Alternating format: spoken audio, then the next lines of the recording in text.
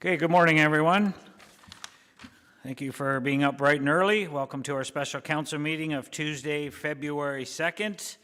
Electronic participation, as per health guidelines.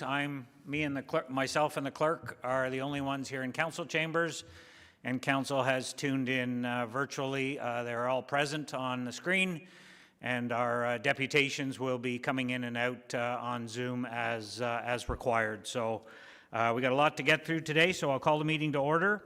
I'll ask for a motion from council, if I can, on the adoption of the agenda, please.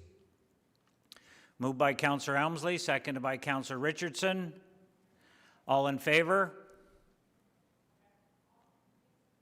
Thank you. That motion is passed. Is there any disclosure of pecuniary interest in anything on today's agenda? Seeing none, I just want to make a quick important announcement. Today is the second day of February, and although it seems this year is already moving quickly, it's important that over the next few weeks we take a moment to pause and reflect in recognition of Black History Month. This month is about educating ourselves by recognizing the ways in which Black communities have been a part of shaping our heritage and identity. It's about honoring the contributions that Black history has made, and it's about acknowledging the resilience and determination that can be seen across the country to continue to work toward a more inclusive and diverse world. Here in Kawartha Lakes, we are currently developing a community safety and well-being plan, an initiative that will focus on the unique needs of our residents and help ensure that everyone has access to the resources they require and rely on. It's about working together to understand further the risks that currently exist and developing partnerships across the city to be able to respond appropriately. Thank you. So what we're going to do today is go through our boards and our agencies. I know Ron Taylor's just going to make a real quick intro, but before he does, I'm just going to ask that let each department do their full presentation, and then we will stop after each presentation to see if there's any questions or discussion before we move on to the next. So I'll turn it over to our CAO, Ron Taylor, for a quick intro. Go ahead, sir. Great. Thank you, Mr. Mayor, and good morning to you, and good morning to council, and to all of our partners that are out there in Zoom. Obviously, it's a unique way of doing business. It's a little bit different than our normal sort of budget deliberations, but I think it's going to be a jam-packed but informative day as well. And so just for the benefit of the public that's either tuning in or will be watching post this meeting on YouTube, today is another in a series of public information meetings that council is hosting with respect to our 2021 budgets. Council deliberated and adopted a capital budget late last year in 2020. And then last week on January 26th, Council hosted the first of a series of meetings, an evening budget information session, which was really to kick off and introduce this year's operating, special projects, and user rate budgets. And it was an information session overview of those budgets and programs. This followed our posting of those budgets, so all of the budgets that you're going to be reviewing today and ongoing during the Christmas holidays and throughout January. We wanted to make sure that they were available for public review and certainly any comment and inputs, and we've continued to do that.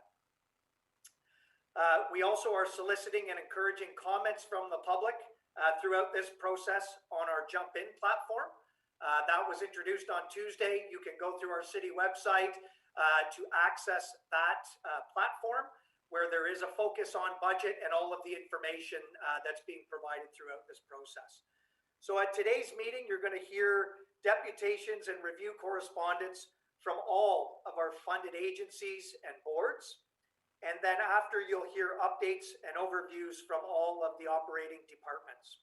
So we've got a jam-packed day today, but again, it will be very informative. Council will formally deliberate these budgets on February 16th. So for the public's interest, February 16th will be the first date for deliberations of the three budgets. And I just want to thank Mr. Mayor on behalf of City and Council. Thank all of our agencies and board partners in advance Because again, with this platform, they're coming and going. We're not able to really connect with them face to face, but their timely budget submissions are certainly appreciated. The detailed information, the 2020 accomplishments that you're going to hear all of them brag about, and especially during a year of a pandemic, I think it's just a great achievement locally through all of our partners and departments. So with that, Mr. Mayor, I'll turn it back over to you for the meeting. Thank you. Thank you for that. Appreciate it. We'll move right into our first presentation, which is item 4.1 from the Haliburton, Kawartha, Pine Ridge District Health Unit regarding the 2021 proposed budget presentation. Dr. Ian Gemmell, there he is, and the Acting Medical Officer of Health, and Angela Vickery, the Director of Corporate Services, I believe are joining us. They are. Can you folks hear me okay? Yes, sure can, Mayor Latham. Yep, okay, we can hear you, so it's all yours. Go ahead. Okay, well, first of all, thank you very much for the invitation to come and meet with you all. It's great to meet with you all. Nice to see you again, Your Worship. I also want to recognize the two members of the board from the City of Kawartha Lakes. That's our board chair, Doug Elmsley, and Councillor Tracy Richardson. And I am delighted to have a chance to just go over with you a little bit about our budget and how we got where we are, and also then about some of the programs and services that we provide, including the work we've been doing on the pandemic over the last year against the coronavirus. So I'm going to be mentioning about how we've been funded over the years, how we got where we are, how it affects our funding today, a little bit about efficiencies, and then, as I mentioned again, as well about the services that we provide. May I just ask, do you folks have paper copies of the budget, or is it all electronic? We have the presentation you're doing up on our screen here, so I guess you're going to go through the presentation, and we have our budget book as well. Okay, that's great. Well, if we go to the next slide, that'd be great. So just to let you know, just a few very brief slides about how public health has been funded over the years and how we got to where we are with this. And until 1998, most programs were cost shared. And what that meant was that the provincial government and the funding municipalities basically, once the budget was approved by the ministry, the ministry paid their share of the agency's budget. Until 1998, it was 75% funded by the province of Ontario. In 1998, you'll probably recall the initiative called Who Does What? And that was when the funding for public health changed to 100% municipal in 1998. And in a way, it's kind of always stayed that way, because at that point in time, the province of Ontario said, we're not kind of going to approve and pay for a budget. We're going to provide a grant to the board's budget, which is fully borne by the municipal taxpayer. But we will give grants from time to time, depending upon how we see things going. And those grants have changed over the years. So just the main point was that in 1998, the full cost of public health was paid by the municipal taxpayer. Next slide, please. Then in 1999, there was a change. I think it was recognized that this was far too great an amount for municipalities to bear. And so the province then decided, okay, we'll make these grants. And they made grants of 50% provincial. There's no obligation for them to make the grants. I think that's one thing I just want to make clear. They normally do, but they went to a 50-50 formula from 1999 to 2004. And it, as I said before, it became characterized as a grant to subsidize the 100% municipal liability. Now, some programs, though, were always paid 100% by the province, and they were ones that I think historically the province wanted to have happen. They didn't want local boards to balk about them, so they just said, we're going to do it. Next slide, please. Then came SARS, and in 2005 and beyond, under, I think it was George Smithen was the Minister of Health at the time, the province increased its share annually. And because of the changes in the calculations, by the Ministry of Health.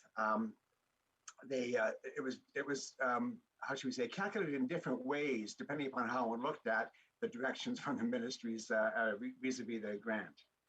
And so the cost share began to vary from board to board across the system, and it ranged in Ontario from 60-40 in some places, 60 being the provincial grant, to 75-25. And that was existed until 2019 when the Ford government then looked at another way of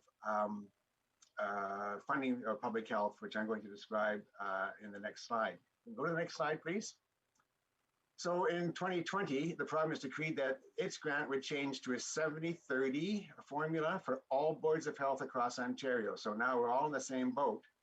But the thing that really was problematic for boards, I mean, we tried to find efficiencies to address this 5% change, but what really made the difference was, for the first time in history, the programs that were always paid 100% by the province of Ontario all of a sudden became under this 70-30 formula. And so that became a huge liability, a huge shortfall for the boards of health. And the change then therefore decreased the grant from the province significantly. And the overall shortfall for the board initially was over $1.2 million. I'll go to the next slide, please. We should be on slide, I think, 6 now. So I'm seeing slide, oh yes, there we go. Thank you very much. The province did help out with this hit in 2019 and 2020 by making a special grant based on the difficulties for local municipalities and the levy that the Board of Health applied to the local taxpayer of almost $775,000. But the grant was not enough to make up the difference. And the board was forced, as you know, to apply a 10% increase to the local taxpayer in those 2 years. Next slide, please. So these conditions still apply for the board's budget in 2021. The fact that we're dealing now with these 100% programs that were funded in that way by the province of Ontario, and now are being included in the municipal taxpayers' liability with a grant of 70%. I should also mention that the board has already approved an increase for the 2021 budget to the levy on the municipal taxpayer. And it's been, I think, really important to say that it's been precipitated by the province. This is a provincial initiative. The Board of Health did not initiate this, nor did it really feel it was a very fair way for this to be applied not only to the Board of Health, who then has to increase the levy on the local taxpayer, but also on the local taxpayer. So it's also, I think, important to note that the programs and services that I'll describe to you in a moment or two are actually required by law for the board to provide. So we've got this requirement to provide the services, and yet they're saying now we're decreasing our grant to boards of health. So go to the next slide, please. So just so we know the numbers, the additional amount, because of this 10% increase that has been approved by the board for 2021, and it applies to all 3 of our funding municipalities, or as they say in the legislation, obligated municipalities. The amount for CKL is just over $200,000 for the taxpayers of the city. And this amount, I just want to reiterate, is a levy on the taxpayer, not actually on the city per se, but on the taxpayer, made after careful consideration of an already lean budget. And I'll tell you about some of the efficiencies in a moment or two. The obligated municipalities that are named in the Health Protection and Promotion Act, of which City of Kawartha Lakes is one, are required by law to collect this additional levy on behalf of the board. And it's sort of much like, if you can think of it in the way that there's a levy by the school boards that then is also collected by municipality for the school board. And we'll go on to the next slide. I hope that was all clear about how we got to where we are. And this is not a really happy news for anybody, but it is something that I think we're all living with because of the action in 2019 by our provincial government. So just some of the things that, so you know that we've looked at the budget carefully over the last few years. We've reduced our headcount by 6 FTEs to attrition and retirement. We've closed an office. We've reduced square footage in another office in Lindsay, and we've renegotiated the lease.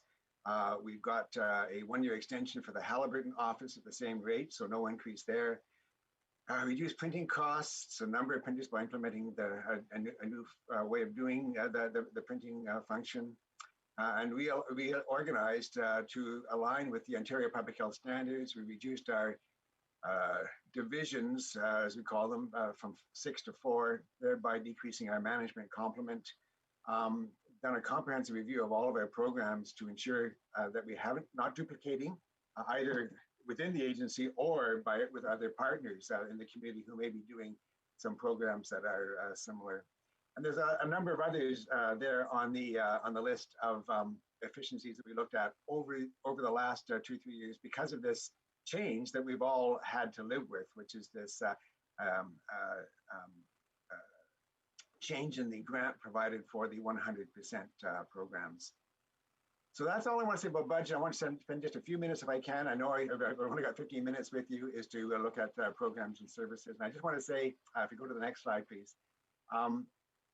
Just to say that our programs and services are based on what they call the Ontario Public Health Standards. And these are, it's one of the few jurisdictions actually in public health that does have such standards. And these are the programs mandated by law that must be provided by the boards of health across Ontario.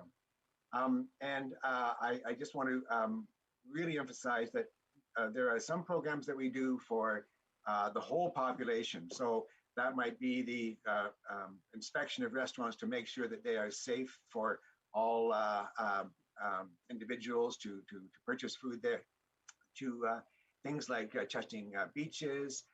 So there's broad services that apply to the water testing, for example, well water testing.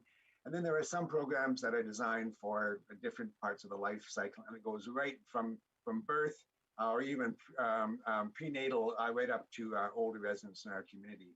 So mothers, infants, and children, we have programs in schools for young adults, older residents, a very broad group of programs. And there's actually so many things in the Ontario Public Health Standards I can't really tell you in the short time I have about what they all are.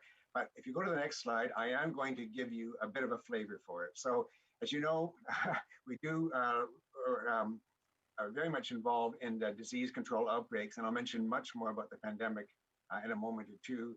I mentioned about some of the communicable disease control things, like such as animal bites, testing beach water, monitoring for Lyme disease and West Nile virus, providing immunization to students. In schools, we immunize ourselves against human papillomavirus, which is one of the causes of cervical and other cancers, hepatitis B, and meningococcal as well. Go to the next slide. So our staff is in vaccine preventable diseases is very much involved in maintaining and tracking immunization records, because it's one thing to put a vaccine into arms, but it's another thing to know how many people are protected, who needs to have additional vaccine, these sorts of things. We have got dental programs, dental screening for the kids in schools, but also dental programs. There are two that we run now, which were 100%, but now are in this cost-shared situation that we're dealing with.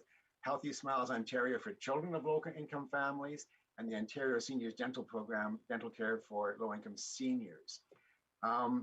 The programs also address expectant parents, the prenatal classes, and so on. Home visits for mothers with new babies to help them to get the best start with a new baby in the household. Programs to reduce the risk of overdose, which is a big news item these days right across Canada. And I mentioned the inspection of restaurants. Next slide, please. And just so you know, we're also doing some other programs in schools, such as the vision screening for kids. We provide safe food handling courses for the people who work in restaurants so that we know that they understand the principles of safe food handling. information on nutritious meals for people with lower income, as I mentioned, prenatal programs, and promoting breastfeeding and supporting women and in feeding within newborns. Next slide, please. So the last thing I want to just mention to you is that for the last year, about 80 to 85% of our staff have been fully dedicated to the response to coronavirus. This is something that was not predicted and has changed everybody's life. As you see, we're meeting by Zoom today, whereas normally we would have been meeting in person. And the response is multi-pronged. One of the most important things we do is the case and contact management. So every single case that is reported to us, and that's normally through the laboratory testing that is done, we interview, we ask them to be in isolation, we ensure that they're in isolation, we ask them for their contacts and ensure that their contacts are in quarantine. And this is we have one entire team whose only job is to ensure that the cases are in isolation for 10 days, because that's the period of communicability, and that the contacts are in quarantine for 14 days. That's the incubation period. And if they get through that without developing symptoms, we know that they were not infected when they were exposed. We've been managing a number of outbreaks, and I'm sure you've heard about many of these. I think we have about 6 or 8 going on at the moment, long-term care and jails and hospitals. This has been another very labor-intensive activity that we've been involved with. And we have another team whose job is just to manage the outbreaks, to work with the staff of the institutions to get all the infection control points in place so that we can contain the spread to the greatest degree possible within the institution. And then we provide information on the pandemic via our website. It's there for you. Working with community partners, including schools, yourselves, municipalities, childcare centers, people who work with migrant farm workers, hospitals. There's so many players in this, and it's very difficult because things change so rapidly, keeping everybody up to date, but it's something we make as a priority. And I can tell you a couple of things. Number one, we've convened well, I just mentioned that the vaccine is the next thing. And to me, it's the bright light at the end of the tunnel. This is, I think, what's going to be a game changer and get us sort of back somewhere towards normal. We had our first meeting yesterday of our vaccine advisory committee.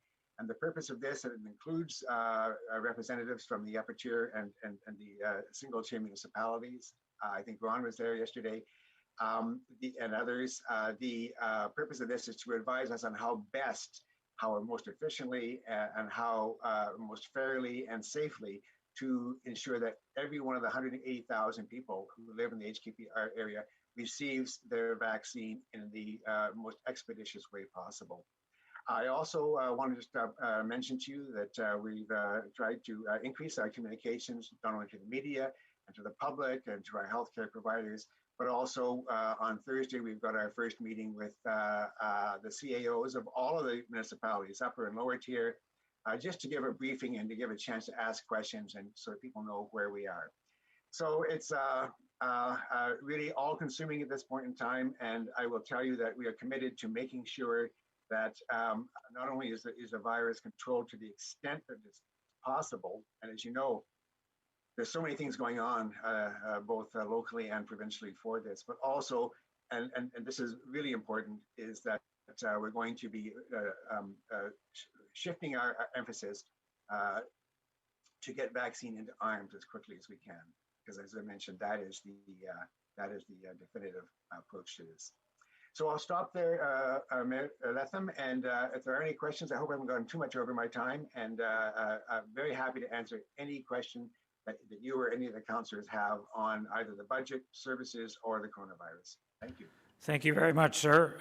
Very much appreciate the information.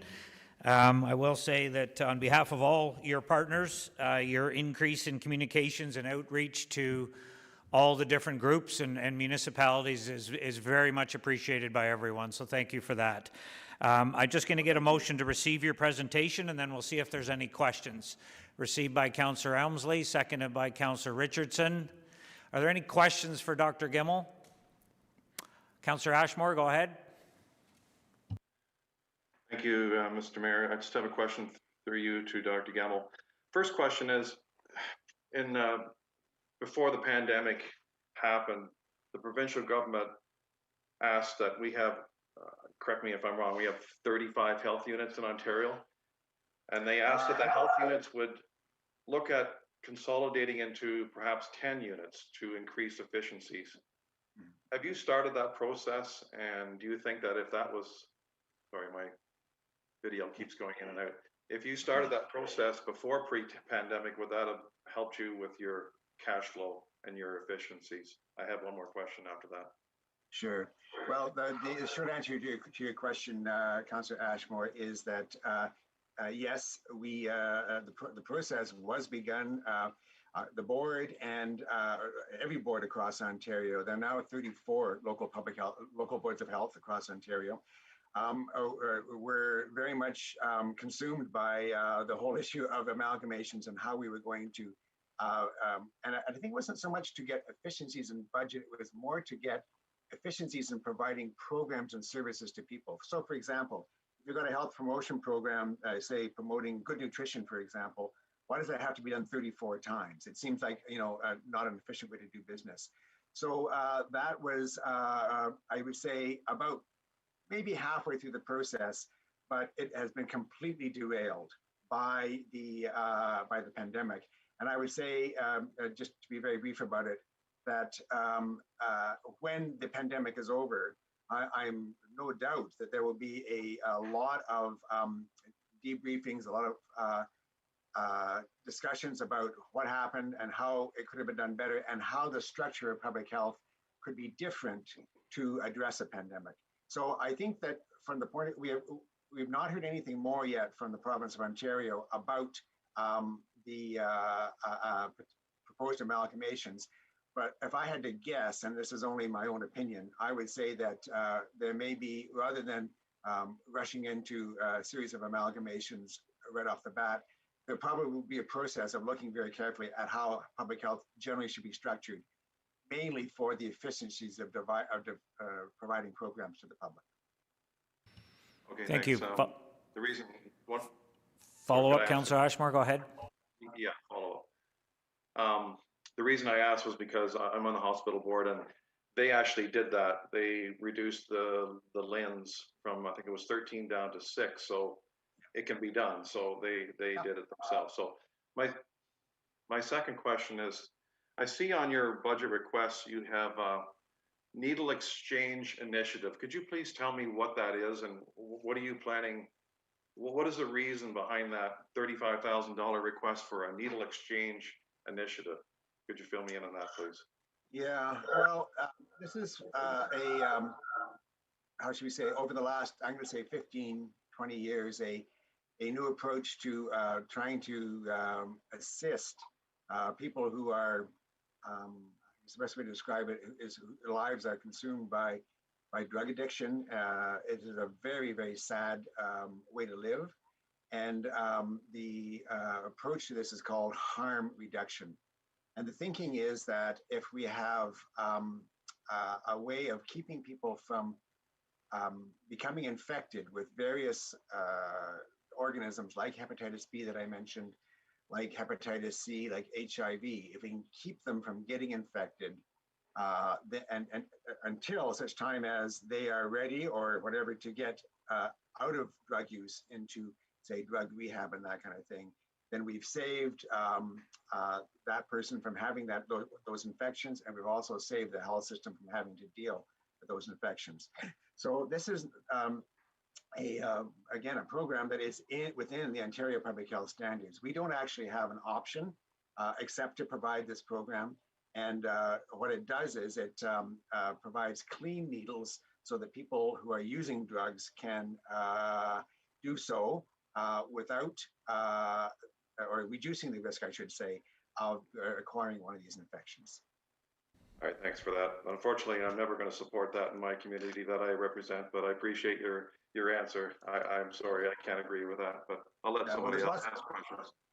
There are lots of opinions about it, and I think that looking at how we deal with drug use to prevent people from starting to me, is the best way to go. That would be my bias. Thank you. Councillor Dunn, you had a question?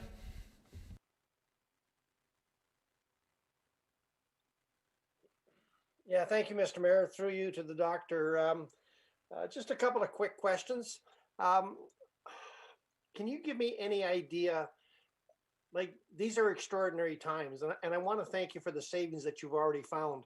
Of the 19.8% increase in funding or funding requests, can you give me any idea of how much of that is directly in response to the COVID crisis?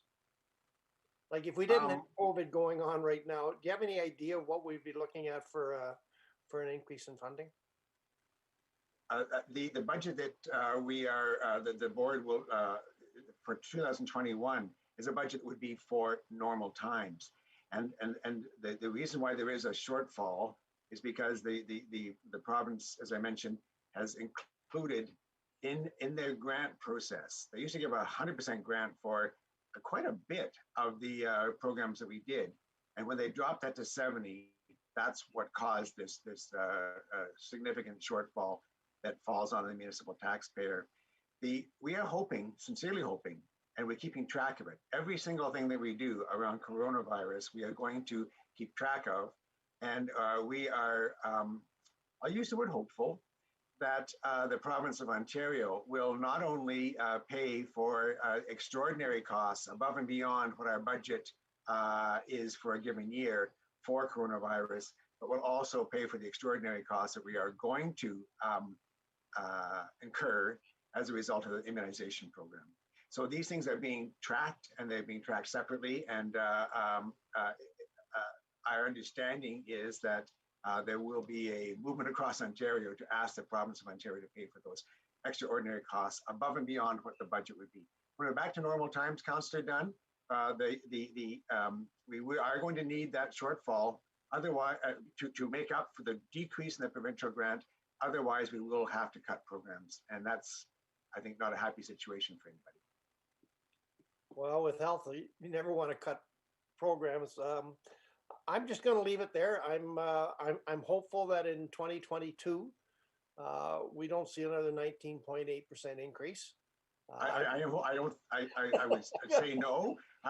It's one thing to get a hit like this as a one-off, and I would not want to be so bold as to try to continue this process. But I think my understanding is that this budget difficulty over these couple of years is going to then go to a steady state. Okay, thank you very much. And just to show you that there is a variety of opinions, I believe in saving lives any way we can. And I do support a needle exchange program. I think it's just one way of saving lives because they count too. Okay, thank you very much for that comment. Thank you. Councillor O'Reilly, go ahead. Just a quick question, Dr. Gilmore. Thanks very much for the presentation. I believe you said that 80% of staff time now is going towards the coronavirus, and now you have certainly the complication of rolling out the vaccine as well. Do you feel as though you're still sufficiently able to participate or provide the other programs at a fairly high level? Councillor O'Reilly, we've identified a very a small number of what we call essential programs that we are going to continue to provide. Babies continue to be born, so the mother and infant programs are continuing.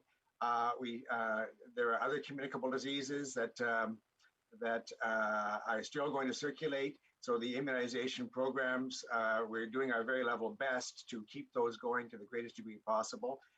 We're not able in the immunization programs to do the same kind of how should we say, monitoring and notification of families that they're out of date. They're going to have to do that themselves. But once we get back to normal times, then we will be resuming that so that people will be helping people to make sure that their other immunizations are up to date. But they're still, those other vaccines are still being provided primarily, I guess, at this point in time to family doctors. So there's a very limited number of programs that are still ongoing. And I'm hopeful that by this time next year, or maybe even earlier, maybe even by the time the next school year starts, that we will also be able to ease off on the things we've been doing and on coronavirus and start doing these Ontario public health standards again. I was very pleased last night. I just saw a headline on the news and one of the channels saying that in Israel, who's, as you know, very far ahead with their immunization program, they're farther ahead than anybody else in the world, they're starting to see coronavirus numbers fall. And it's one thing for them to fall because we don't let people go visit each other, and we don't let people shop, and we don't let people, have fun. That's one reason that we can keep it at bay. But we have to keep those restrictions in place forever. It looks like the vaccine will allow us to get back to a normal life, and we can reduce these restrictions because the vaccine is protecting us. That's where we want to get to. That's my goal, my vision for this year. Thank you. So you said September. We're going to hold you to that, Dr. Gemmell. So we'll call you back in September. Well, that's actually good for me because the board has chosen Dr. Natalie Bocking as Dr. Noseworthy's successor, and she'll be here in September, so I won't have to answer the question. Sounds good. Thanks. Dr. Bocking on how to answer them. I got another last question, Councillor Seymour Fagan. Go ahead. Yes, hi, thank you. So just on the needle exchange, so how are we going to ensure that the needles are distributed properly and disposed of properly? Is there like any tracking on this? Well, this is a question that's been going on for a long, long time. And I guess what I'd say is that if you decide that you're going to give out needles, you have to have some things in place to get them back off the street. And I would say that I would not be, I think it'd be not accurate for me to say that every single needle that goes out gets collected, but that's the goal. No system's perfect, but the goal is, and we do wherever we can to ensure that when needles go out, that needles come back in. We encourage it. We make needle disposal kits available here and there. I don't actually have all that information because I'm sort of new to the territory, but that's the principle behind the needle exchanges, to get needles in as well as giving clean needles out. Okay, thank you. Because I know that in our community buildings, they end up down into our plumbing and they're in our parks. So Oh boy. I don't know if we're responsible at that point if we're handing them out. Well, there's a variety of sources for needles in the community. I know that the needle exchange programs have become, certain people will start to rely on them. And of course, when we provide needles to people, that's the kind of thing we ask them not to do. Of course, we're not there when they're using the drugs, so you never really know what's happening with them. But the very strong recommendations is that they be, we're doing you a service. That's our part. Your part is to dispose of them properly. Okay. So I can't guarantee that they're 100% being disposed of properly. Okay, thank you. Thank you. Any final questions? Okay, we have a motion to receive the presentation. I'll call the question. All in favor? That motion has passed. Thank you. Thank you, Dr. Gemmell and Ms. Vickery. We appreciate you taking the time to share the information with us, and look forward to working together in the future. Thank you. Well, thank you so much for having us, and all the best to all of you. Take care. Keep well. Thank you. We'll Well, move down to absolutely. item 4.1.1. I know Ms. Vickery's probably going to stick around in case there's a question, but we have a couple of correspondence items. So I need a motion that the correspondence from the Haliburton Kawartha Pine Ridge District Health Unit regarding 2020 levy in arrears be received and referred to staff for review and report back at the February 23rd, 2021 regular council meeting for consideration. Can I get a mover and a seconder for that, please? Moved by Councillor Yeo, seconded by Councillor Elmsley. Thank you. Any questions, comments? Call the question. All in favor? Had a question? That motion, Had a question, okay. please. Question, Councillor Ashmore, go ahead. Yeah. Given that there's a lot of questions about this needle exchange program, I'd really like to see exactly where they're going to be putting these exchange sites, because I'm very concerned, and so are a lot of people in the public. I'm not happy with it. I'm not the only one, and we've seen that there's some questions here.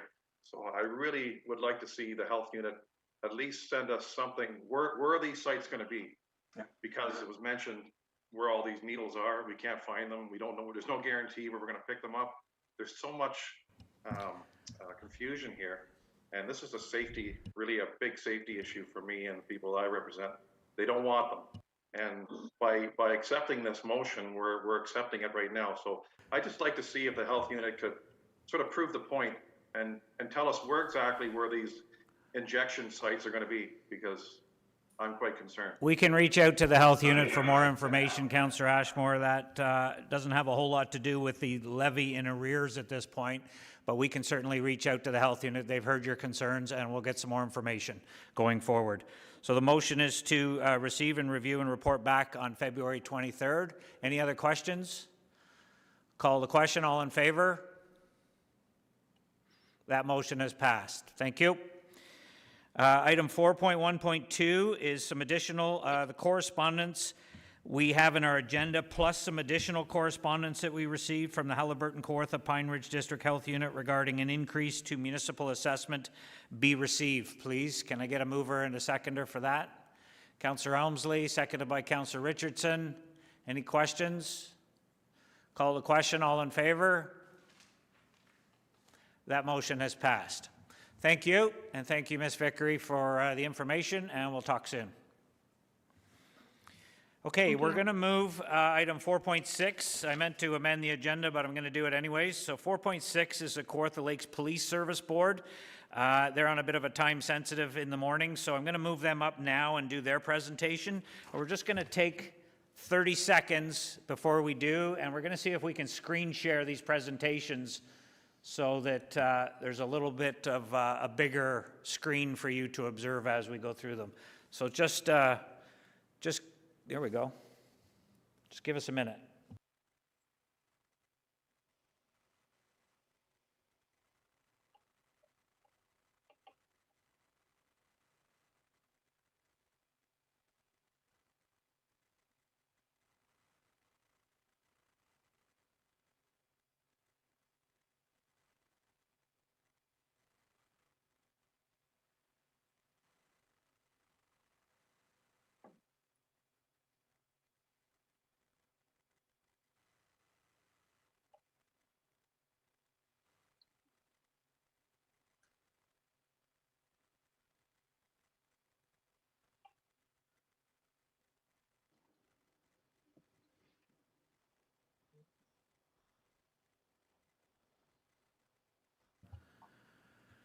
So Councillor Elmsley, you're on there. Can you just confirm that that's coming up on your screen as a little easier to read? Yep. Thank you. I'm seeing a thumbs up, so let's go with that. So we'll move to item 4.6, which is the Kawartha Lakes Police Service Board 2021 proposed budget presentation. Mark Mitchell, the Chief of Police, are you there? And I think Don Thomas, the Chair of the Police Services Board, are both going to join us this morning, I believe. But there's Chief Mitchell. Can you hear me, Chief Mitchell? Good morning, Mr. Mayor. I can hear you. Good morning, Mr. Mayor. I'm online as well. Yeah, we can hear you. So go ahead whenever you're ready. Thanks very much, Your Worship, and members of council for taking this budget estimate presentation once again this year. I must take the opportunity to thank Chief Mitchell, his management team, and all staff members for their work on this budget. Always a spirit of cooperation, but sometimes spirited discussion in the development of this document. I think you'll recall for the years 2019, 2020, Council had asked us to present a budget with a 0% increase. And the board was willing to do that in the last 2 years. This year we have included $225,000 from our capital reserve fund to present to you a budget that is increased at 1.49% over the 2020 budget. So if I could have the next slide, we will go through the budget areas and what's increased and what's decreased to get us to our final figure. If council will just bear with me, I'll go through each area fairly quickly. The first one that deals with police grants. You'll see that we are receiving about $100,000 less in 2021 than we did in 2020. And that, of course, is provincial grant money that has been reallocated, and we don't see as much as we once did. The 2020 figure that was in there also included a one-time funding for cannabis legislation, legal transition funding, and that, of course, was a one-time figure. Under police administration, you'll see a 22% or almost a 22% decrease in that. And this is the area where our capital offset of $225,000 has been inserted. The next area is the Police Service Board, 28% increase. It sounds huge, but in fact, it's only $13,500. And that particular money is going to conduct a public consultation process that is underway now. Our last public consultation was in 2013. And of course, the results will shape the delivery of the police services in the future. This is a one-time project and won't appear as a reoccurring budget expense. Police operations, there's a 2% decrease at police operations. The one big thing under that was our loss of about $440,000 in funding from the provincial government for 3 full-time officers that were employed at the Central East.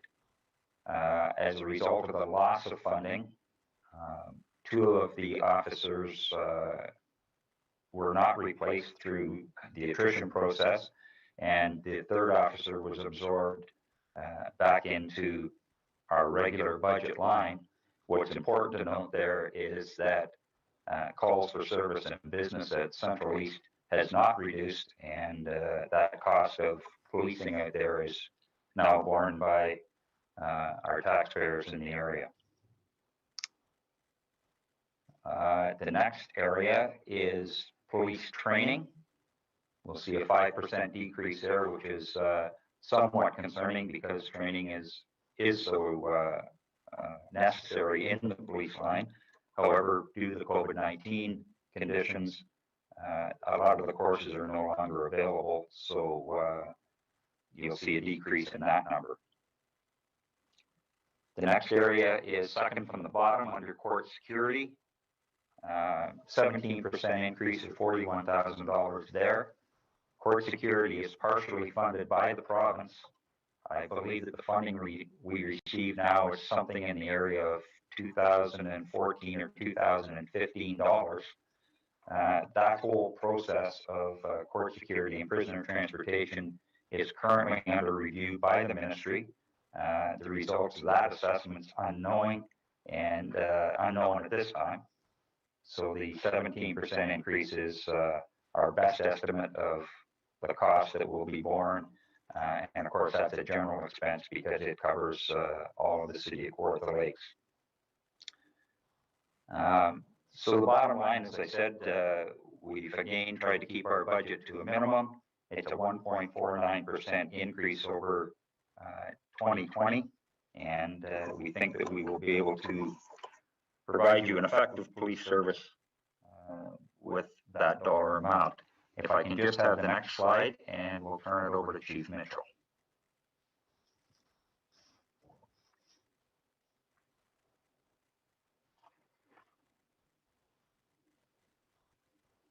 That slide represents our capital budget. You'll see our computer line is higher than normal. I can speak to that further if needed. If we can go to the next slide, please.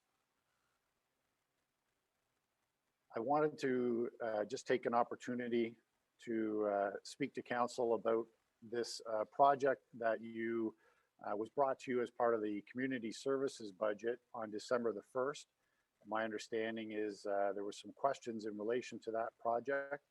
I just wanted to provide a little bit further background. I know that Director Shanks is on the line and can speak to this as well. With regards to the renovations to the property room, I can advise that That space was never really intended as a workspace. However, as property management has evolved, we have created a workspace in that area.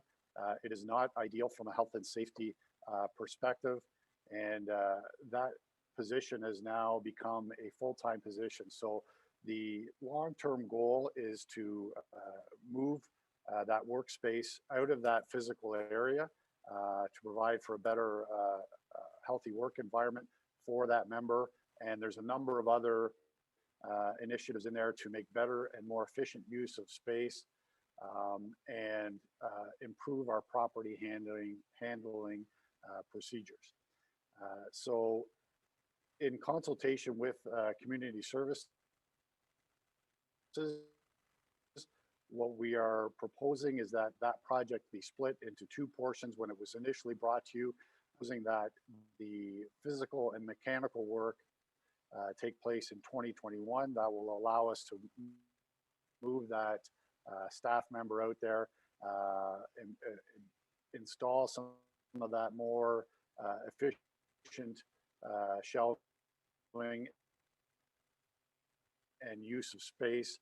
And then in 2022, can more safely handle some of those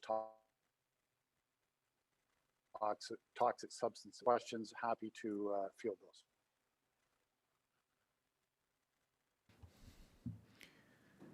Okay, thank you. You're just breaking up a little bit there, but I think we got the gist of it. The screen, can you pull that down now, Madam Clerk? There we go. Thank you. I'll just get a motion to receive the presentation, and then we'll see if there's any questions. So moved by Councillor Dunn, seconded by Deputy Mayor O'Reilly. Are there any questions regarding the... Councillor Dunn, go ahead.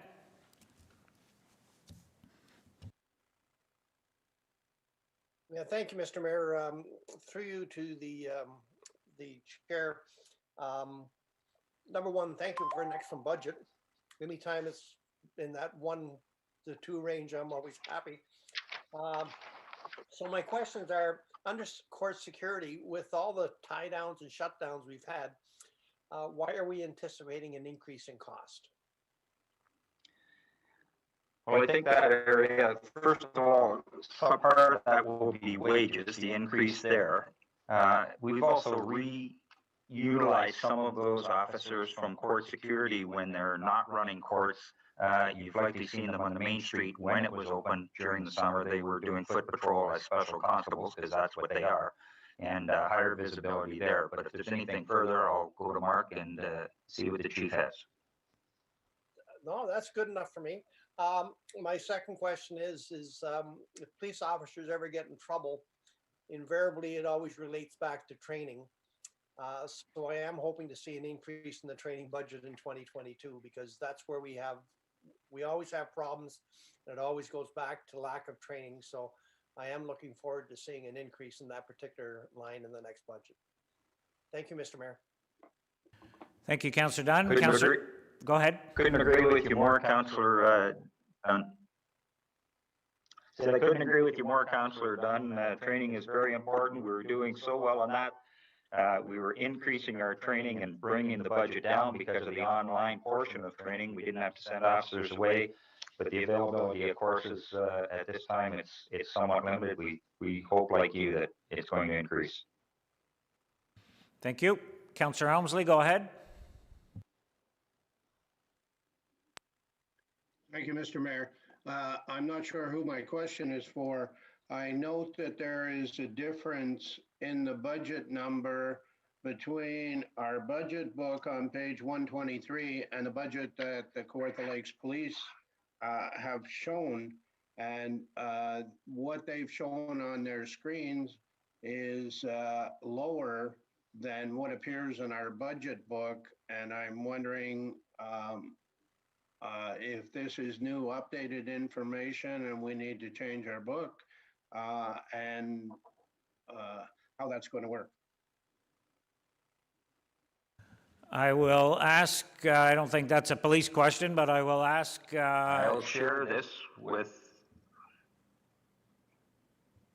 I will ask Director Stover if she can come on the line, and maybe she can give us a little bit of a heads up on why those numbers are differing at this point. Hello, sorry to catch you off guard there. Can you update us on why the budget book is not matching up with the numbers presented? I actually am going to defer that to our treasurer, who's also on the line. She was involved in this preparation of this budget. Through you to the mayor. Actually, the reason why its budget is different is that the police board, sorry, my video's off. The police board gives us their budget, and then there's an extra amount for the building, which is in the community service budget. But because the Kawartha Lakes Police Service is area rated, we keep it within the police budget. When they report, though, they report without the building, and we add the building on to our budget. There you go. That actually makes sense. Thank you. Yes. Councillor Helmsley, you good with that? Which number are we using? The budget book. Yes, the budget book. Yeah. Okay, thank you. Thank you. We have a motion to receive. Are there any further questions for the chair or the chief? Okay, I'll call the question. All in favor? That motion has passed. Thank you. I will ask for a follow-up motion on the proposed physical and mechanical work for the building that we deferred from our capital budget. So I'll just ask for a motion that we forward as a decision unit to the February 16th budget discussions, the $231,530 as a decision unit with a funding source, and then we can, when we have the whole picture, we can discuss it there. So if I can get a mover and a seconder for that, then we can go from there. Deputy Mayor O'Reilly, seconded by Councillor Yeo. Any questions on that? I'll call the question. All in favor? That motion is passed. Thank you, and thank you, gentlemen, for sharing with us today. We appreciate the update. Have a great day. Thank you. Good luck. Thank you. Thank you. Okay, we'll go back to our regular schedule. So item 4.2 is the Lindsay Downtown Business Improvement Area, the BIA 2021 proposed budget presentation. We've got it up on the screen. I believe Melissa McFarland and I believe Steve Podolsky's joining us as well. Can you folks hear me? Yes, thank you. Good morning, Mr. Mayor. Good morning. We can hear you, so please speak loudly and go ahead. Okay. Well, thank you very much again to yourself and council for allowing us to present our budget for 2021. As you're all aware, it's been a difficult time for small business in our downtown by the ongoing pandemic. Construction, we have understand it is and we consider it short-term pain. For long term, it is nonetheless very disruptive to our membership. Construction Street has been completed and it does look fantastic. We are optimistic with the remainder of downtown being completed over the next couple of years that small business will return and downtown Lindsay will flourish and our residents and visitors will love and appreciate the finished product. On behalf of the BA City of Kawartha Lakes Public Works Department and the Parks Department for their continued support of our organization and representatives. And more recently, with all the construction going on, the engineering department, who has been working in term of construction, and I must say their communication has been excellent. And just one other thank you. We'd like to thank the city's Economic Development Department for continuing on with the Shop Local campaign to further assist our this community. And the more everyone understands that local or goodbye local mentality, we will all, with our presentation of our budget, I'll just turn it over to our Executive Director, Melissa McFarland. Thank you. So on the very first slide, there is an overview of our organization. I think everybody's probably pretty familiar with us at this point, but we are talking about our fiscal year runs January 1st to December 31st. Board, of course, of the City of Kawartha Lakes Council, businesses anywhere between 150 to 160 at any given time. In the Lindsay, we do a few things in general, sort of a very brief overview, act as an advocacy group on behalf of our downtown businesses. We oversee the beautification, improvement, and maintenance of the downtown, coordinate marketing and special events to promote the downtown, and overall strive to maintain and improve the economic prosperity of the downtown. So those are the things that we're generally working on. And on the next slide, you'll see generally how we're funded.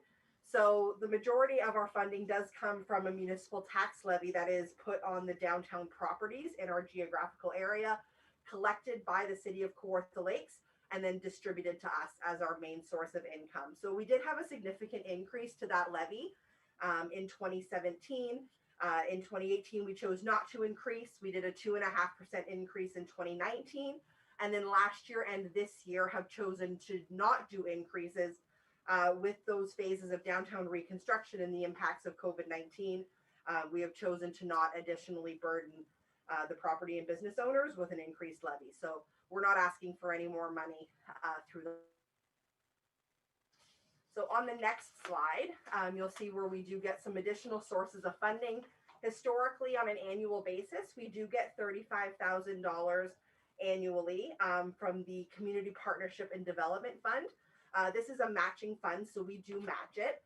We actually exceed that amount. That goes for beautification expenses in the downtown, and I'll talk about that, where that goes in the next slide. Usually we get about $4,000 annually to hire someone for the Canada Summer Jobs Grant. We get between $8,000 and $9,000 annually back from our.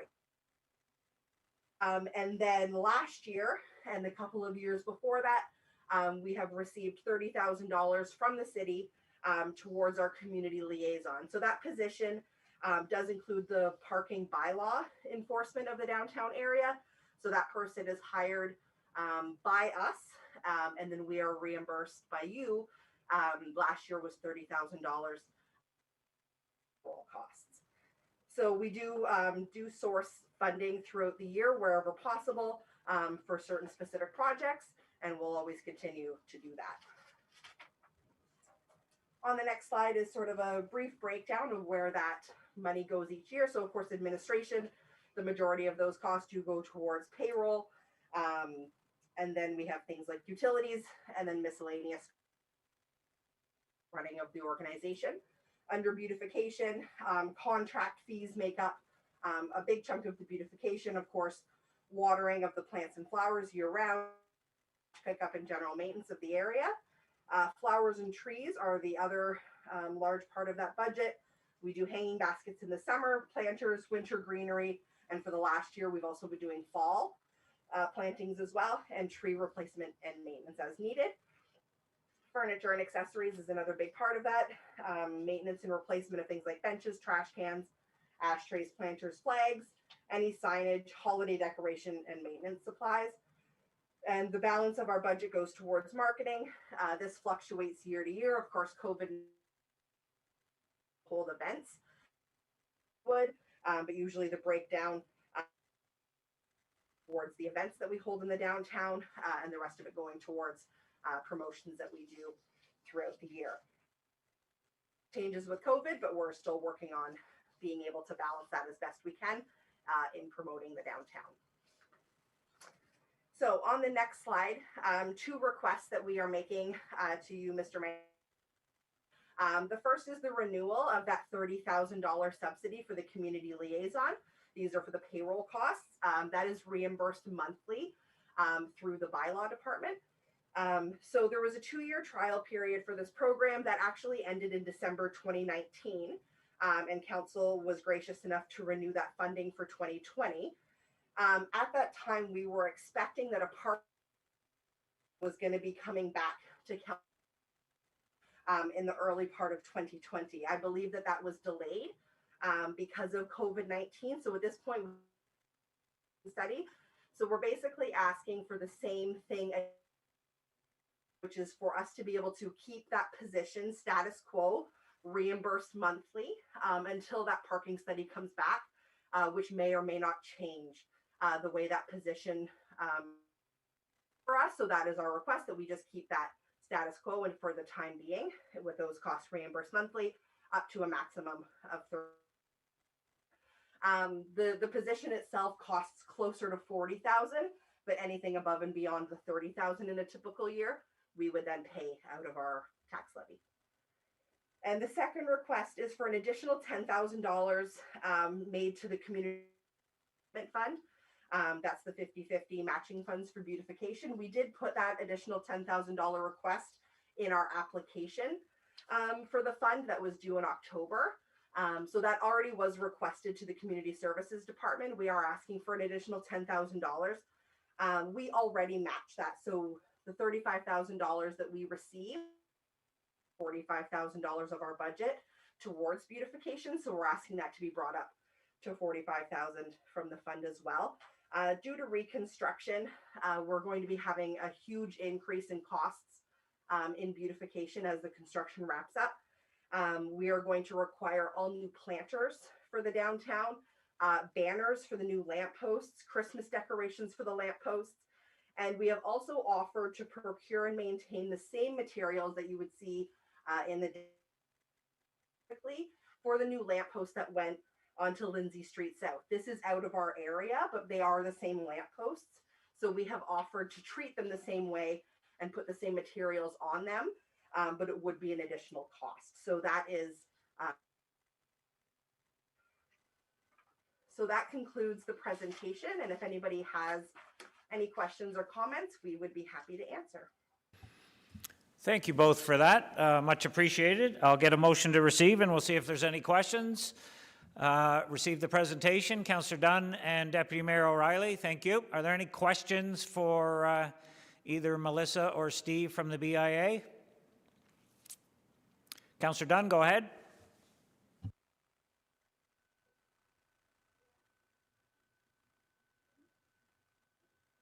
We can't hear it, Mr. Mayor. You're on mute, Councillor Dunn. There you go. No, that's fine. I have no questions, but I will have a follow-up motion once the receive is dealt with. Thank you. Question, Councillor Ashmore, go ahead. Thank you, Mr. Mayor. Through you to Melissa. There was a motion made by Mayor Letham, and I think there was unanimous agreement to it last year about snow removal for the downtown. Improve snow removal. Given the fact that you have all the fences and the netting from the construction, I don't know how they do it, but have you had really good cooperation with Public Works to help us out, help the businesses out, especially when you have that fence and people, you know, you're trying to track people to go into stores, and it's difficult enough as it is, but how has that been, the snow removal? I know we haven't had a lot of snow so far, but the increased and better snow removal for the businesses in downtown Lindsay. Yeah, through your Mr. Mayor. Yes, the increased snow removal, thank you very much for that. That came through council. Public Works has been amazing. We have a really great relationship with them. They have been more than receptive to any of our requests. The snow removal, we have seen that improvement. Snow removal within the construction zone is actually taken care of by the contractor, and then maintaining those sidewalks within the construction zone, which has been really appreciated as well. So our community liaison, who does take care of parking enforcement, those are the things that he keeps on top of as well. So he's always in the downtown. He's in constant communication with Public Works. A representative from the Public Works Department attends one of our meetings on a monthly basis, and they've been absolutely wonderful to work with. So everything's great on that front. Thank you. Any further questions on the motion to receive? Seeing none, all in favor? That motion is passed. Councillor Dunn, you have a follow-up. Go ahead.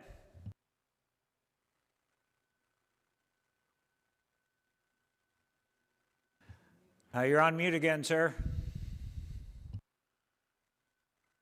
Once you shut me up, there you go. I just can't get talking again.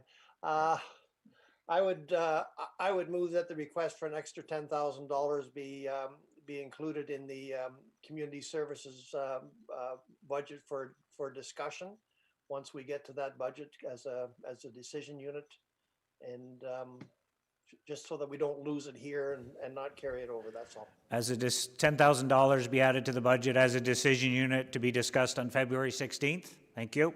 Moved by Councillor Dunn, second by Deputy Mayor O'Reilly. Do you want to speak to it, Councillor Dunn? We've been funding at the lower rate for years. Beautification of the downtown is also a city issue, and the BIA has picked up the additional cost, and I think it's appropriate that we discuss increasing our portion of a 50-50 budget to the full 50%. That's all. Thank you. Deputy Mayor O'Reilly, do you want to speak to it?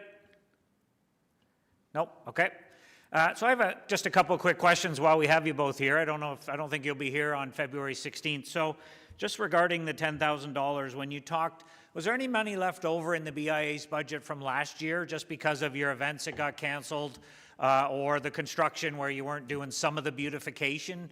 Or I guess in a way the events are probably fundraisers, but was there anything left over in the budget is my first question. And the second question, if the downtown is going to be mostly under construction for this year regarding, hanging flowers and stuff, I mean, I think you're going to be limited in certain areas. Could that portion of the hanging baskets not be applied to Lindsay Street South for this year anyways, and then pick up the difference next year? So I'll just two quick questions there if you don't mind while we've got you both. Go ahead. Thank you, Mr. Mayor. Yes, we did have a little bit of money left over, which we have already in other budgets that we've sort of promised to the earlier part of this year. Beautification, we ended up actually meeting the budget completely. I think we were just a couple $100 over in 2021 or in 2020. We had to sort of think on our feet a little bit throughout the year without knowing exactly how many lampposts we were going to have left over.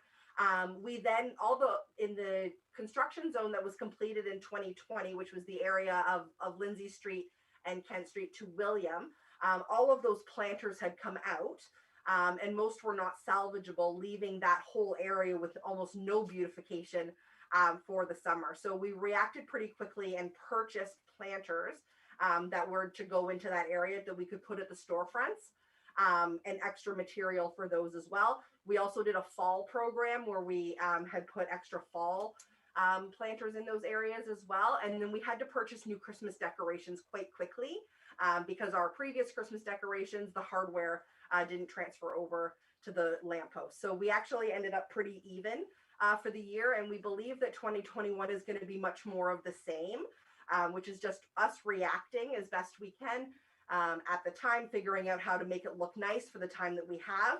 But we're also looking to the future now. So as Kent Street wraps up this year, we're going to be looking into permanent planters, new banners, and things like that, especially for the lampposts, because none of the hardware was interchangeable with the old ones. So we do anticipate that this is going to be a more expensive year than last year was. That makes perfect sense. Thank you for that. A few less costs in certain areas, but a few increased costs in other areas. So thank you for that clarification. Just before we vote on this, Councillor Dunn, I want to get maybe the treasurer, if we can pull our treasurer back. I just want to confirm that the $30,000 subsidy for the community liaison, I'd like to know if that is included in the operating budget already, or if that needs to be a decision unit going forward as well. So I don't know if that's our treasurer or community services, but could somebody offer me some clarification just before we leave this section? Hi, Caroline. Thank you. The treasurer. I'm going to defer to Craig because I believe it's in the community services budget. It's not in corporate items. Thank you. Director Shanks, are you there for a quick sec? Hello, Mr. Mayor and Council. How are you? I'm good. How are you? Quick question. Is that $30,000 subsidy for the community liaison? I know that was expired in 2020. Has that been included in the budget that you've brought forward, or do we need to put that forward as a decision unit? through you, Mr. Mayor, to all of council, I will have to apologize because that is not in our budget, and I don't believe it was in our budget last year either. So I understand what Ms. Daines is saying, but I don't believe it falls within the community services budget. Certainly the Community Partnership and Development Fund, that additional $10,000 request that will be talked about on February 16th will be community services related and within our budget, but not the community liaison and enforcement from the parking perspective. Sorry. Thank you. I think the CAO's got some clarification, so go ahead, Ron. I could, through you, Mr. Mayor. So that is actually contained within the municipal law enforcement, so the CAO's department budget. And it is an annual expenditure, and we have included 30,000 in the operating budget there for the reimbursements for that continuation. Perfect. That's all I wanted to know. Thank you. So the motion is for a decision unit for the 10,000 for the Community Partnership and Development Fund to go forward to February 16th. So that's the motion. I'll call the question. All in favor? That motion has passed. Thank you both for joining us. We appreciate it very much, and we'll see what we can do on the 16th when we deliberate the budget. So have a great day and stay safe. Okay, thanks, Mr. Mayor. Thank you. Thank you. We also have correspondence from the Lindsay Downtown Business Improvement Association 421 regarding the 2021 budget. So I also need a motion that that be received as well. Sorry, can I get a mover for that? Councillor Deputy Mayor O'Reilly and Councillor Elmsley, all in favor? That's passed, thank you. And then we'll move down to item 4.3, which is Kawartha Conservation 2021 proposed budget presentation. Mark Mahowski, Chief CAO, Chief Administration Officer, is going to join us. Are you there, Mark? Yes, I am. Just getting my video and microphone up and running. Can everyone hear me, see me okay? We can hear you just fine. I'm sure we can see you somewhere, but we've got the screen share up, so I'll just ask that you go ahead and do your presentation, and then we'll take it down and see if there's any questions. Go ahead, Mark. Yeah, perfect. Thank you. Thank you, Mr. Mayor, Deputy Mayor O'Reilly, and members of council. It's my pleasure to present to you our 2021 budget this morning to you, as well as a couple of highlights from 2020, the year past. I also like to recognize Councillors Dunn, Seymour Fagan, and yourself, Mayor Letham, as members of our board for your support and guidance in our programs and projects. If we move to the next slide, you'll see the budget process that kind of outlines on how we get to a approved budget in the end. It does follow a process as outlined in the Conservation Authorities Act, and we are in this 30-day circulation period. The Board of Directors want to present a responsible budget to our municipalities, given some of the pressures that we've all been experiencing as a result of the pandemic. And so the board approved this budget on January at the board of directors meeting, with a anticipated vote in March at a future board of directors meeting. That will be a weighted vote. If we move to the next slide, please, you'll see the proposed budget and the various components that comprise the various elements that make it up in terms of the revenue side. So there is operating levy, projects and service agreements that all come from municipal levy or levy requests. And the operating general benefiting follow an apportionment formula that's provided by now the Ministry of Environment, Conservation and Parks, and that looks at assessment value in all of the watershed municipalities, and then our operating general benefits are divvied out accordingly. Special project levy and service agreements are relative to a specific municipality or to multiple municipalities, whichever municipalities are benefiting from those projects. And you'll see all four of those in the budget coming up.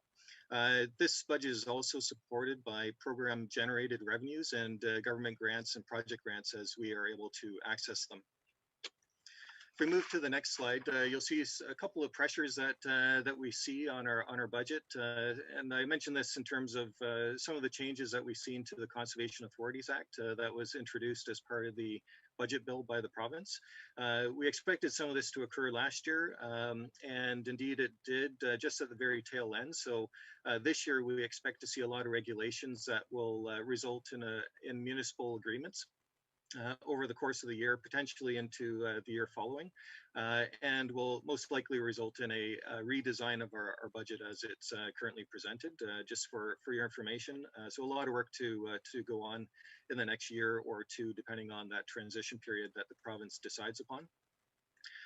And pandemic response is another one that we've seen impacting our budget. Certainly last year, there was a pretty big influence, and moving into 2021, some of the ongoing measures in terms of sanitization and need to work remotely, supporting measures to do so are included in this budget. Now, that being said, we have presented an overall budget decrease for the City of Kawartha Lakes, which you'll see on the next slide, please. And here you see, primarily due to some deferral of special benefiting projects during the year and accessing those in 2021, is the Lake Management Plan implementation projects that provide a lot of the savings. There is an overall increase in the operating levy of 2.5%. That follows a 0% in 2020. And that is, of course, a portion amongst municipalities, which you see in the general benefiting projects. Although the project number itself, the overall numbers stay the same, there is a net reduction in the city's portion. And we are maintaining the RMO as a service agreement to the city at the same level as last year, which is a bill as we incur expenses type arrangement. If we go to the next slide, I'll just talk about each of these components in turn. There's general benefiting projects, and these are projects that our board deems of importance to all member municipalities within our watershed. And it follows that municipal apportionment formula that's provided by the Ministry of Environment, Conservation and Parks. So you see here two different projects, which I can definitively say have really helped us out during this pandemic and in the remote work. One of them is an ongoing project, which is digitization of corporate records. We focused on digitizing our planning and permitting records, which are input into an IMS. That IMS has a workflow associated with it and is accessible to our team members who are working remotely, of course. So without the need to access paper files, for instance, in all cases, it really helps speed up that efficiency and workflow for them, which was really key during the course of the year as we adopted some more stringent reporting turnaround measures, which reduced our turnaround times by 30%. The other aspect that we're looking at this year is last year we implemented our new website. And so this is a new component to that, which I'm personally very excited about, and I know our staff are as well, which is implementing application tracking for our customer base. So this is specific, for instance, to our permitting activities and applications that are received or that are issued. This would enable a customer to be able to see where they are in the application process and be able to access material once they do have a permit that would, for instance, give them access to the permit as well as any other reference material they might need. So we're very excited about getting that up and running. The next slide identifies the special project levy request. And these are geared towards individual municipalities. In this case, implementation is one of the items that the City of Kawartha Lakes has been funding. This is in accordance with the 5-year plan that was approved by Council in 2018. The number is reduced from what you see in the 5-year plan, for instance, and that's just respecting that some of the projects were deferred from the previous year, and there's been a lot of service delivery that we've had to re-envision as we've moved forward in this pandemic environment. You see, we're not asking for floodplain mapping costs for 2021. That'll be completed using deferred project funds. And there is a new project, joint implementation for stewardship, which is a joint project with the Region of Durham, which I'll discuss in the next couple of slides. So with that, the next slide, I'll just provide a little bit more detail on the implementation plan. The overall goal is to improve the sustainability of our lakes. It's a major economic driver, and making sure that our community is engaged, and also looking at monitoring, trying to direct our funds to the best areas possible, so we return the best return on our investment. And so we've seen some very good success in there. You can see some of the numbers that are provided. We expect to access some grants. We've already firmed a number of those up for this year. And this is really important work. I think that will benefit our community long term. I'll get into some of the successes for the from the previous year, but we're looking at sediment and erosion control, nearshore work, investigative monitoring, aquatic plant studies going on in 2021, and in addition to the stewardship work that we're doing, for instance, with the community granting process and some of the work that we're doing up in the Talbot River watershed. The next project is a joint project with the region of Durham. On the next slide, please, if you could. Thank you very much. And this is really taking advantage of some of the climate change work that's going out there right now, and I think that dovetails with some of the city's strategic plans that are available as well, and dovetails as well with our stewardship strategy that was just approved this year.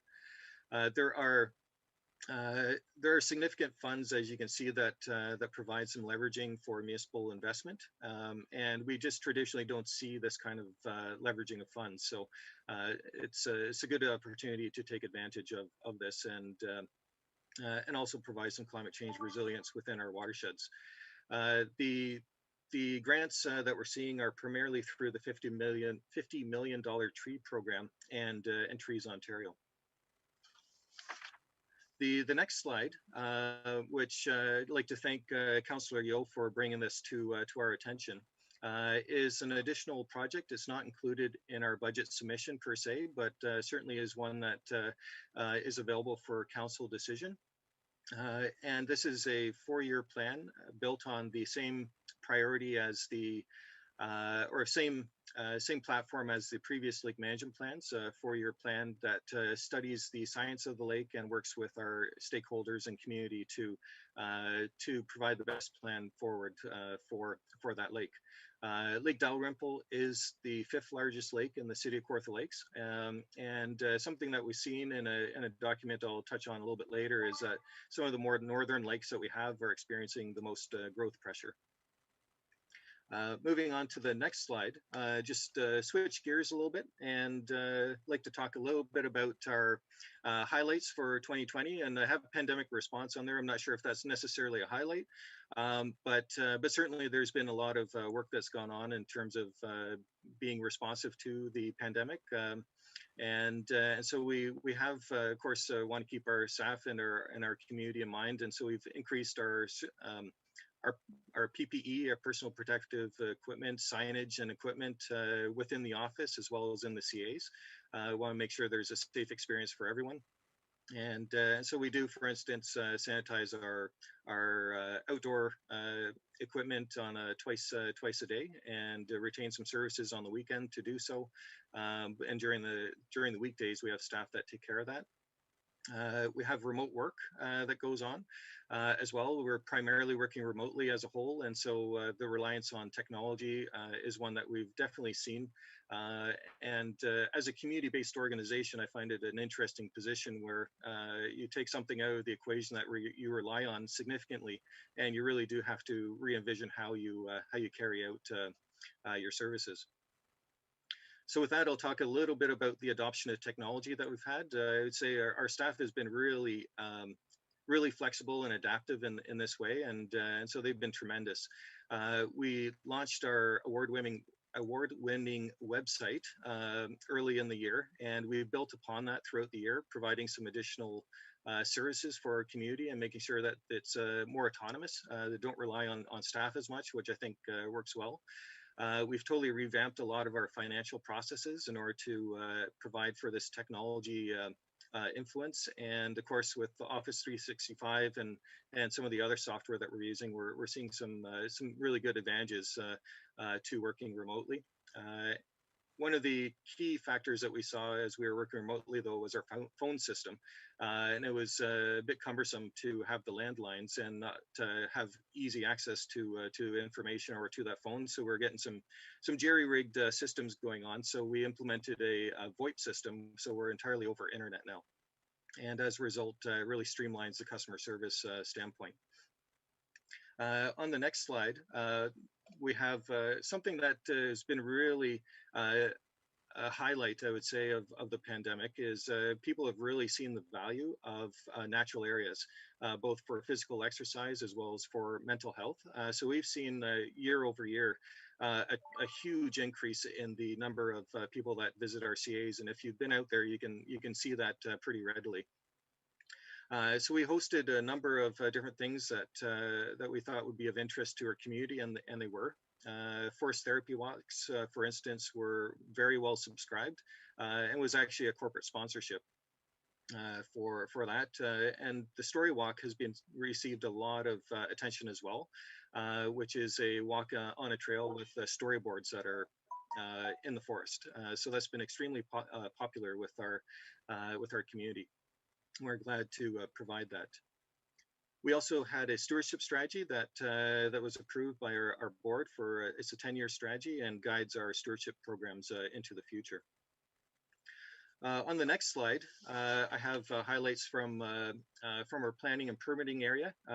We did see a slow start early on as the pandemic started. Certainly, it didn't pick up until late in the summer. But we ended up in a reasonable spot. A lot of them tend to be a little bit smaller in terms of applications as people invested in their local properties. We also, as I mentioned, improved our turnaround times in the midst of this pandemic, looking at a 30% improvement in our turnaround times, which we were successful in.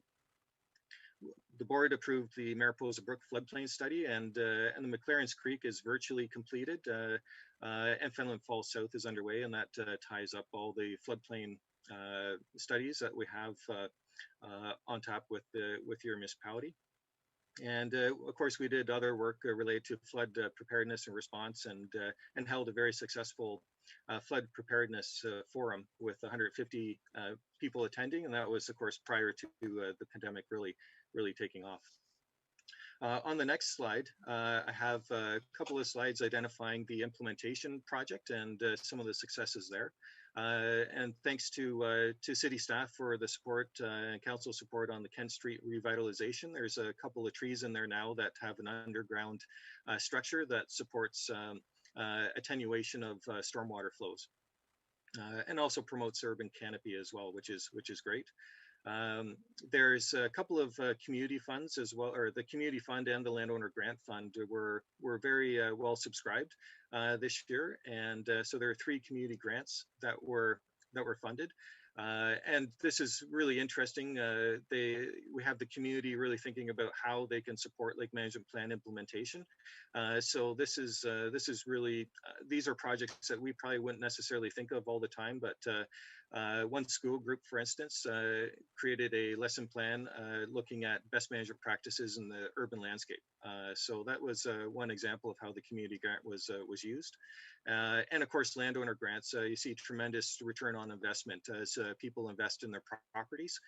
So there's $38,000 just over that of municipal investment, and that was leveraged by over $105,000, so $107,590. So that's really tremendous investment in our landscapes and in people's interests in the community. That all benefits to lake health. On the next slide, talk a little bit about the science side of things. A lot of the program specific elements have been deferred to this year, but we did complete 2 projects. One was the lake management shoreline planning and policy document that was forwarded to the planning staff for looking at long-term trends in lake development. And so this is an interesting report that really identifies there's been significant growth over the last 30 years in lake growth over time. So we saw that 25% of the shorelines were developed in right around 1988, and in 2018 it was about almost 50%. It's 45%, so quite a significant growth over time, which you can only evaluate, of course, in long-term analysis. So the impact on the lake then is the one that we're looking at. We didn't find any definitive links per se in the overall lake environment, but on the near shore, I think that's where we need to make sure we have a bit of an eye on. And the other report that we finished was a report outlining some some of the work on Omimi Beach and the sampling that was done, and proposed a number of recommendations to improve the beach water quality. So those are just a few examples of some of the highlights for the past year, and just like to wrap it up on the next slide with a general thank you to council for your support. You might have seen an annual report come through for 2020 as well that provides a few more highlights. And certainly I'd like to thank you for the opportunity to present our 2021 budget and some of the highlights from 2020, and be willing to answer any questions you might have. Thank you. Thank you, Mark. Appreciate that very much. Good presentation. Get a motion to receive, and we'll see if there's any questions. Councillor Dunn, Councillor Seymour Fagan, any questions for Mr. Mahowski regarding the presentation? Councillor Elmsley, go ahead.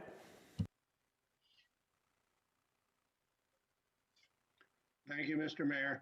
Unfortunately, my question is the same as the one I had with the police services. On page 92 of our budget book, the Conservation Authority's budget, I think, is some $62,000 higher.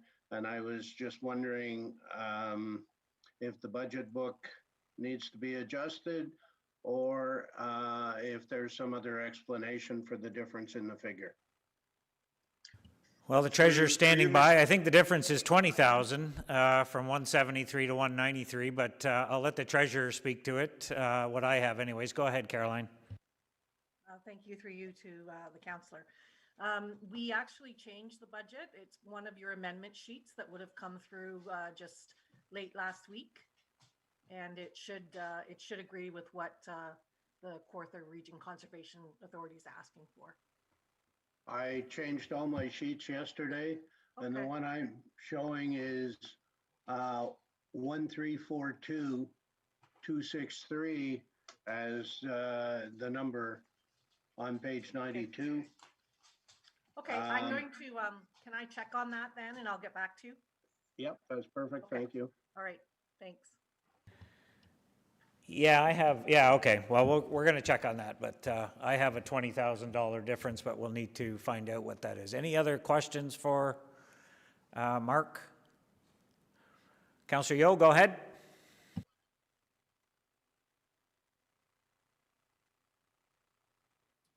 Okay, thank you through you, Mr. Mayor, to Mark. Mark, if the project that's not in the budget as of yet, the Lake Dalrymple project, if that was approved as a special project at budget time, how do you foresee that taking place? How do you foresee it starting this year, given the COVID restrictions, if they're not cleared up? Do you think it's wise to put it in for this year? Or what are your plans if COVID does carry on? Yes, thank you. Through you, Mr. Mayor. My thought would be that we'd be able to get a lot of the implementation underway of the actual plan itself. So this involves the monitoring aspects. That is one of the more significant costs this year. And I think as we adopt this virtual environment that we're in, we should be able to connect with our stakeholders in a remote way. Certainly, we've been doing that more and more this year. So if council did decide to approve this, I think we could move forward. But again, it kind of flows in line with revisiting how we traditionally do things. But I do know that there are remote open houses that we can have in order to kick off the process. And certainly Zoom and Teams are both methods that we have internally that we use for connecting with groups, large or small. Yeah, okay, thank you for that. That's great. Given it is the 5th largest lake in the city, I'm glad that we were able to connect and get going on this, because it's a big watershed area, and it's kind of been left out through this process, and now that I've become councillor in that area, I'm glad I could pick the ball up because it wasn't picked up before. But so let's hope we can get it done. Thanks, Mark. Yep. Thanks for bringing that to our attention too, Councillor Yeo. Appreciate it. Yes, thank you. And I just want to say, Mark, your team, as part of the board for the last few years with this pandemic, your team did a really good job at pivoting, and you know, you've laid out some of the changes you made, some of the changes you put in place, but some of the changes obviously you were forced to make. But I think at the end of what's going on, you'll have a more streamlined, efficient, quicker turnaround. There's a lot of technology you've implemented that will obviously stay in place. And I just want to reiterate, your team has done a good job at adjusting and probably coming out with a better business model moving forward. So please pass on our thanks for that. So any further questions for Mr. Mahowski? So we have a motion to receive the presentation. I'll call the question. All in favor? That's passed. Thank you. We also have some correspondence regarding the proposed budget, the 2021 proposed budget. I need a motion that be received as well. Councillor Elmsley, seconded by Councillor Dunn. Any questions on the correspondence? All in favor? Hands up. That motion's passed. Thank you. Do you want to do a follow-up, Councillor Yeo? I'm not trying to prompt you. I'm just asking. Dalrymple is not included. Do you want to do it as a decision unit for February 16th? And we can discuss it then? Yes, sir. I had my hand up for that very reason. I'd like to move it to be included as a decision unit in the upcoming budget. Special projects, Lake Dalrymple Lake Management Plan be included as a special project in 2021 and forwarded to February 16th for a decision unit. Moved by Councillor Yeo, seconded by Councillor Dunn.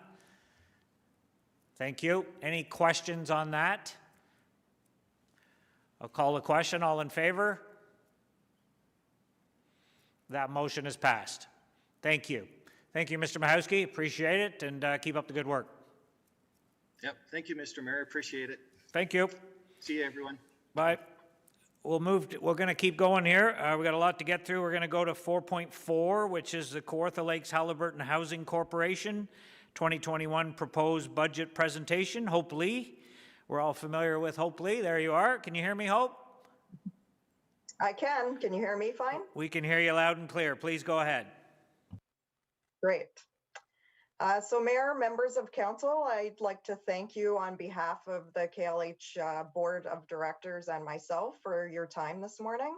I'd like to recognize the two councillors who are also KLH Housing Board members, our Chair, Councillor Dunn, and Director, Councillor Elmsley.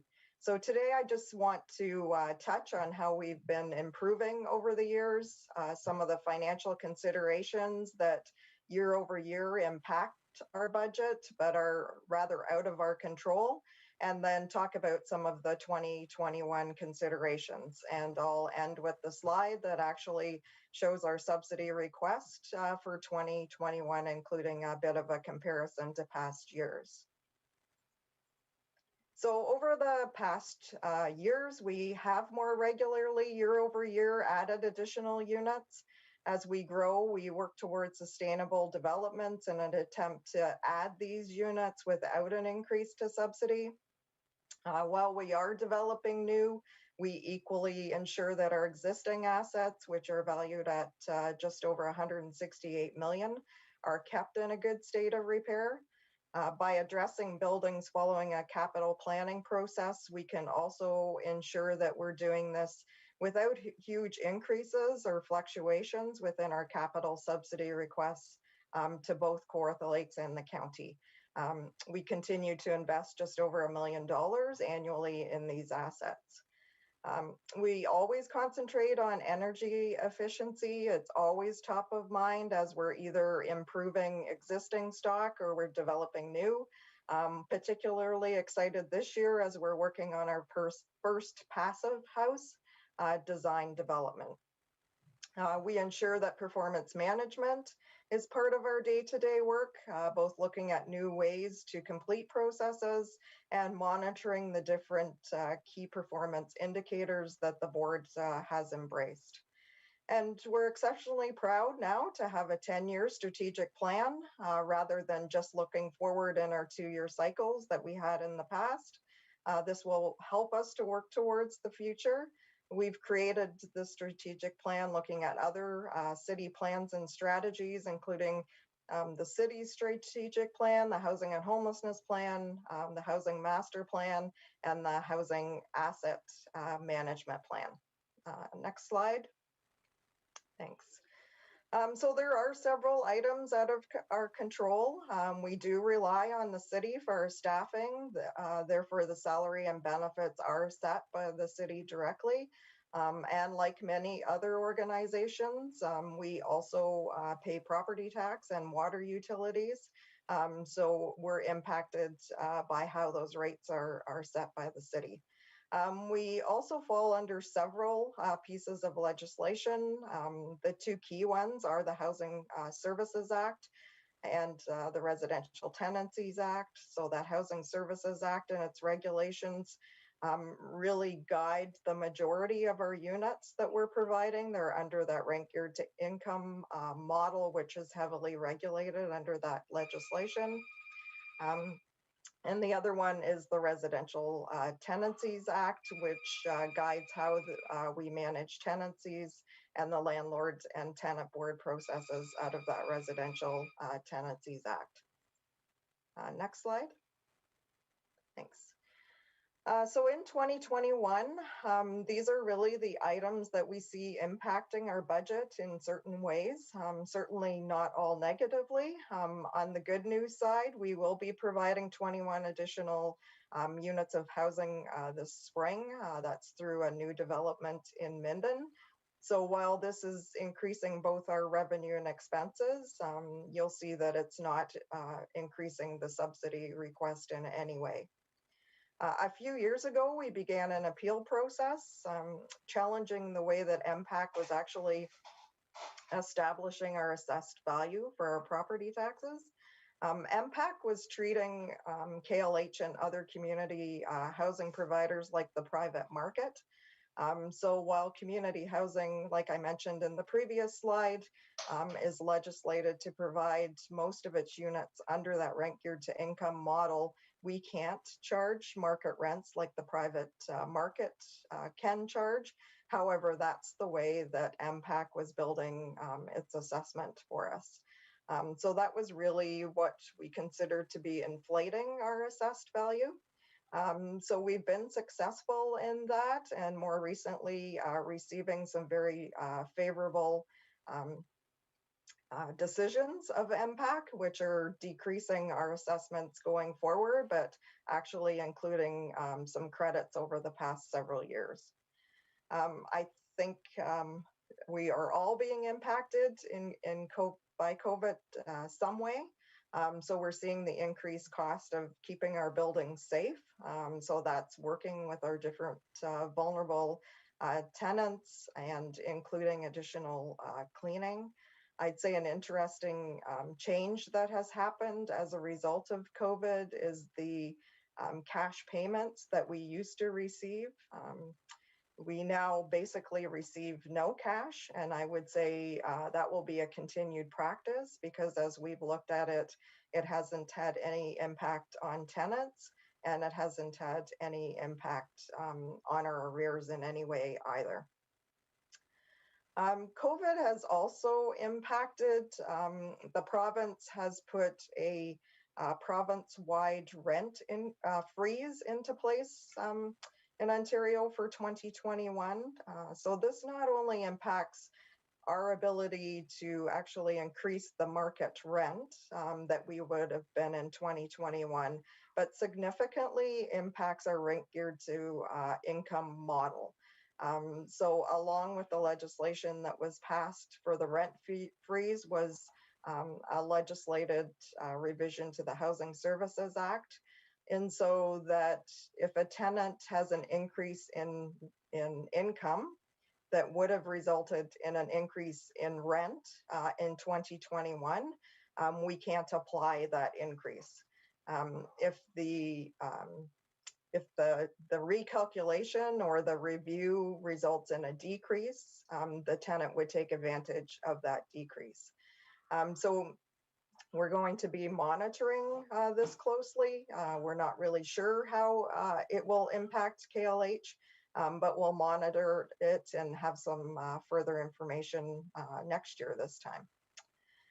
And then in July of this year, the legislative model within that Housing Services Act to calculate rent geared to income is changing to an income tax based model.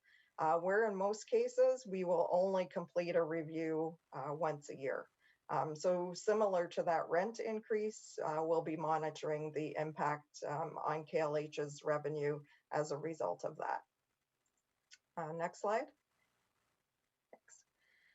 So this slide shows our actual subsidy request for 2021. You can see that it's remained consistent compared to other years. The key point that I think I want to bring out from this slide is the fact that our subsidy request remains consistent as we continue to grow, and our actual per unit subsidy is decreasing. And we're doing this while we're still maintaining our existing stock. So our 2021 operating budget is $7.1 million. 4.5 million is coming directly from tenant revenue. The 1.9 million through the city and county, and then the remainder through some other smaller funding sources. Next slide. So I just want to wrap up. Thank you again for your time, and most importantly, your support, and I'm happy to answer any questions. Thanks, Hope. Appreciate that. I'll get a motion to receive the presentation, and we'll see if there's any questions. Councillor Elmsley and Councillor Yeo, any questions for Hope on the presentation? Councillor Elmsley, go ahead.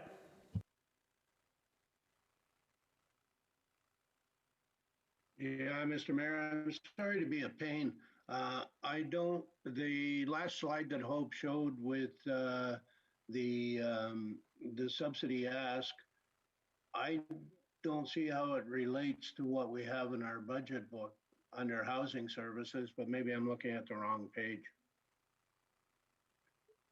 So through you, Mr. Mayor, to the councillor, the slide that is actually, or the page of your budget book that is referenced in the agenda is actually the housing services budget.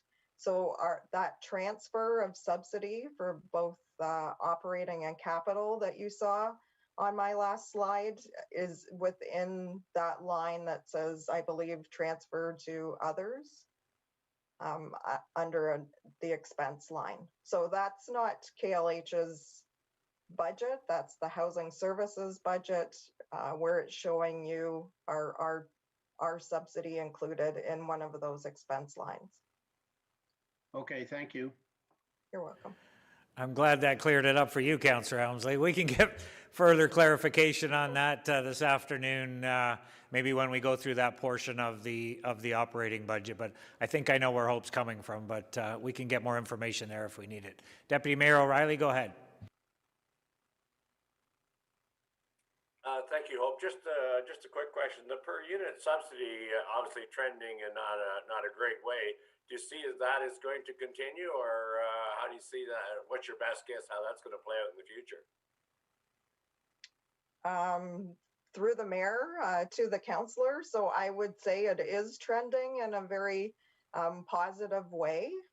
So it's less than it has been over the past several years. So I comment that's because of the program and the developments that we're working on, which are that self-sustaining model. So it's being able to continue to keep our subsidy request at a consistent level while adding more units. Thank you. Thank you. Any further questions for Hope on housing? Seeing none, we have a motion to receive. All in favor? That motion is passed. Thank you. We also have 441, which is correspondence regarding the Kawartha Lakes Housing 2021 proposed budget. So can I get a motion that the correspondence be received as well, please? Moved by Councillor Yeo, seconded by Councillor Dunn. Any questions on the correspondence? Call the question. All in favor? That motion's passed as well. Thank you. Thanks, Hope. Appreciate it. Thanks very much. Okay, we're going to move right into item 4.5, which is the Kawartha Lakes Healthcare Initiative, their proposed budget presentation. Cindy Snyder is joining us. There you are. And I see, I'll let Cindy introduce who else is with us. Go ahead. Can you hear me okay? I can hear you. Thank you very much. My name is Lisa Green, and I'm the president of the Kawartha Lakes Family Healthcare Initiative. I'd like to thank you very much for your time. We'd also, on behalf of the board, like to thank Councillor Andrew Vail, who sits with us. Next slide, please. We do believe that it takes an entire community to recruit a family physician. Our mission is certainly to recruit and retain family physicians to the city of Kawartha Lakes to conduct research, public education, outreach, and advocacy as it relates to recruitment and retention of family physicians in our city. Next slide, please. In the spring of 2020, we successfully recruited Dr. Allison McKay, and she started her practice at the Community Health Center. Next slide, please. In the city of Kawartha Lakes, there are currently 300 children and 3,550 adults without access to a local family physician. As you can see, there are many needs still required in our community, for a total anticipated need of 14.5 family physicians. Next slide, please. We certainly want our goal to have access for every citizen living in the city of Kawartha Lakes to have a family physician. There have been clinical studies of cities throughout the province, and ISIS has said that approximately 67% of our citizens are currently enrolled in a primary care model.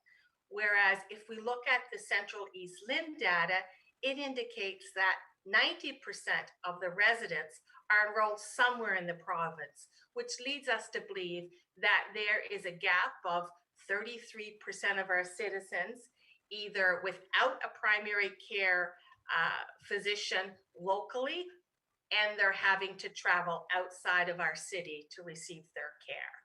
Next slide, please. So what has changed with recruitment and COVID-19? Well, at the beginning of the pandemic, elective work and clinic work for our students out of U of T was stopped completely. The official exams and licensures for our residents was delayed by 6 months. We have seen an increase in newly graduated family physicians coming to Cindy, who's our recruitment officer, looking for permanent placement as opposed to locums. And of course, our recruitment events are now being managed virtually versus in person. Next slide, please. As a young girl watching cartoons, when I saw the Jetsons, I never believed in my lifetime that patients were going to receive care virtually like this cartoon suggests. However, during the pandemic, that's exactly what happened in our community. To protect the patients from spreading COVID in wave 1, the family physicians in our area were asked to switch their in-person care to virtual care, which meant that family physicians were either caring for their patients using telephone or a full video or video and audio in real-time care. Less than 30% of our physicians at that time had any experience with virtual care. As of this past September, the province was expecting still that our family physicians in the city of Kawartha were providing in-person operation at 50%, and they still wanted virtual operation at 50%, again, to prevent spread of COVID. Next slide, please. Family physicians have continued to work in high-risk settings in our assessment and our testing centers. Preventative measures such as cancer screening and chronic disease have certainly been significantly affected negatively. As small business owners, the majority of our physicians have maintained their staff, their overheads, without realizing the income of their 50% of their pre-COVID in-person visits. There's certainly been self-reported increases of stress and mental health concerns through the Canadian Medical Association when physicians were surveyed. And that was through a Canadian survey, not just a local survey. Next slide, please. Kawartha Lake Healthcare Initiative will be implementing a new virtual tour.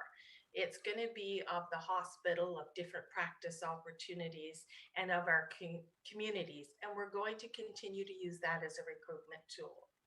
The tour will be certainly posted on our website and hopefully on your website as well. We hope to send it to potential recruits, and we want to use it in our virtual job fairs. This is intended to safeguard everyone's involvement and provide greater visibility of our community and the opportunities that we're able to provide. Next slide, please. I would like to thank each of you for allowing us to interview you in 2020. It provided our board with valuable information about your perspectives, your insights, and gave us some direction. We will certainly be using this and any other feedback when we develop our next strategic plan. Due to COVID restrictions, we wanted an in-person strategic review as the pandemic broadens in length. We may revisit that and conduct one virtually, and that is something that the board is looking at in the next couple of months. Next slide, please. On behalf of our board, I'd really like to thank you for your ongoing and continued financial support. Due to COVID-19, we did have some funds that we had allocated for retention of education that we did not spend this year. So it was $36,000 that you had budgeted us. So we had left that in abeyance until we required, either by performing our educational events virtually and use it in that capacity. With the anticipation of increased activity, hopefully at the end of 2021, when we're all successfully vaccinated, we would request that this particular line item be left in for your next budget year. Next slide, please. Recruitment and retention has certainly changed, but certainly around recruitment. And this slide just says, I don't understand, didn't you get the resume that I texted? Well, not everybody, especially the younger physicians who are very much more savvy with things like Zoom and all of these devices that we hadn't thought of using to recruit and people to our community. They find it second nature. So we're learning to adapt and modify to be able to meet the new needs of our community and the physicians that we're trying to recruit. Next slide, please. If you have any questions, I'd certainly be happy to answer them. Thank you, Ms. Green, for your presentation. I very much appreciate it. I'll just ask for a motion to receive, and then we'll see if there's any questions. I need a mover and a seconder. Councillor Richardson, Councillor Dunn, thank you. Any questions for either Ms. Green or Ms. Snyder? Pretty straightforward, good stuff. We have a motion to receive. All in favor? That motion is passed. Thank you, ladies, for joining us today and updating us on your budget request, and we'll certainly appreciate the support. I know we enjoy supporting you and the great work you guys are doing for doctor recruitment. So, so thank you for today. It's much appreciated. Thank you. Stay safe. You too. Bye-bye. Okay, we're just going to keep going because we don't have, we just got a couple more, and then we'll take a bit of a break before we get to the staffing. So 4.7, is the Kawartha Lakes Public Library Board regarding their budget. So Jamie Anderson, the Library Director, Chief Executive Officer, there he is. Can you hear me okay, Jamie? Yep. Yeah, we can hear you okay. Can you hear me fine? So go ahead, Good. you bet. Okay, just waiting for the, that's a lot of files.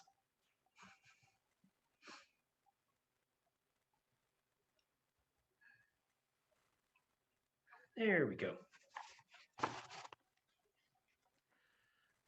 Can you move on to the next slide, please, Kathy? Hello, and thank you, Mr. Mayor and Council, for the opportunity today to present the library's 2021 operating budget. My name is Jamie Anderson. I'm the CEO Library Director here at the Kawartha Lakes Public Library. While I am speaking to you by myself, I do want to acknowledge the support and work of Susan Ferguson, our Library Board Chair, as well as Carolyn Danes, who is the Library Treasurer, as well as being the City Treasurer, and to acknowledge the work of Councillor Vale as well. We have 14 branches throughout our library system in the city, Bethany in the south, and Kirkfield and Kinmount are our two most northerly branches. Typically, we are open 326 hours per week, just shy of about 17,000 public hours per year. Currently, we are open with our pickup service about 175 hours per week. Including myself, there are 8 full-time staff, as well as 36 part-time staff, giving us an FTE of about 25 staff under normal times. While 2021 will go down as the pandemic year, we do have some highlights of positive nature here in the library. For us, I think the biggest positive was the board's approval for the elimination of overdue fines this summer. The library board acknowledged that the small portion of our library budget from fines, about $9,000, did not outweigh the disproportionate punishing of people of lower incomes with these fines. As of October 1st, the library has gone fine-free. Patrons are still expected to return material on time, and they still will be charged for any lost or damaged items, but there's no more overdue fines. As well, we've strengthened partnerships within the community, including growing our partnership with PingWack, Boys and Girls Club, and as you've also seen earlier with Kawartha Conservation. 2020 originally started out for us as to have a greater focus on early literacy programming and resources within our libraries. In January 2020, we launched our 100 Books to Read Before Kindergarten program. These books have been flying off the shelves and rarely actually are they available on a library shelf. Later in the year, we also launched our Get Ready to Read packs, as well as our Steam Maker packs. Next slide, please, Kathy. But as I've mentioned, COVID affected everybody. With the closure of library branches in March of last year, we immediately shifted our public services model to an online focused model. We were able to expand our digital offerings. We launched virtual story times. Our YouTube channel, which didn't exist prior to March of 2020, has had over 30,000 views in those 10 months it's been live last year alone. Throughout the year, we've launched so many different take-home kits, programs, book bundles that we've actually had to develop a takeout menu for our patrons to keep track of everything that's available to them. Just prior to COVID, we actually launched our online card application process. This gives applicants instant access to our collection by applying for a 3-month library card. They can then take this, they can then go to a library branch and convert that online card into a physical card to take out materials from the buildings. Typically, we have found in the last few years about 60 to 65% of our interactions with the public have been in the virtual realm. This may be taking out of ebooks, streaming of content, or attending a digital program. In 2020, that number has shot up to actually now about 87%. I think it'll go down a little bit in 2021, but I still see that's going to be a very important way that we interact with our users. In 2020, our circulation numbers took a very large hit, obviously. They are at about 55% of our 5-year average for circulation. This, coupled with the fact that we were closed for almost 3 months, we did extend the loan periods for much of summer until September to 4 weeks from 3 weeks. So those two kind of things combined, and just the fact that fewer people are kind of being able to get out of the house as easily, has given a real hit to our circulation numbers. But in June, our first 4 branches reopened for pickup service. We were the first public-facing city service to be reopened. By September, all of our branches were open, 11 of them for pickup service. Lindsay, Fenelon Falls, and later on Omemee were open for limited in-person browsing as well as computer access. In December, with the provincial shutdown, we pivoted back again to pickup service, but all 14 branches have remained open since that order came first into effect. I just want to acknowledge the library staff's dedication, hard work, and their willingness to try different things during this health crisis. They've been nimble and flexible in responding to the health crisis and the community's needs while maintaining at all times safe and healthy practices at work. Next slide, please, Kathy. Our strategic priorities probably are different this year than they would have been under normal circumstances because of COVID. First and foremost for us, it'll be being part of any community recovery that we can help with. During times of crisis, it's been shown again and again, whether it's an earthquake, whether it's a tsunami, whether it's a pandemic, anything that gives a person balance and normalcy in their life improves their outlook and has a positive effect on their outlook. And I believe that's first and foremost, one of the things that the library is providing, whether it's supplying them with books and information on lessons learned from the Spanish flu, or whether it's giving them a escape from the day-to-day of the COVID virus and just being able to watch a movie or sit down and read a funny book. The library is here for that. As well, we're excited to continue working with community services in moving along the Bob Cajun Library Renovation and Relocation Project. I hope that will be kicking off in the spring of this year. I don't expect construction to be finished for that until later in early into 2022, but get your ribbon cutting scissors ready for that one. As well, I believe with COVID, organizations really have seen the importance of growing any partnerships where possible. And I think we're seeing more and more of the silos within the community being kind of cut down or eliminated through partnerships. And we'll be continuing with that as well. And then finally, Fenelon Falls expansion. While I don't expect any construction to happen at that branch, we have taken over the adult education side just prior to COVID shutting us down last year.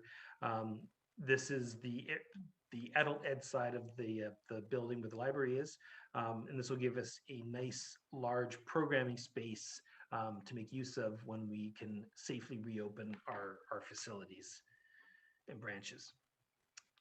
Next slide, please, Kathy. So onto the budget itself. Our expected revenues in 2021 will be down slightly. One of our provincial grants, which was from Service Ontario, was not renewed in late 2019. We got renewal notice, or the notice that it was not being renewed after the 2020 budget had been submitted and approved. This was a small grant of about $5,100. With the elimination of the overdue fines, we expect to see a reduction in user fines and fees of another $9,000. So expected total revenues in 2021 are down about $14,000, $14,100 to $272,333. But I do want to add that even with the loss of the Service Ontario grant in 2020, which was in our budget, and the branch closures and the elimination elimination of overdue fees, we still met our expected revenue target in 2020. So I do expect us to be able to meet this target as well. Next slide, please, Kathy.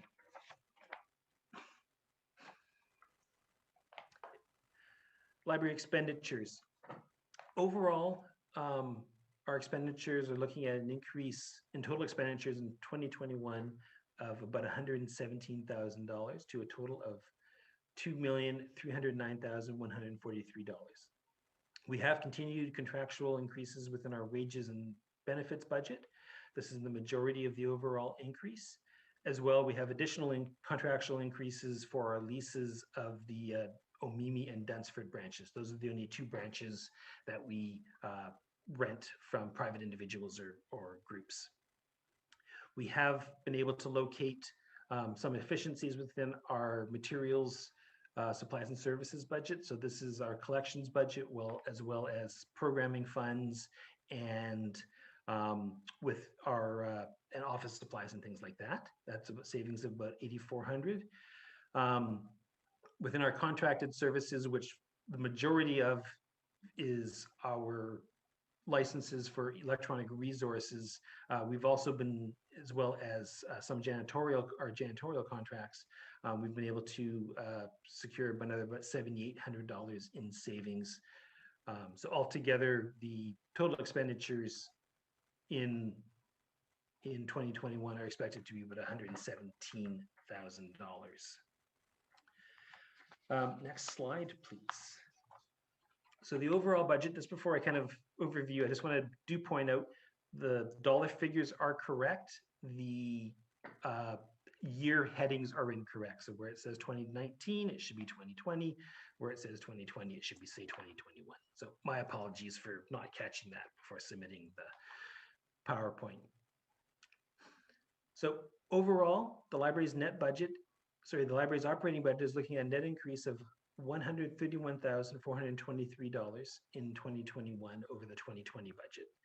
That is a combination of the $14,100 reduction in expected revenues, as well as the $117,323 expected increase in expenditures.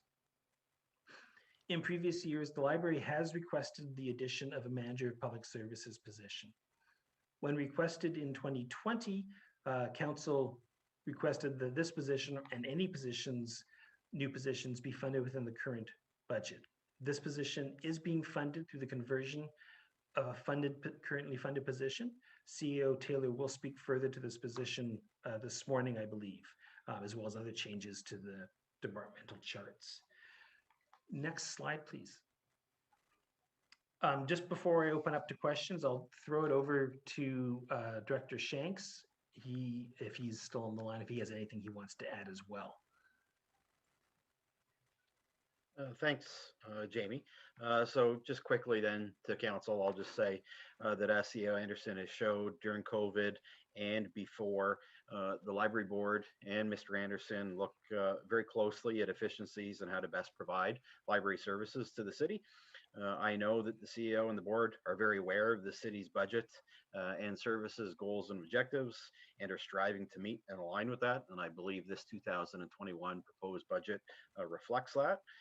Just so that council is aware, even though the board is an independent board, Jamie takes part in bi-weekly divisional meetings with community services. So he's right up to speed with city directions.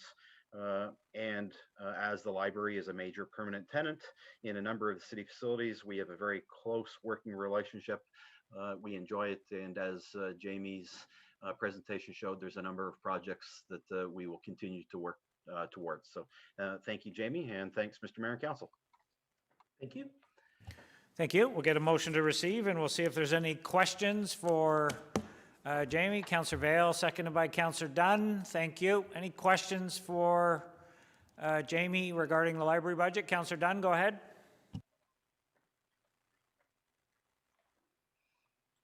Yeah, thank you, Mr. Mayor. I don't know whether Director Stover wants to answer this or Jamie wants to answer it. But I am confused, much like the confusion Councillor Elms has been having with the last couple of budgets. The numbers on the screen differ from the numbers in the book, and that's not a big concern of mine. But the question was asked, why is there additional staff required? What is the new position, and what portion of the salary increases for the position? The response that we got is it's within the existing budget. Well, when I use the numbers in the book, the existing budget increases by 5.35%. And if I compare salaries, it increases by just a hair over 10%. And even on the screen, it's just under or just over 9. So I don't know how we're funding it within existing budgets if in fact we're suffering from a 10% increase. So how did that happen? Because the response that was sent back out is it's not an increase in staff. It merely reorganizes the staff. But the book says there's one additional position in the book. So I'm confused, not so much with the response I got from CEO Anderson, as I am with the answer that we received to the question. So whoever wants to answer that question, I would appreciate it. Okay, thank you. Go ahead, Jamie. You want to take a crack at it? Sure. I formulated the response to the question, and I apologize if it's a bit confusing.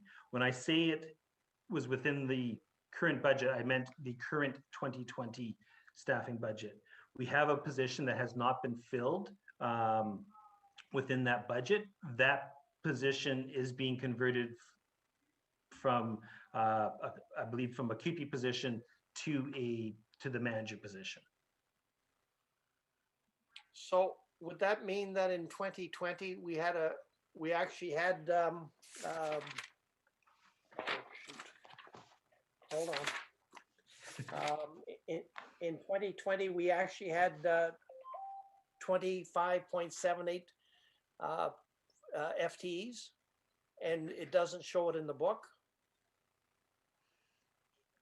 I believe so, yes. Yes, so there was an unfilled position. That is the one that's being converted to the manager position.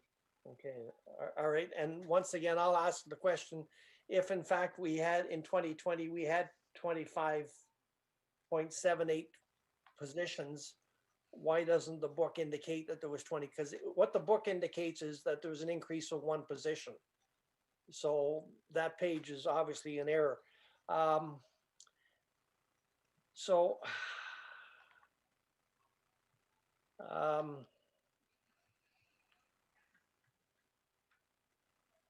Okay, that kind of answers the question. So I guess I'll leave it further for budget discussion.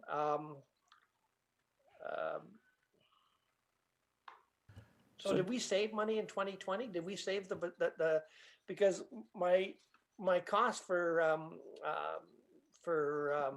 2020, when I look at the 2020 budget, it's gone up 10%. And I know just from experience that salary increases and benefit increases wouldn't account for a 10% increase. That there's got to be extra money involved in there as far as staffing increases. So because I'm looking at budgets in both cases, not actuals. Now the actuals may be lower, but the budget for 2020 to 2021 is showing a 10% increase. Go ahead. Okay. I'm sorry. We'll try and get sure what the exact. We'll try and get some clarification for this afternoon, okay. Councillor Dunn. I think that's fine. The $2 million budget, 131,000 increase is not 10%. So I don't know what the exact percentage is there, but 10% would be $200,000 on 2 million. So it's not 10%. And I guess the other question, and I'm confused on your question as well about so Jamie, when you go to the staffing, if your non-union positions have gone from 1 to 2, should your unionized positions not have gone from 23.78 to 2.78 to make that adjustment if you're not actually adding an extra body. And I think that's where Councillor Dunn's trying to get to. If you haven't filled that unionized position, but you've made it non-unionized, should the unionized position disappear and that go down by 1? So you haven't actually increased the total complement. Is that? That's correct. This one position that's being converted has never been filled. Okay, so we'll get some clarification on that for this afternoon, Councillor Dunn, but I think it's just probably a mistake in the staffing complement. Okay, because in the book, under staffs and wage benefits, that's a 10% increase. The overall increase for the entire budget is a 5% increase, but under wages and salaries, wages, and benefits, under that category in the book, that's a 10.17% increase. I Okay, recognize that the total increase is only 5%. Okay, I see what you're getting at. Yeah, we'll get some clarification on that for later as well. And Jamie can get to work when we let him off the hook here. Thanks, Jamie. Councillor Richardson, did you have a question?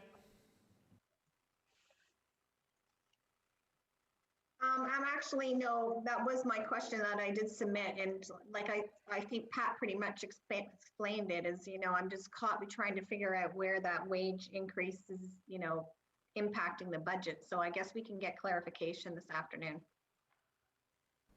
Jamie, do you have anything you want to add there? Not at this time, no. Okay, any further questions for Jamie on anything else to do with the budget? We'll get some clarification for later. Seeing none, we have a motion to receive. All in favor? That motion is passed. Thanks, Jamie. Appreciate it. Thank you.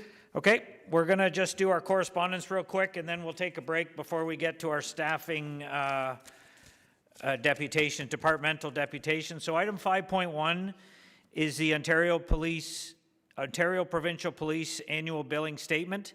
I need a motion that the correspondence from the OPP regarding the 2021 annual billing statement be received, please. Councillor Elmsley, seconded by Councillor Dunn. Any questions on the OPP correspondence? Okay, we have a motion to receive. All in favor? That motion's passed. Thank you. Item 5.2 is the Otonabee Conservation. I need a motion that the correspondence from Otonabee Conservation regarding the 2021 budget process be received, please. Councillor Richardson, seconded by Councillor Seymour Fagan. Any questions on that correspondence? Okay, we have a motion to receive. All in favor? That's passed. Thank you.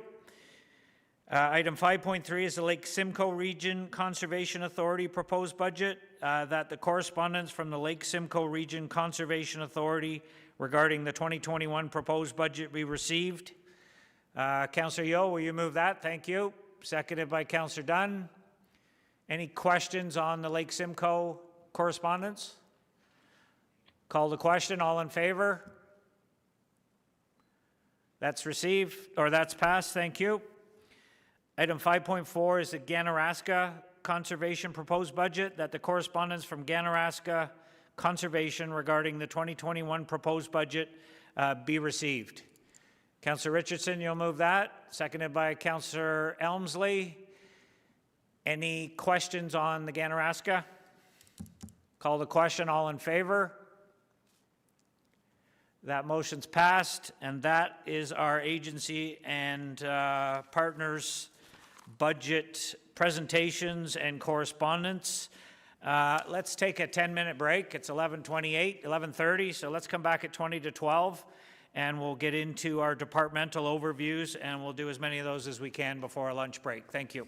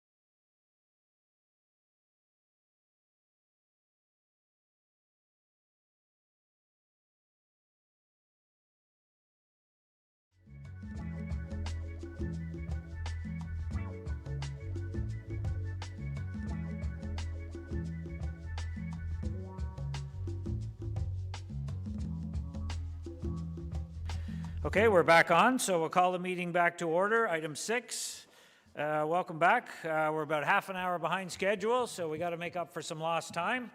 Not that I'm looking at you, Mr. Taylor, but we'll start there. So item 6 is the introductory remarks, a bit of an overview, a quick overview from Ron Taylor and Jennifer Stover, CAO and Director of Corporate Services. So I'll turn it over to you guys. Go ahead.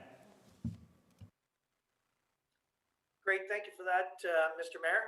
And just before we get into the specific department items, I wanted to touch on a couple of common themes, I'll say, that transcend across all of the department budgets, and even you heard some of them in the agency budgets. And just for general information for council and for background, and then I'm happy to answer any questions that you may have. So I want to talk a little bit about staffing and our strategy, because that's been an ongoing conversation between you and I, and ongoing through these different budget cycles. I want to touch a little bit on reserves and some strategies that we're looking at in the immediate budget, and then also ongoing, and then a little bit about pandemic response, more related to just funding sources, so that you're aware of those various elements. So next slide, please. So entering the 2021 budget, a couple of principles that were still underlying. They have been here for other years as well, but I just want to remind everybody how we were approaching the budgets this year. And so 2021 budget was prepared at the 2020 pre-pandemic levels, and you'll see that throughout the budget.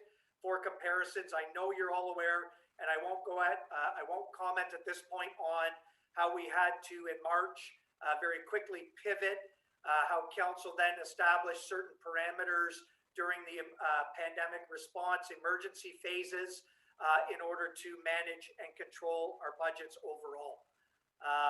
And it was an ongoing moving target almost on a monthly basis. But one of the guiding principles throughout 2020 was to manage the business, look at services, and try to target a zero deficit outcome at the end of 2020, regardless of any other pandemic recovery funds or any other sort of revenues that were lost as a result of service changes.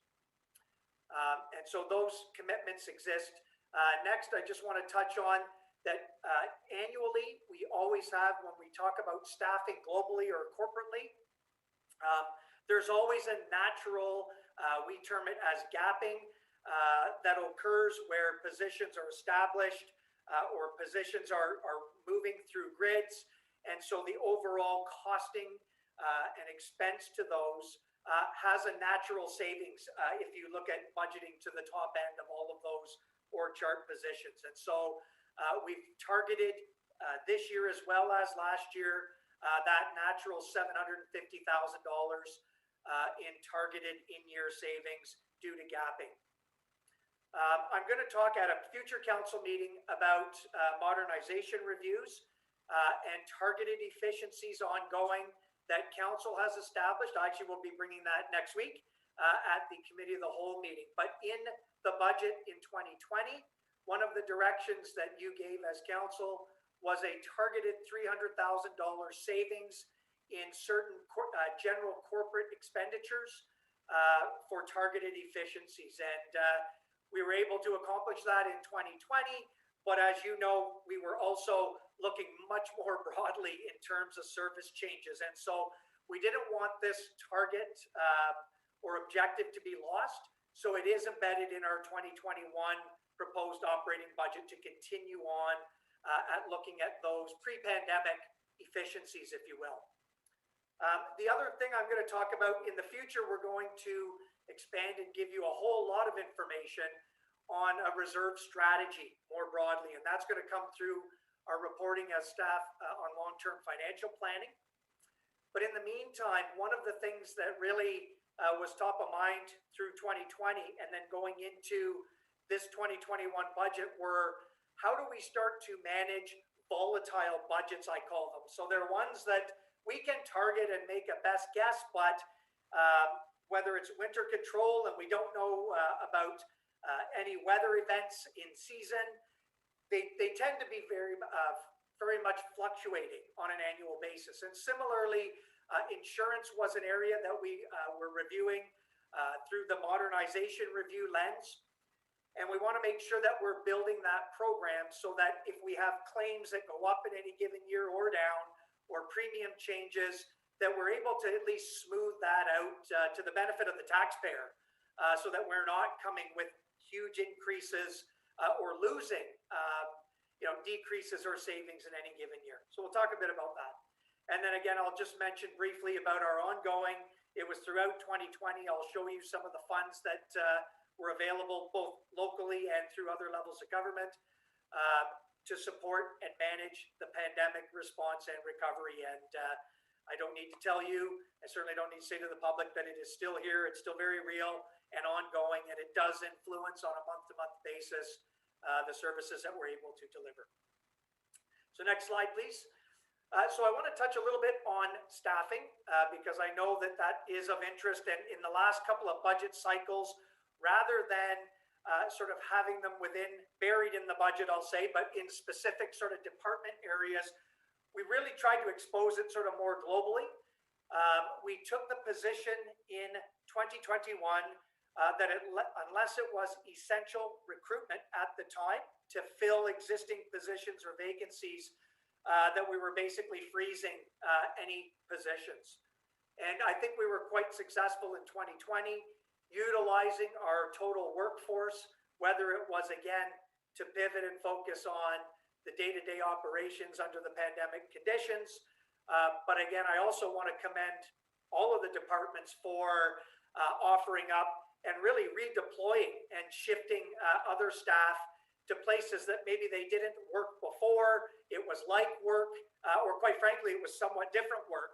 And we all collectively had to shift and move and do that. But it was a way to manage sort of our finances, but also the minimal services that we were still able to deliver, or the different services we were able to deliver. So what you have in front of you on this slide is really that long list of positions that in 2021 we're either looking to or recommending to establish or we're reviewing for future years. And we wanted to make sure that we captured them all for you.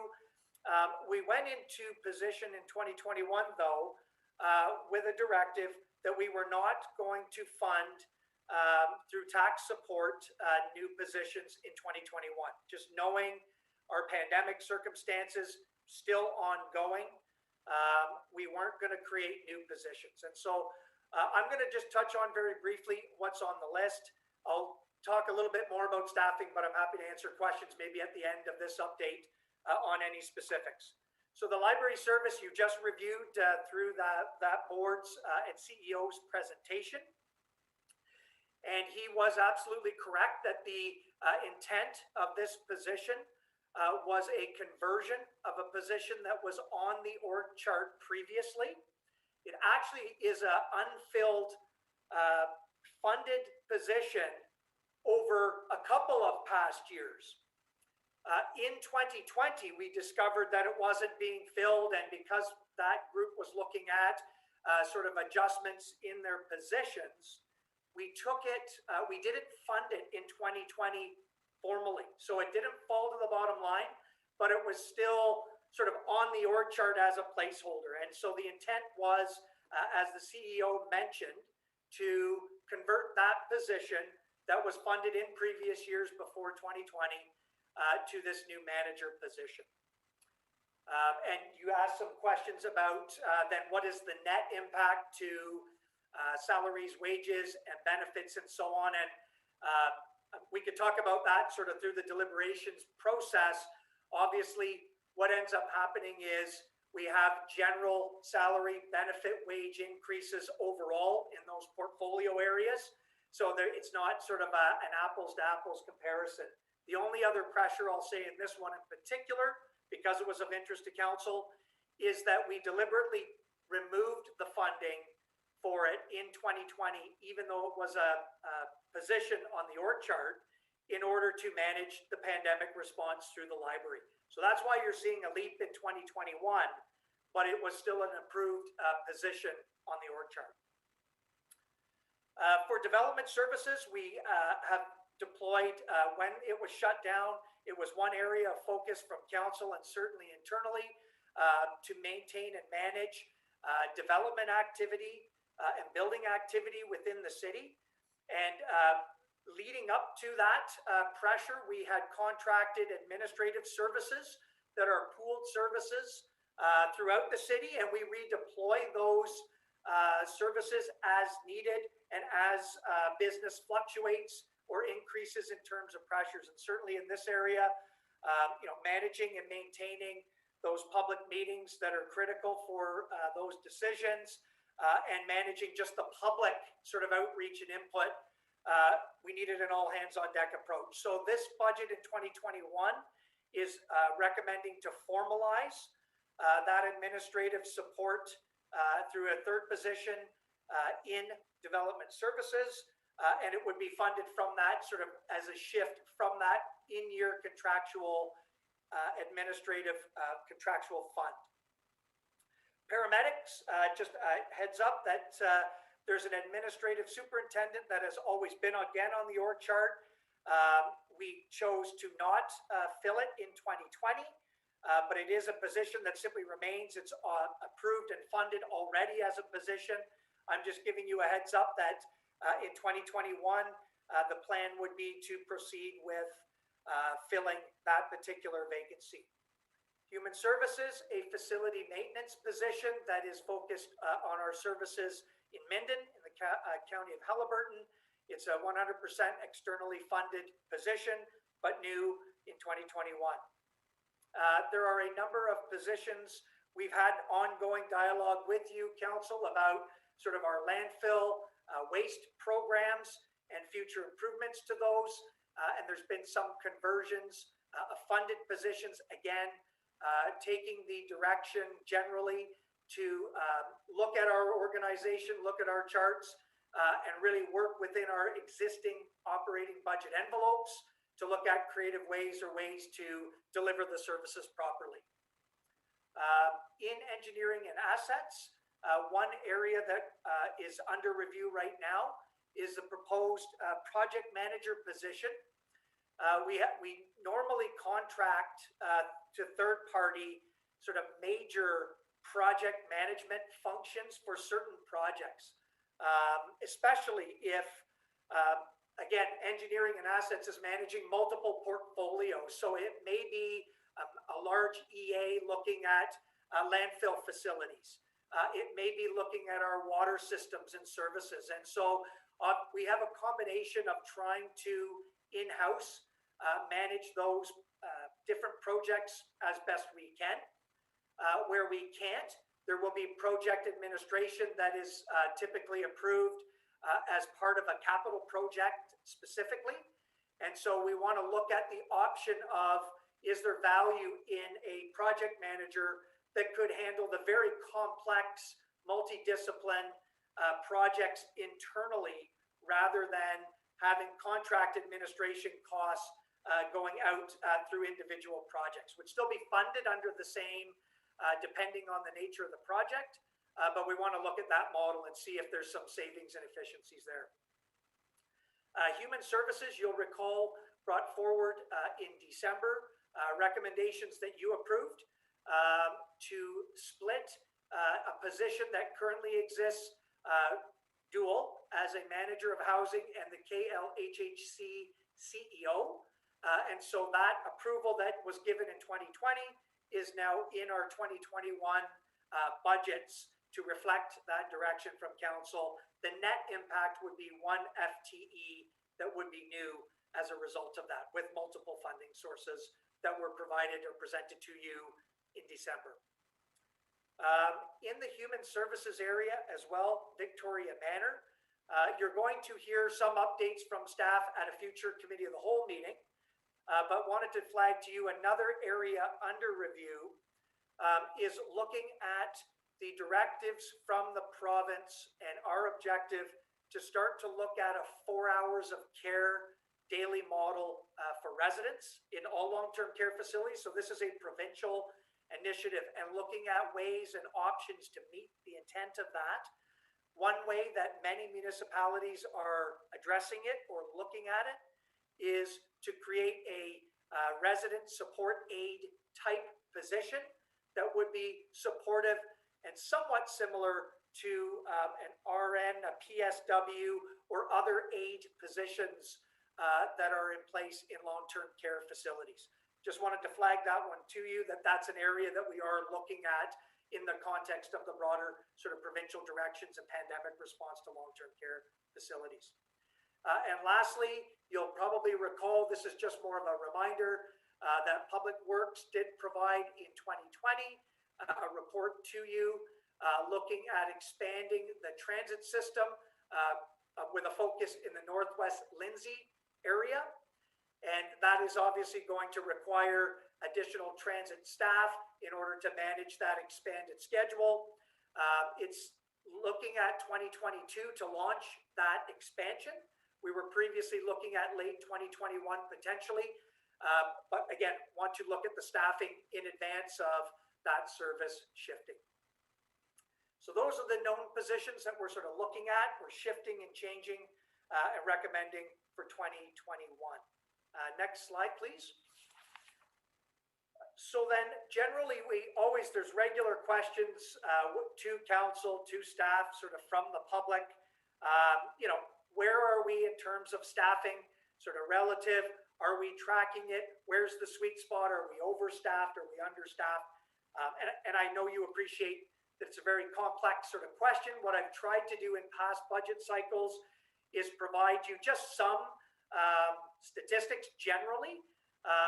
Ideally, I've used the similar sort of comparators that you see on the screen here and the same type of metrics over the last 4 or 5 years.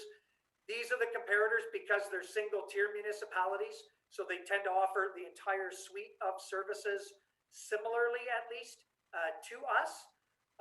And then they're just a good comparator then to look at relative to service or to their populations. How are they staffing? And I've reported to you in previous years that Kawartha Lakes has fared or trended actually ahead of the pack in a number of those categories. So this slide really is just a representation to show you that of the operating budget, it's a percentage of salary and benefits to total revenue. And you can see that Kawartha Lakes is trending at about 32%. And you can see where the other comparators are and what is the average through the other common single-tier municipalities. Some of you may recall, if you were on the last term of council, this was a main metric that we tried to provide to you quite regularly. And I'm actually pleased to say that when we first started, Kawartha Lakes was trending at about 36.5% back in 2016. And so we're actually seeing a further reduction in staffing relative to overall revenues over the last 5 years.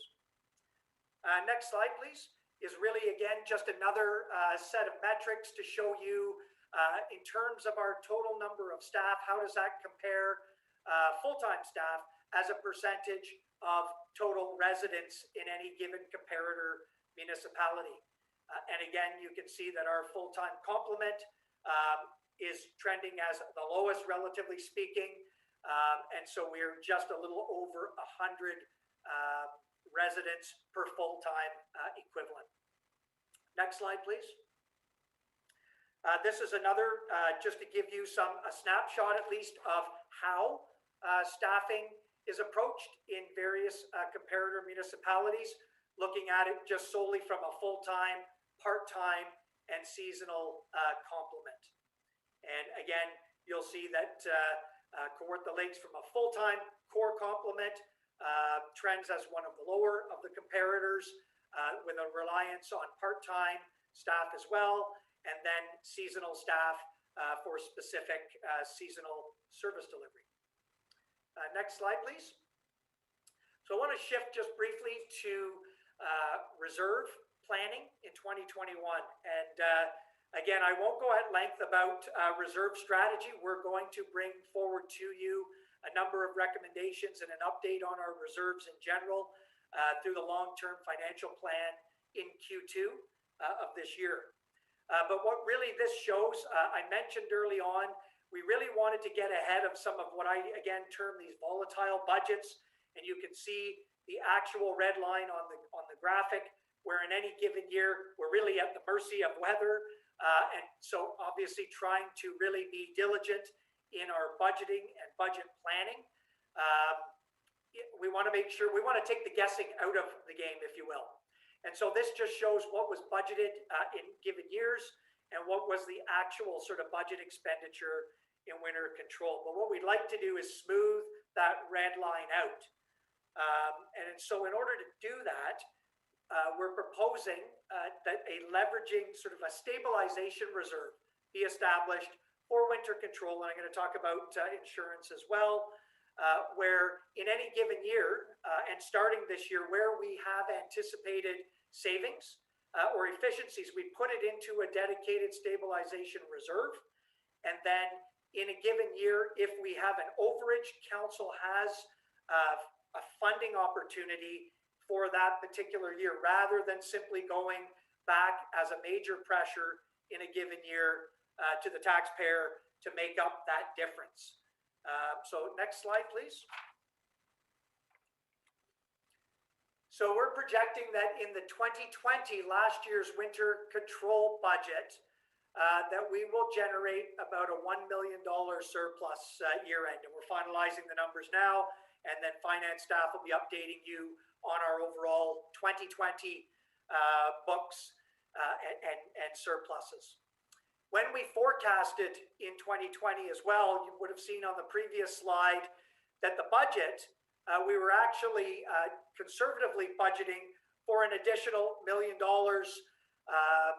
because our experience in the previous years was a steady increase to that overall budget. And so therefore, between those two of actual saving and budget projection, we're anticipating about a $2 million total surplus at year end attributed to the winter control program. And so what we would be recommending is that at least a good portion of these funds be placed in a 2021 starting stabilization reserve. And then you would start to plateau or flatten out your in-year funding for this program. And then in subsequent years, if there's a rise because of weather events and conditions, you're then able to fund that overage through the budget.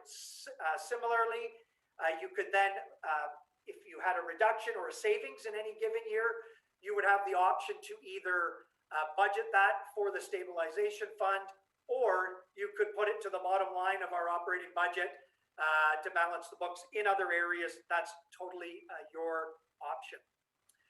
We did a similar approach with insurance, and you directed that we do a modernization review of insurance and risk management. That was in 2019, and then in 2020, we brought forward recommendations, and we did it through an RFP process. Similarly to that, we're recommending in this 2021 budget that a net savings of approximately $500,000 go to a similar insurance stabilization reserve. And then as we go through each subsequent year, any savings that we see in year, we would then recommend go to that stabilization reserve. But if there were years where premiums increase or there were pressures in that particular portfolio, then you would again have a funding source to be able to manage and smooth out that particular budget. Next slide, please. And this is the last slide that I'll just leave with you. Wanted to just catch up more globally on pandemic response. And it has truly been an all hands on deck, whether federally there's been funds flowing, certainly provincially, all of the different ministries that support some of our services, and then just generally the municipal operations. And also locally, you as council looking at and taking surpluses and savings and really pivoting and shifting and putting those towards immediate economic and community pandemic recovery efforts. I really have to commend all three levels of government because, again, I truly believe it's been an all hands on deck approach, and I really do think it's helping the community locally. This is a snapshot just to give you an idea of some of those funds. I don't think it's appreciated if you look at specific budgets, for example, because some of them are funded items pre-pandemic, but they are topped up or increased and then shifted from some of those upper levels of government. But this is really meant to touch on that. So I know you're fully aware of the overall, I'll start with the red, the $5.8 million Safe Restart Municipal Support funding. That is funding that came through in 2020, was increased for 2021 as well. And it's really looking at a 2-year sort of overall municipal operations recovery fund, recognizing significant reduced revenues in our area, but in all municipalities in the province. There's some other, the 2019 surplus was one that I mentioned, about $3 million. And council, this is specific to our local savings and shifted it to community and economic recovery. You've committed now, based on a number of initiatives, again, both economic and community, about $2.3 million of that. So there's just over 700,000 that's remaining in what you did is shift it to a pandemic response contingency reserve. And then I've touched on that whether it's paramedics, Victoria Manor, our housing portfolio, Ontario Works and childcare, these are all areas that are traditionally funded, at least partially, by the provincial government. And they really have stepped up and sort of throughout this pandemic have provided pandemic relief funding specific to programming in those areas. Mr. Mayor, I'll stop there, and I'm happy to answer any questions that council has. Thank you. Thank you for that. We'll just get a motion to receive the presentation, and we'll see if there's any questions. Anybody want to move receive the presentation? Uh-oh. We're all frozen.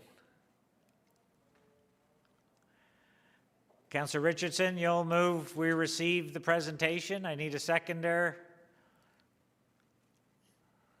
Councillor Yeo, thank you. Any questions? We'll just give it a minute here. We seem to be frozen, so okay, we seem to be back. Questions? Councillor Deputy Mayor O'Reilly, go ahead. Thank you, Mr. Mayor. Just a quick one. On the project manager for engineering and assets, Ron, would you see that as something like an engineer that we would have to hire to do something like that project?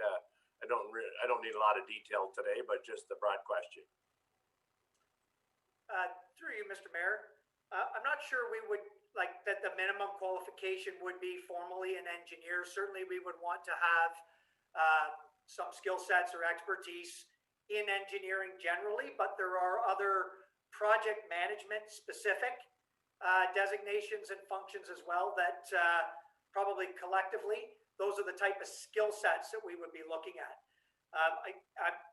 The only reason I want to expand a little bit on this one would just simply to say, we're trying to centralize some of this project management function as well. And certainly the engineering and assets department has a great sort of cross-section and skill set to do a number of these things. What we're finding is that more and more projects are becoming complex, large in scale, and they're not tidy and fit into sort of that general engineering portfolio. So it's a support for all department functions and portfolios. So for example, if we were looking at doing an environmental assessment on our public works depots, I mean, you need a combination of building expertise, but really you need an EA expertise and to run and manage that program. And so there's obviously different ways to operate. You could do it fully in-house, you could do it fully contracted, or you could do a combination. And I think we just want to have an opportunity to look at what are the numbers to associate that and what is really going to be the best value for us, for council. Okay, Councillor Dunn, you had a question? Go ahead. Yes, thank you, Mr. Mayor. Just two quick ones, or maybe not so quick, I don't know. The rationale behind the library hire was that it wasn't in the 2020 budget because of COVID, but that budget would have been approved in 2019. So it would have nothing to do with the COVID response. So what my question is if in fact we have a position on the book for 2 years and for whatever reason we don't see a need to fill it, then why do we have that position on the books at all? So through you, Mr. Mayor, our typical process would be to look at, if it's a vacancy, we're obviously going to manage and review those positions on an annual basis. My understanding when I reviewed this with the CEO, now this would have been, originally we touched base in 2019. And when he was reviewing the overall library sort of complement and review, they chose, there was a position, there was a few like positions, and one was just never traditionally filled. But on those annual basis, so this, now I'm talking back in sort of 2017, 2018, position was on the chart, was funded, was not filled. In 2019, that position remained and was funded, but we looked at still suggesting there's not a need. And so to your first question, that was the year that we really looked at it, became aware of it, and said, we need to do something with this position. And so the library was looking at their overall complement. The recommendation was still not to proceed with that position as it was there and approved. So in 2020, again, we need to go through our sort of annual budget cycles. The funding was not included for that specific position. And it was still on the org chart. So it really should show when you ask the questions about what are the numbers and changes. I mean, technically it is a no change. But really, practically speaking, the process was you have traditionally funded a position. It's now been eliminated from the org chart. The option is, and the recommendation would be for you to fund equivalent to the past, a new position that is reorganized. And it's the manager position that was approved, sorry, not approved, recommended in the previous budget cycle in 2020. Yeah, because like what my problem is, Ron, is that we have a position sitting on the books for 2 or 3 years, because we're talking 17 now, so it's for 2 or 3 years. Like the downsizing and the reorganization of the library was a painful process. And we finally hit the sweet spot. And just because we neglected to take positions off the books, even though we stopped funding them, all of a sudden now, I have a hard time throwing the doors open and say because of our neglect, we left that position sitting there when we didn't need it. Because if we didn't fill it for 3 years, we obviously, in my opinion, it's obvious that we didn't need it. And now all of a sudden we're jumping right back into to fill and start to grow an organization again. My second question is, and only because you gave a lot of information in a hurry, can you give me the rationale once again of why we need another person in development services? So through you, Mr. Mayor, so on the chart, we talked about an administrative assistant position. That's the position that's proposed for the 2021 budget. It actually, practically speaking, has been a position that we have through our temporary administrative pool, provided the resource. And it's been traditionally done certainly for the most of 2020, and then intermittently depending on development activity. In 2020 in particular, the administrative functions, there was extreme pressure, as I mentioned, to have mailers ready for public notice, for information, for receiving, and sort of basically just moving through inquiries, for managing online meetings, for planning committee and committee of adjustment. So just an overall administrative pressure.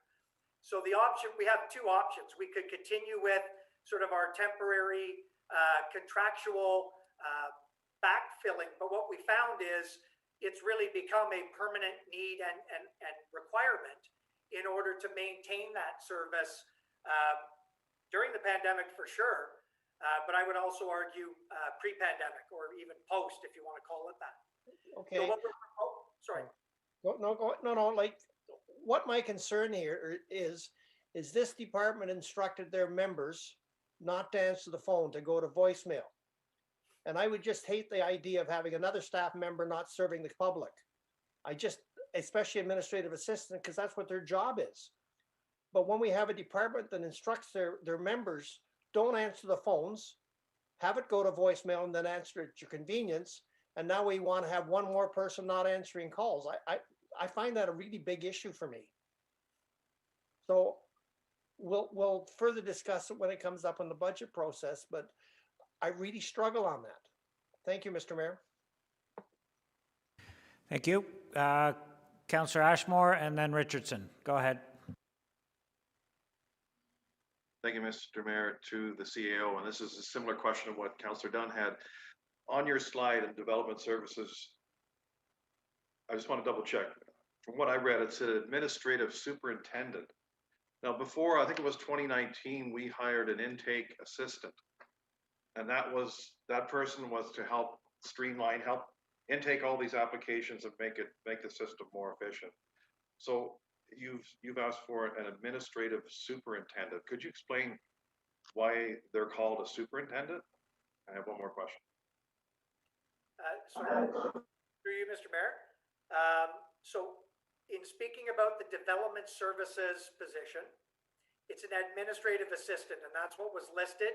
The next item below that on the chart, and I apologize if it went through sort of quickly, is in the paramedic service, and it's an administrative superintendent as part of their overall superintendent complement that they already have existing. So the development services position is the conventional administrative assistant position that you're aware of. The intake position is not a new position. It was a function that was, as I understand, a concierge type position that we shifted staff existing to manage and support that for individual priority development applications.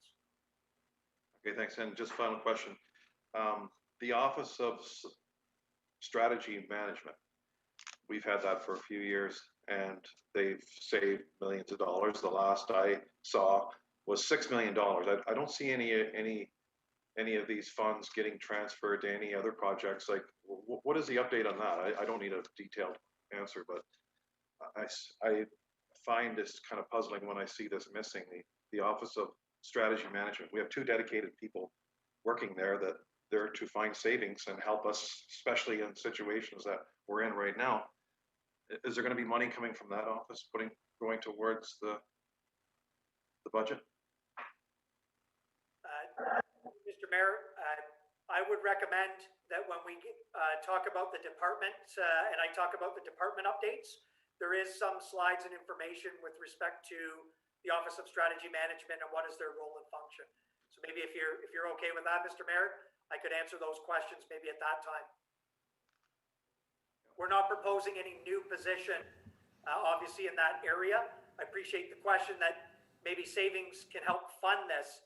What I'm proposing in all of these positions is that they would be funded out of what I term at least existing base 2021 budgets.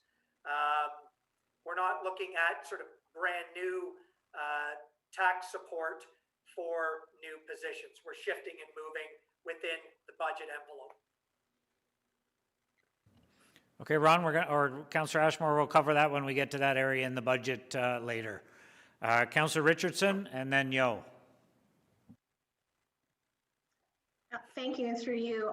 No, I'm just looking for a little more clarification with my question when it came to that position in the library. I asked how much that position was going to be worth. And why I flagged this, another reason is, 87% of customer interactions gone virtual in the last year, and I can't see it changing dramatically in the upcoming year. And do we really need this position this year?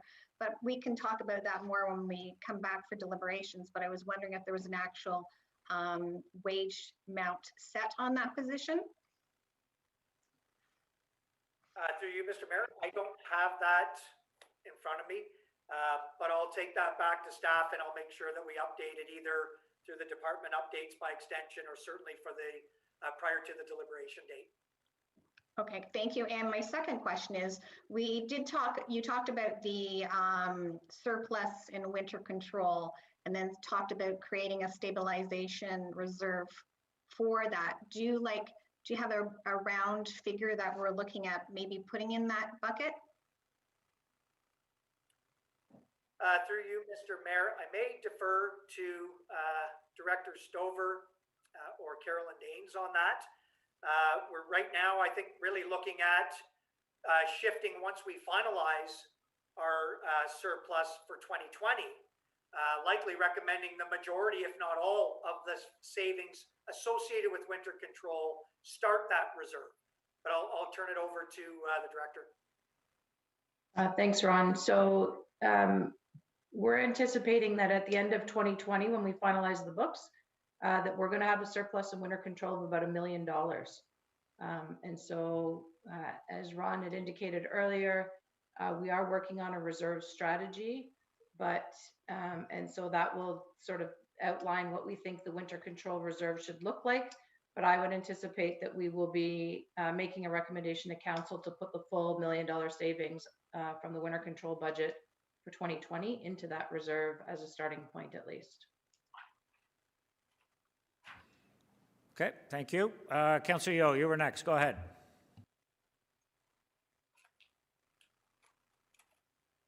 Thank you, Mr. Mayor. My question was just answered. Thank you. Any other questions on the overall presentation? Just a quick one I have, Ron. Recommend the $500K net savings and insurance premium cost be allocated again to a stabilization. Sounds like a great idea. But I seem to recall the number we had shot was $750,000 as far as a premium saving when we approved that tender. Can you just offer some clarification on that? I can, through you, to you, Mr. Mayor. You're correct. That was the sort of targeted, I'll say, gross savings as a result of shifting. But as you can appreciate, there are other expenditures within the risk management portfolio. One of the things I'll update through the department update is securing, among other things in that area, an actuarial review, which had a cost associated with it. So we're deliberately suggesting that the net sort of savings, at least that would go to a reserve, would be approximately $500,000. Okay, that's good. Thank you. Any further questions? We have a motion to receive. I'll call the question. All in favor? That motion is passed. Thank you. Okay, we'll move into item 6.1, which is the office. Ron Taylor's with us again. The office of the CAO, Mayor and Council, and the proposed budget. And this is referring to pages 27 to 30 and 31 to 44 in your operating budget book. And these presentations through the different departments will just follow along with the budget book in the same order. So hopefully help make it a little easier to follow along. So I'll turn it over to Ron Taylor, our CAO again, and we'll go from there. Go ahead.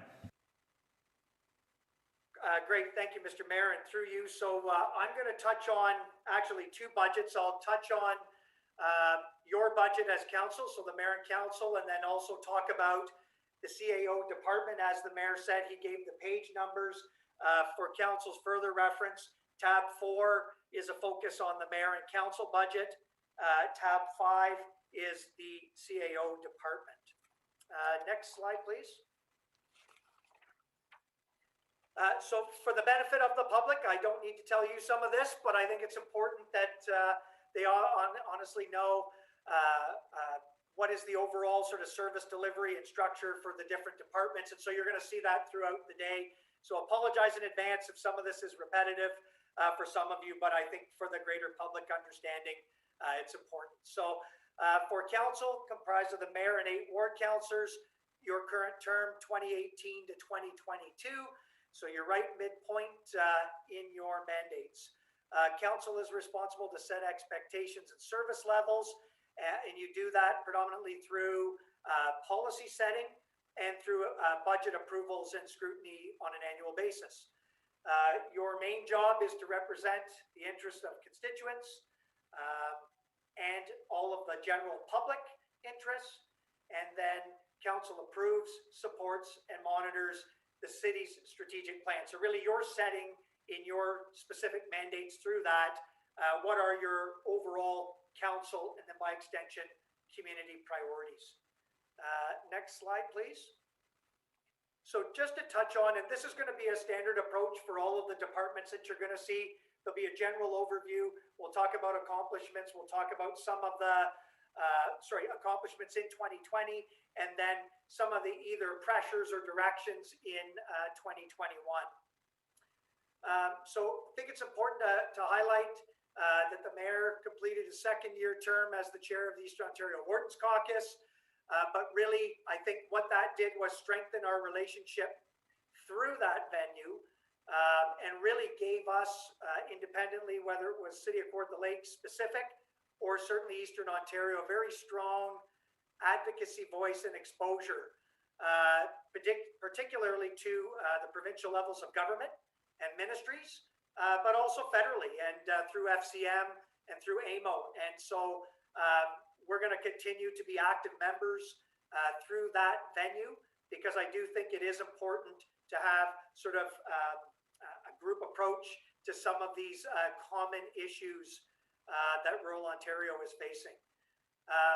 As a council and as an organization, maintained ongoing and publicly accessible meetings to advance the business of the city during the pandemic. And I really want to reiterate that as well, that we didn't know what we were getting into, and we were kind of working month to month and maybe quarter to quarter, but making sure that the public had a voice and that business as you conducted it was open, transparent, and accountable, never wavered. And I think that's an important accomplishment to highlight. As a group, there was a declared local state of emergency in alignment with the provincial state of emergency, and on top of trying to manage and maintain service and being accessible to your constituents and the public. Collectively, we had to manage the local pandemic response. And again, changed week to week. And certainly the issues in some cases were quite new from traditional business that we may normally do locally. But I think collectively, all of council took that responsibility on effectively. You advocated for municipal recovery throughout the pandemic to all levels of government, whether it was through associations, through boards and committees that you sit on, through me, through staff, to then advocate out for your various positions. I think your voice was strong, and it was heard that, as municipalities, and particularly again in rural Ontario, that we were hurting through reduced revenues with services being closed. Our economies were hit significantly, at least in certain areas. And we really wanted to look at or encourage and advocate for upper level relief from governments. And I think we were quite successful, again, collectively in doing that. I think that I'm going to pause there briefly. I just will maybe turn it over to Mayor Letham if there was anything that you wanted to add, Mayor, from the mayor and council budget and perspective. Yep, thank you for that. We won't receive till you've done your whole presentation, but page 29 is our council budget, and I don't want to just go through that without giving you a chance to comment. It's pretty straightforward. Wages and benefits are not done by me; they're done by they're done by HR and our treasurer. So if you're looking for feedback on those, is there any questions on this page? I won't go through it all. Councillor Dunn, go ahead.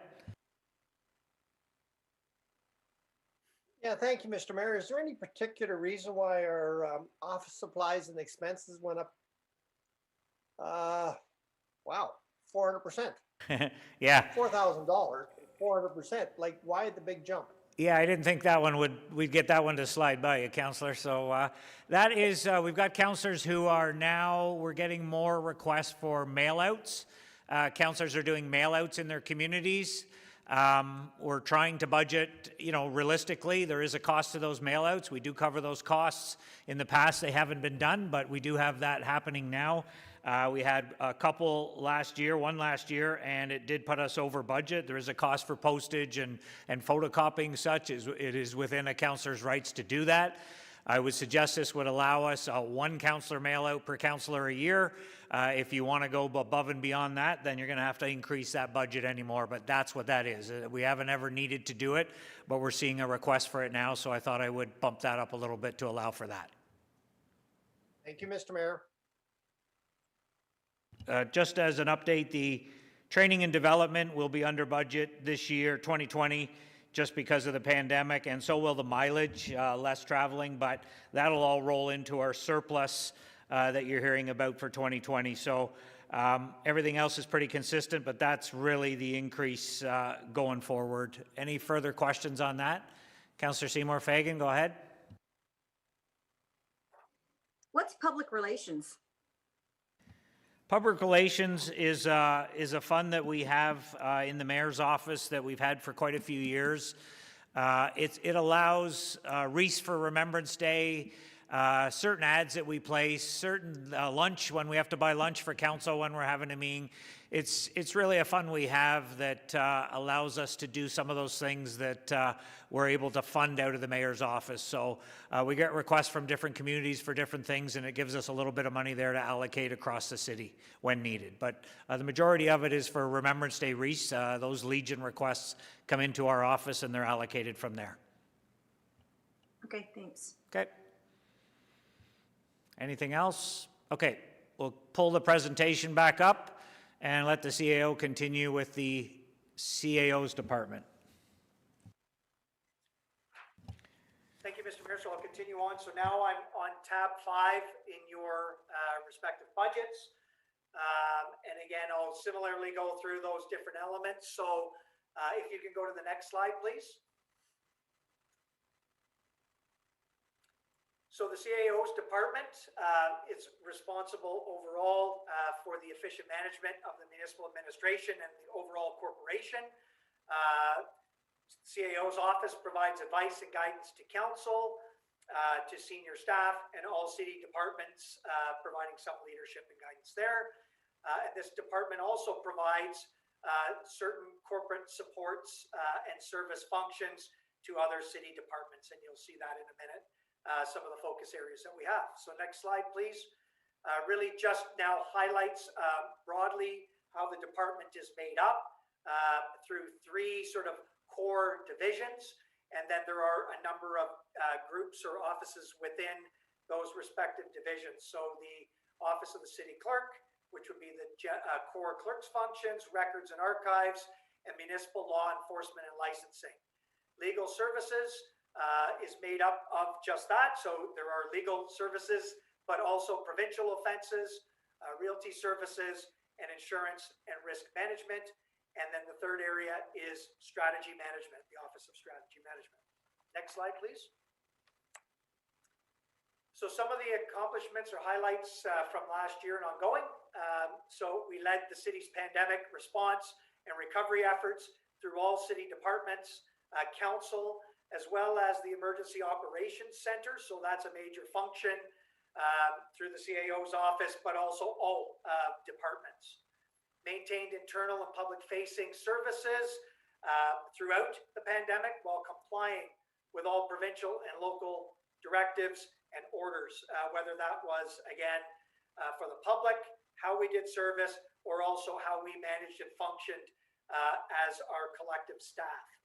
And through this, we continue to look and process modernization reviews, reviews for service efficiencies, some innovations and improvements, whether it was pandemic driven or pre-pandemic. We did have a number of areas that we were also looking at, either locally or in context with provincial directions. And I mentioned previously I'll be providing council with an update on those on February 9th at the Committee of the Whole, more broadly as a program. Next slide, please. So in the Office of the City Clerk, these are some of the specific sort of functions. I'll go through very quickly, Mr. Mayor, but I'm happy to answer maybe at the end of the process if there's any specific questions. But responsible for all of the statutory duties sanctioned by the province, respond to MFIPA inquiries and requests, registers vital stats, is a core signing officer for the corporation. Elections are always a focus and function of the clerk, and implementing the city's accessibility program. Next slide, please. And so a few accomplishments there, certainly with the pandemic response, and I mentioned it earlier through the council context, enabling electronic meetings, changing our procedures very quickly, but making sure that we did them properly so that we respected public accessibility to those meetings, I think was a great collective initiative. Clerk's office obviously responsible to manage and maintain that. Council needs to give the direction and make sure that we're doing it. So I think that was a great quick shift early on in the pandemic as well. Even when I look at comparators across the province, I mean, it was really slow and steady. Many did never open any type of personal attendance for any of their meetings through the entire 2020.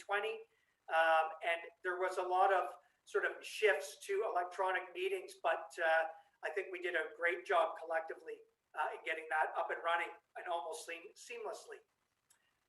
2022 election, there were some recommendations that came to you just a week or so ago. And so the clerk's office will continue to manage and also prepare and ready for the next cycle.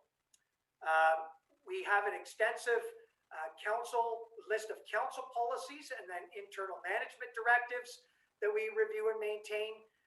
I'll be bringing forward through with the clerk's office in March an update to you on all of your council policies and ones that we need to collectively have a look at and which ones are in good shape. But that's something that has been ongoing through 2020 where we're looking at and scrutinizing all of those policies. And a number of website improvements to help and assist with the different functions that the clerk's office is responsible for. Next slide, please. Continued on with the archival program. The Record Center looking at utilization assessment and future plans. So this has been ongoing, looking at how we can best manage all of our records, whether they're electronically or physical records. And I'm not talking about just council corporate records. I'm talking about citywide corporate records entirely, as well as even external partner records and items. So it's quite an extensive archival program and records program. And then the last bullet talking about our electronic documents management project. All of these combined are really how we manage all of our millions of records and documents annually. Next slide, please. Municipal law enforcement and licensing. So they, as you know, they provide investigation, law enforcement service, administration and enforcement of most of the municipal bylaws and certain provincial legislation. There's a number of examples there.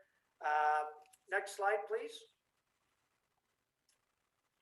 During 2020, they created and implemented a COVID pandemic business plan, basically allowed that staff to continue to complete the tasks and respond to municipal bylaw complaints. But at the same time, there was significant pressure throughout the pandemic for local municipal bylaw enforcement offices right across the province to enforce and or to educate the public on provincial orders that were coming out on a regular basis. And we also, by extension, provincial orders could be any orders issued by a health unit, issued by the province, or locally through the state of emergency as well.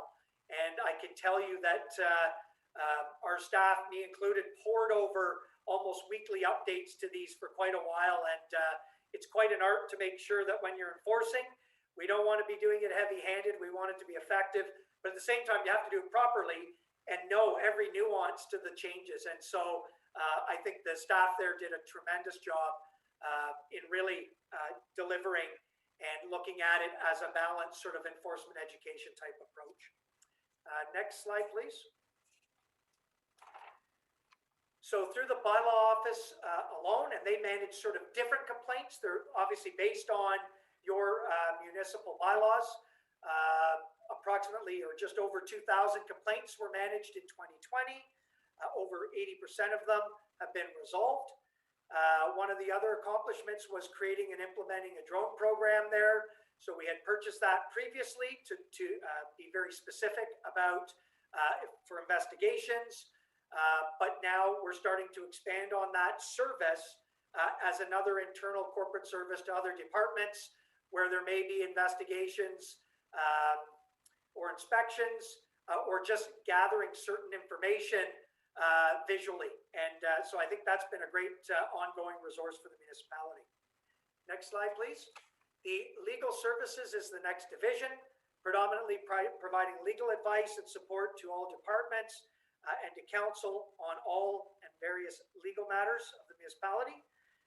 Consists of 3 different areas as well, or additional areas: provincial offenses, realty services, and insurance and risk management. Next slide, please.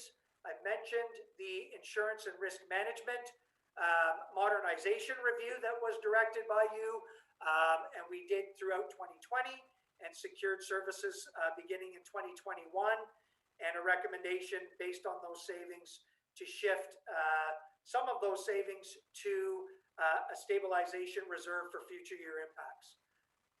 And in collaboration with municipal law enforcement, this is just one example of when we're enforcing. Obviously, it's not just singly through municipal law. It requires sort of guidance from legal services. Obviously, we need to be in a position to defend these things or to give advice to staff. So this is one example of a major illegal fill operation that was going on during the heart of the pandemic. And it was really complex and difficult to be able to enforce it.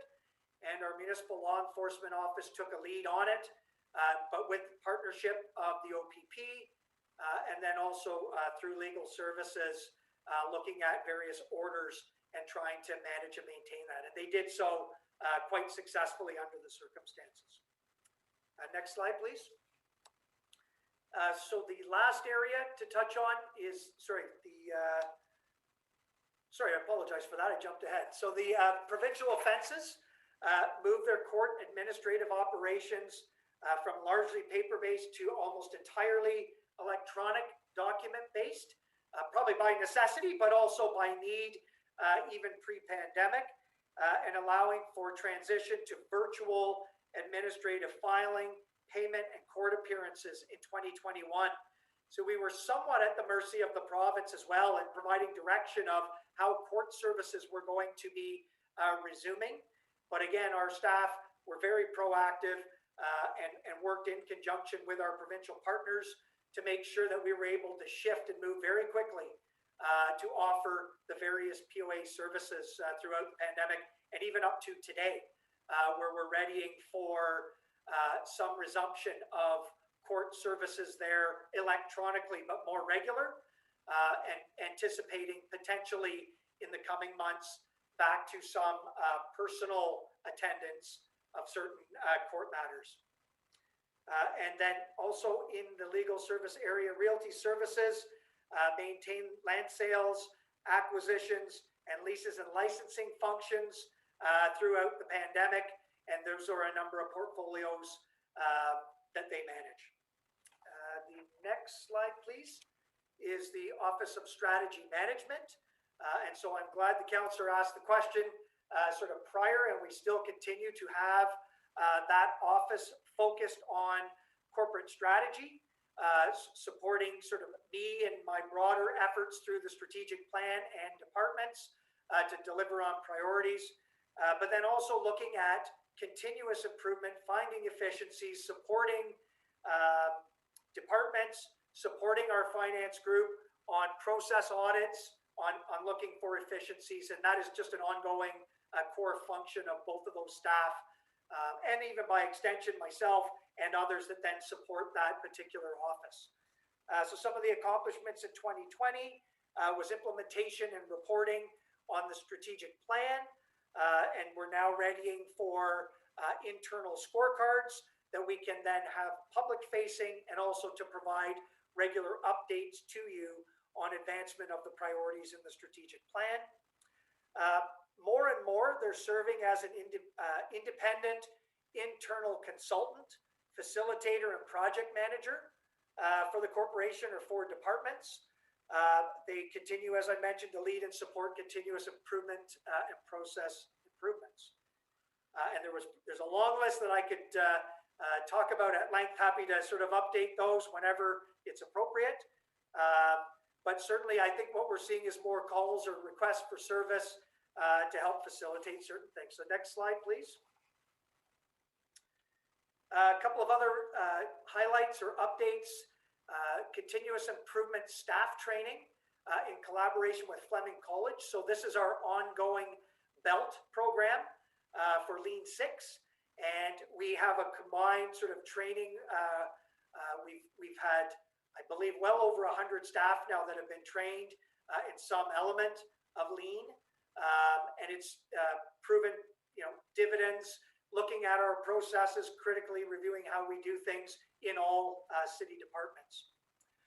One area that we were starting to reactivate, and now in 2021 will be a key priority, is advancing and implementing our healthy environment plan.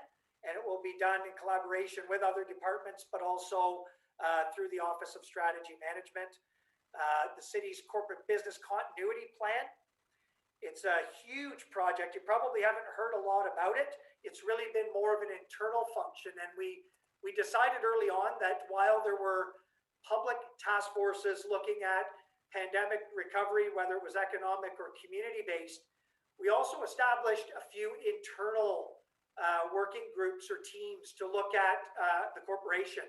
And we looked at it through a people lens, through a finance lens, and a business continuity lens. We'll never have an opportunity to learn lessons about how we manage the business or elements of it in this context. We're 11 months into the pandemic, and obviously we've had to shift and move certain services, but that's also challenged us to look at redefining what are our service levels, how do we manage and do them, how do we prioritize them? And it's been an ongoing sort of moving initiative, but we are hoping that one very positive outcome or legacy piece that all departments have been involved and led through OSM and Director Robinson and our fire service in particular is this business continuity plan. And I think it's going to help us inform how we do emergency response in the future, how we profile our services, and how we prioritize them. So stay tuned for that. You're going to hear a lot more about that one. And corporate employee engagement is, in my opinion, a very important and critical function anytime. And it's certainly how we did it and how we engage staff through regular surveys, through communications, and so on. Obviously, during the pandemic and with others, in isolation, stay-at-home orders, and in particular in the last month or so, we need to constantly be looking at and shifting how we engage all of the staff and make sure that we're connecting and that we have the proper communications going through. And so this is a core function, certainly not through OSM alone. HR, all departments have a focus on that. Next slide, please.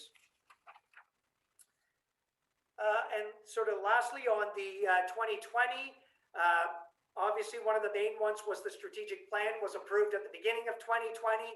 And again, I think it was a great exercise that we went through collectively, but really set out your priorities for this term of council. And, probably if anything with the pandemic, I'm not sure that any priorities changed. How we implemented or started shifting and moving them did somewhat change. But I think we're still on track collectively to try to meet and accomplish all of the priorities that you set out through the lifespan of this strategic plan up to 2023. I mentioned the recovery task forces. And I think those were important initiatives that you led as council members locally. And I mentioned the internal recovery teams that were needed, and our internal communications, and then also review of some of our planning processes and our service processes. So next slide, please. I'll just go into 2021 briefly. So again, we want to reactivate but focus on implementation of the strat plan priorities, complete our business continuity plan, commence implementation of some key elements. There's been some implementation, but we really want to take a full court press, if you will, on several major initiatives that I think are going to change, are game changers for the Healthy Environment Plan. Promote continuous improvement and our Make It Better sort of program internally.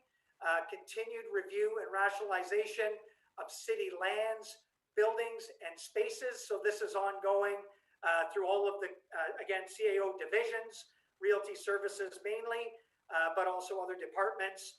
And one thing that was mentioned, and you're going to see information at the February 9th Committee of the Whole, is the launch of our Community Safety and Wellbeing Plan. That's provincially driven, but that initiative is happening now over the next couple of months, and there's a report on next week's Committee of the Whole meeting. Next slide, please. We want to continue with our work with the Eastern Ontario Regional Network.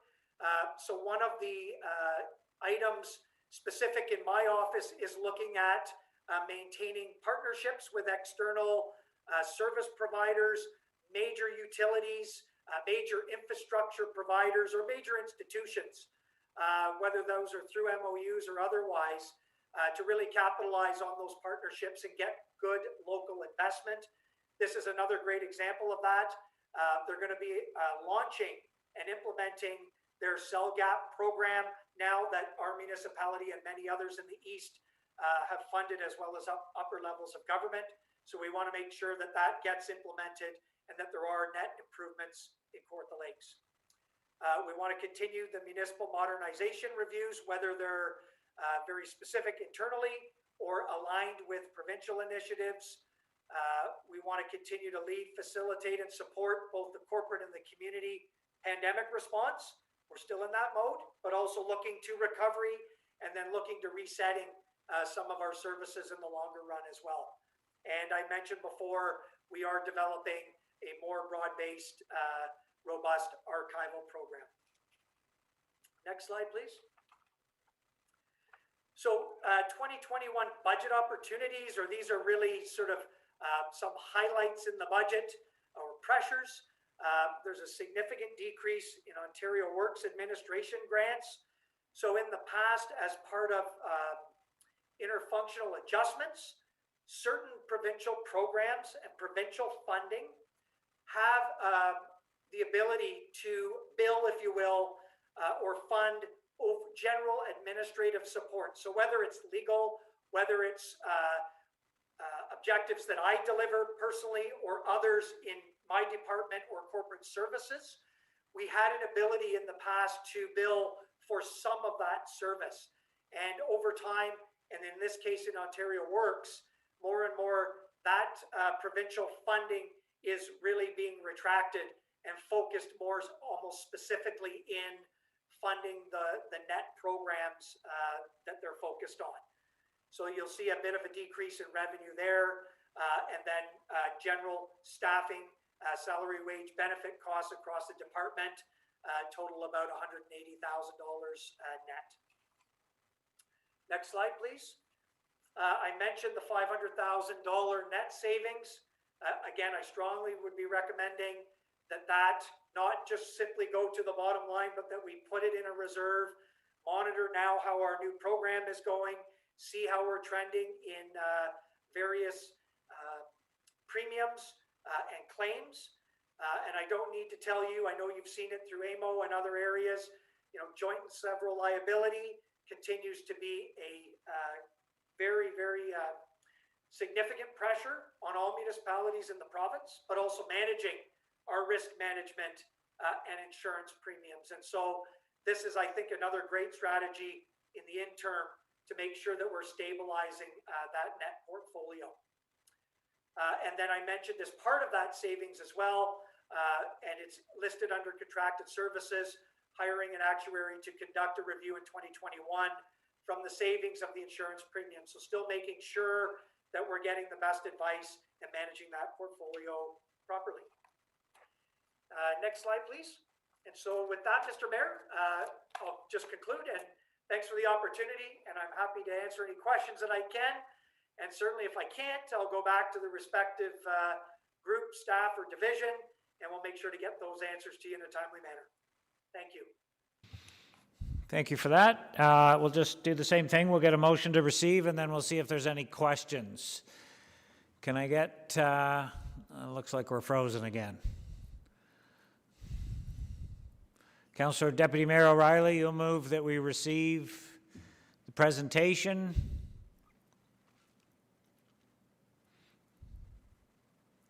Okay, we'll just give it a minute because everybody's frozen.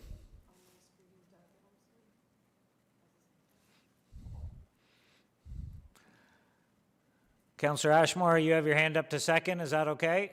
You're all coming back to life there. Thank you. So moved by Councillor O'Reilly, Deputy Mayor O'Reilly, seconded by Councillor Ashmore, that the presentation be received. Questions? Councillor Dunn, go ahead. Yeah, thank you, Mr. Mayor. On page 35, there's a significant jump in corporate training. It goes from $2,000 to $27,000 for corporate training. Could I get an explanation on that, please?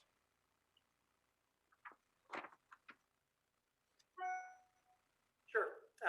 Through you, Mr. Mayor. So it's basically a shift from one budget to another, but we're managing it in OSM. So we wanted to put it in that budget. There's an offset equivalent to that amount in the HR budget for training. This is specific to the lean corporate training that we do throughout the city, and then also the support follow-up to it. So it's been a traditional training budget in HR, and we're simply shifting it to OSM because they're sort of the lead in managing it. Thank you, Mr. Mayor. And on page 36, operating materials and supplies, we've had a large, I'm just going to find it here. We've had a large jump from, where'd it go?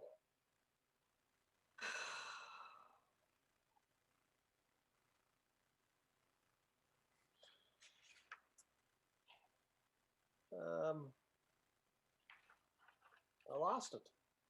Operating material and supplies from 28,005 to 38,005.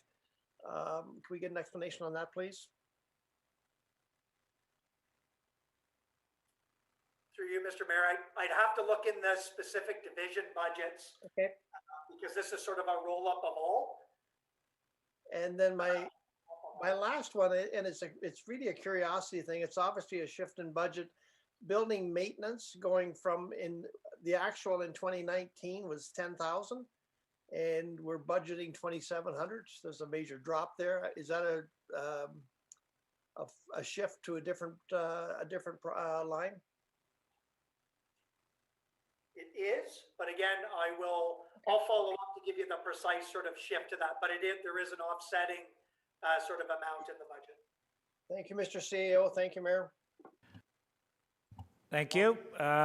Questions? Councillor Ashmore, go ahead. Thank you, Mr. Mayor. To the CAO. On page 34, just a couple of questions. They're not huge items, but nonetheless worthy of a question. The increase in registry office fees of 11,500. Why are we paying that much more when we brought realty services under the same roof as legal? So why are we paying $11,500 more per year when most of this is done online? I can answer that question if you like. So that is increased costs in response to the request that realty services go through the roads database. That will require us to spend more money pulling title and registry to confirm that.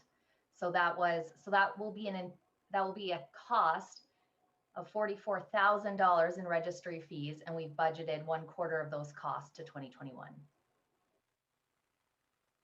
Okay.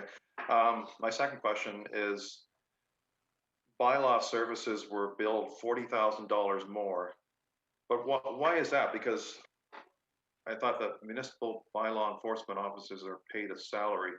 So why are we paying $40,000 extra? Because they're just doing their job. I mean, they're paid on a salary basis. And why this amount? This page 34. So through you, Mr. Mayor, I understand that these contracted services are not staff contracting. So you are absolutely correct that our core staff sort of delivers.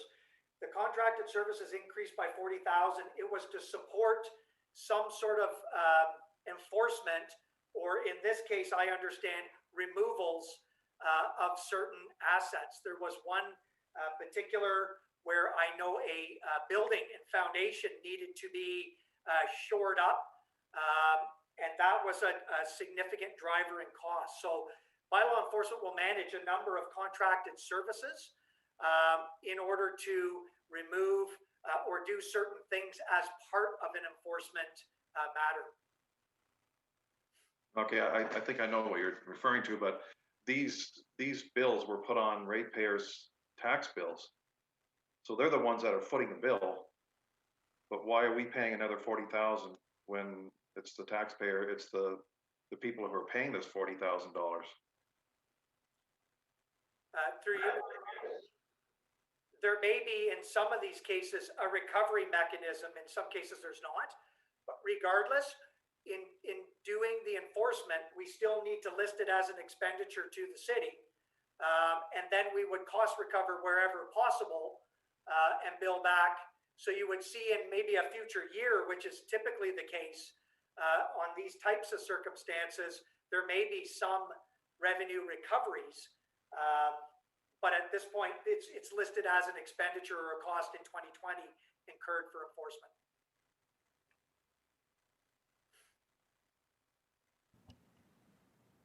Okay, thanks.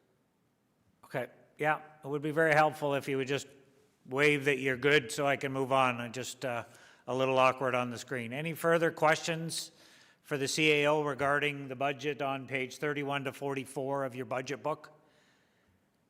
Councillor Seymour Fagan, go ahead. Hi, I just have a question on the $10,000 to the Lindsay DBIA. Is that for a parking person? For the second community liaison officer during the peak season and upcoming downtown reconstruction? Correct. So through you, Mr. Mayor, I mentioned previously that the budget for the community liaison runs through the bylaw enforcement office, and I'm understanding that the net increase is $10,000 to that contribution to do some, I'll say, local recovery efforts through that as well. So I did mention to Councillor Dunn previously when you asked the question, I am aware of the $30,000 that the BIA was noting as being funded entirely within that. This is to recognize, as I understand, some additional local economic recovery initiatives as well. But I'm happy to clarify that with the staff just to make sure that I'm not misleading. Okay, perfect. Thank you. Okay, any further questions on the CAO's budget? Okay, we have a motion to receive. I'll call the question. All in favor? That motion is passed. Thank you. I think what we'll do, Judge, thank you, Ron. Thank you. I think what we'll do, judging by the time, is let's break for a quick lunch, and then we'll come back. Why don't we say 1:30? It's 1:05. Let's come back at 1:30, and we'll carry on with community services and the rest of them. So please be punctual. We got a lot to get through this afternoon. Thank you.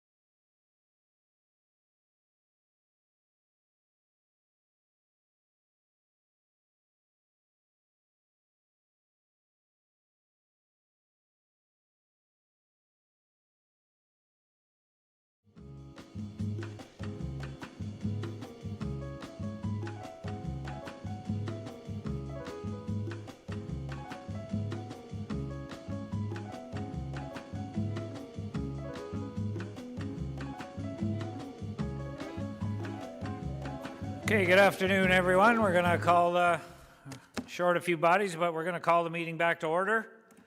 So if you're within listening distance, come on back, sit down. Sorry for the quick turnaround, but you'll thank me at 6 o'clock tonight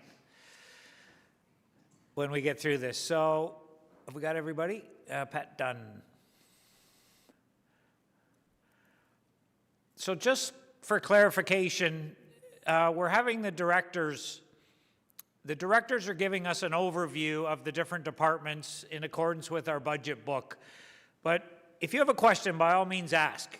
But when we come back on the 16th to do deliberations, we're going to go through this page by page, and that's when we're going to have the staff available to answer, you know, a specific question if you don't have an answer. So if you're asking a question of the director, by all means, if he can answer it, he will. But if he doesn't have the answer, we'll get it for you for the 16th. And then when we go through these individual like when we get to fleet, we'll have the fleet manager available to answer, you know, questions in that regard. So this is more just a general overview, but by all means, ask your questions. If they can't be answered, we will get the answers for you for the 16th, like we did for this meeting. So we'll go from there.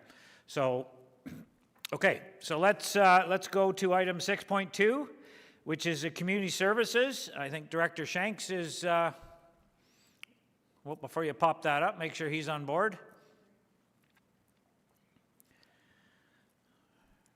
Is Director Shanks? Hello, I'm online. You're online? There you are. Okay, thank you, Craig. Okay, 6.2, your presentation's up on the screen, so you're up. Go ahead, sir. Thank you, Mr. Mayor, and thank you to you and council for giving me the opportunity to provide council with the 2021 proposed operating budget overview and the departmental overview. Next slide, please.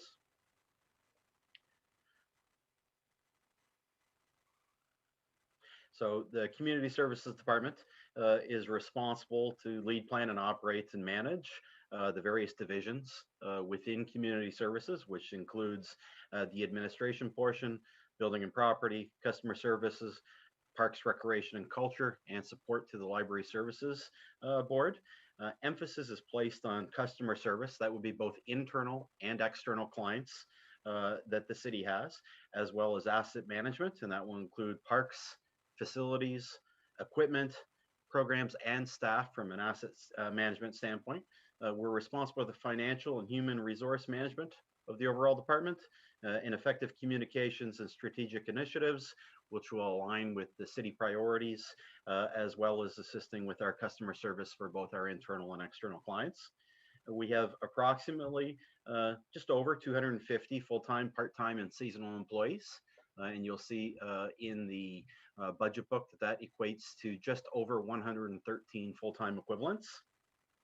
Our gross expenditures are approximate $15 million with revenues of $5 million and expenses of about $10 million. Our capital budget will differ annually, but we generally manage up to 50 capital projects on an annual basis. Obviously, during 2021, those projects and the overall funding portion of those projects is a little bit lower based on the pandemic and the fact that many of the 2020 projects were being pushed back into the 2021 calendar year. So still a similar number of projects, but funded from the previous year. Next slide, please. Just general overview of the organizational chart. So as I spoke about earlier, so the overall department has 4 divisions within it: the administration division, building and property, the manager is York Peterson; customer services, the manager is Leanne Donnelly; and parks, recreation, and culture, the manager is Jen Johnson. And important to recognize that Leanne Donnelly is also the administrative assistant for the department, looking after and assisting with the administration component. Next slide, please. So very quickly, the administrative overview of the department. Again, we're responsible for the overall management and budgeting of all the divisions. That includes the city courier system and services, which falls within customer services. As mentioned, the financial management, but it also looks at, from a strategic planning standpoint, the long-term needs and feasibility planning. And again, it ensures that our departmental goals align with the corporate strategy. We're responsible for the overall administration of community services, and that does include coordinating the budgets, both operating and capital, whether it's special funds or larger capital projects, but as well looks after various estates and trusts, as well as chess programs, PowerLinks program, and we represent the city on various committees of council. We promote health and safety, and we coordinate and develop and provide comments on the various planning documents that are put forward through that department. Next slide, please. From a 2020 accomplishment standpoint, very similar to what CAO Taylor mentioned previously, as well as what some of the other boards and agencies talked about in some of their presentations this morning, in that much of the 2020 focus was geared towards managing our pandemic efforts and making sure that we could provide whatever services we could in a very safe and healthy concept. So pandemic relief efforts were the prime objective during the 2020 calendar year. Significant efforts were made in regard to health and safety of staff and to provide our services when provincial regulations permitted.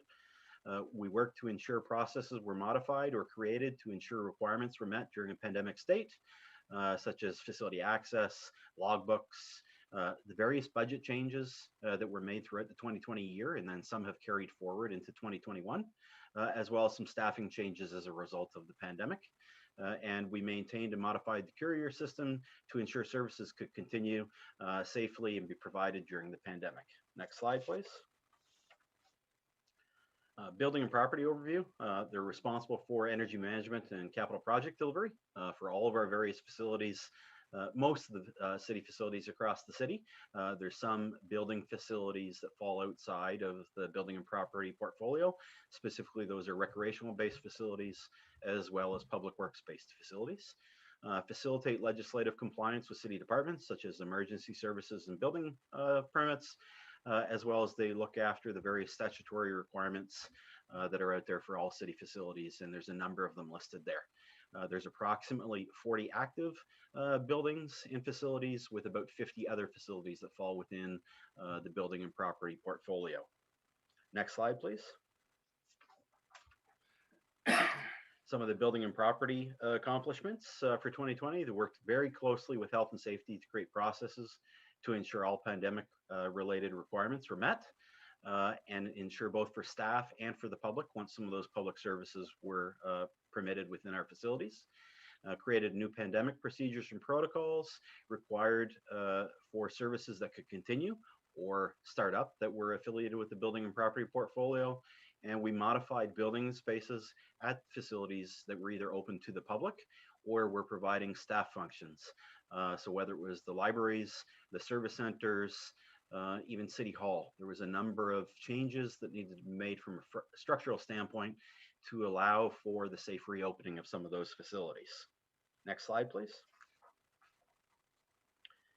Customer service overview, responsible for the operation of all the municipal service centers.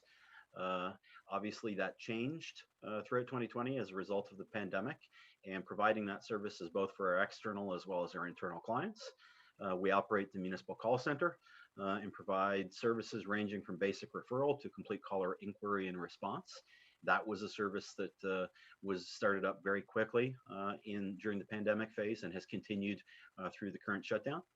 Responsible for management of the customer service standard levels, and that is continuing to evolve. And I know council is aware of an upcoming report that will be generated through the CAO's office coming back on our JDE and case management system.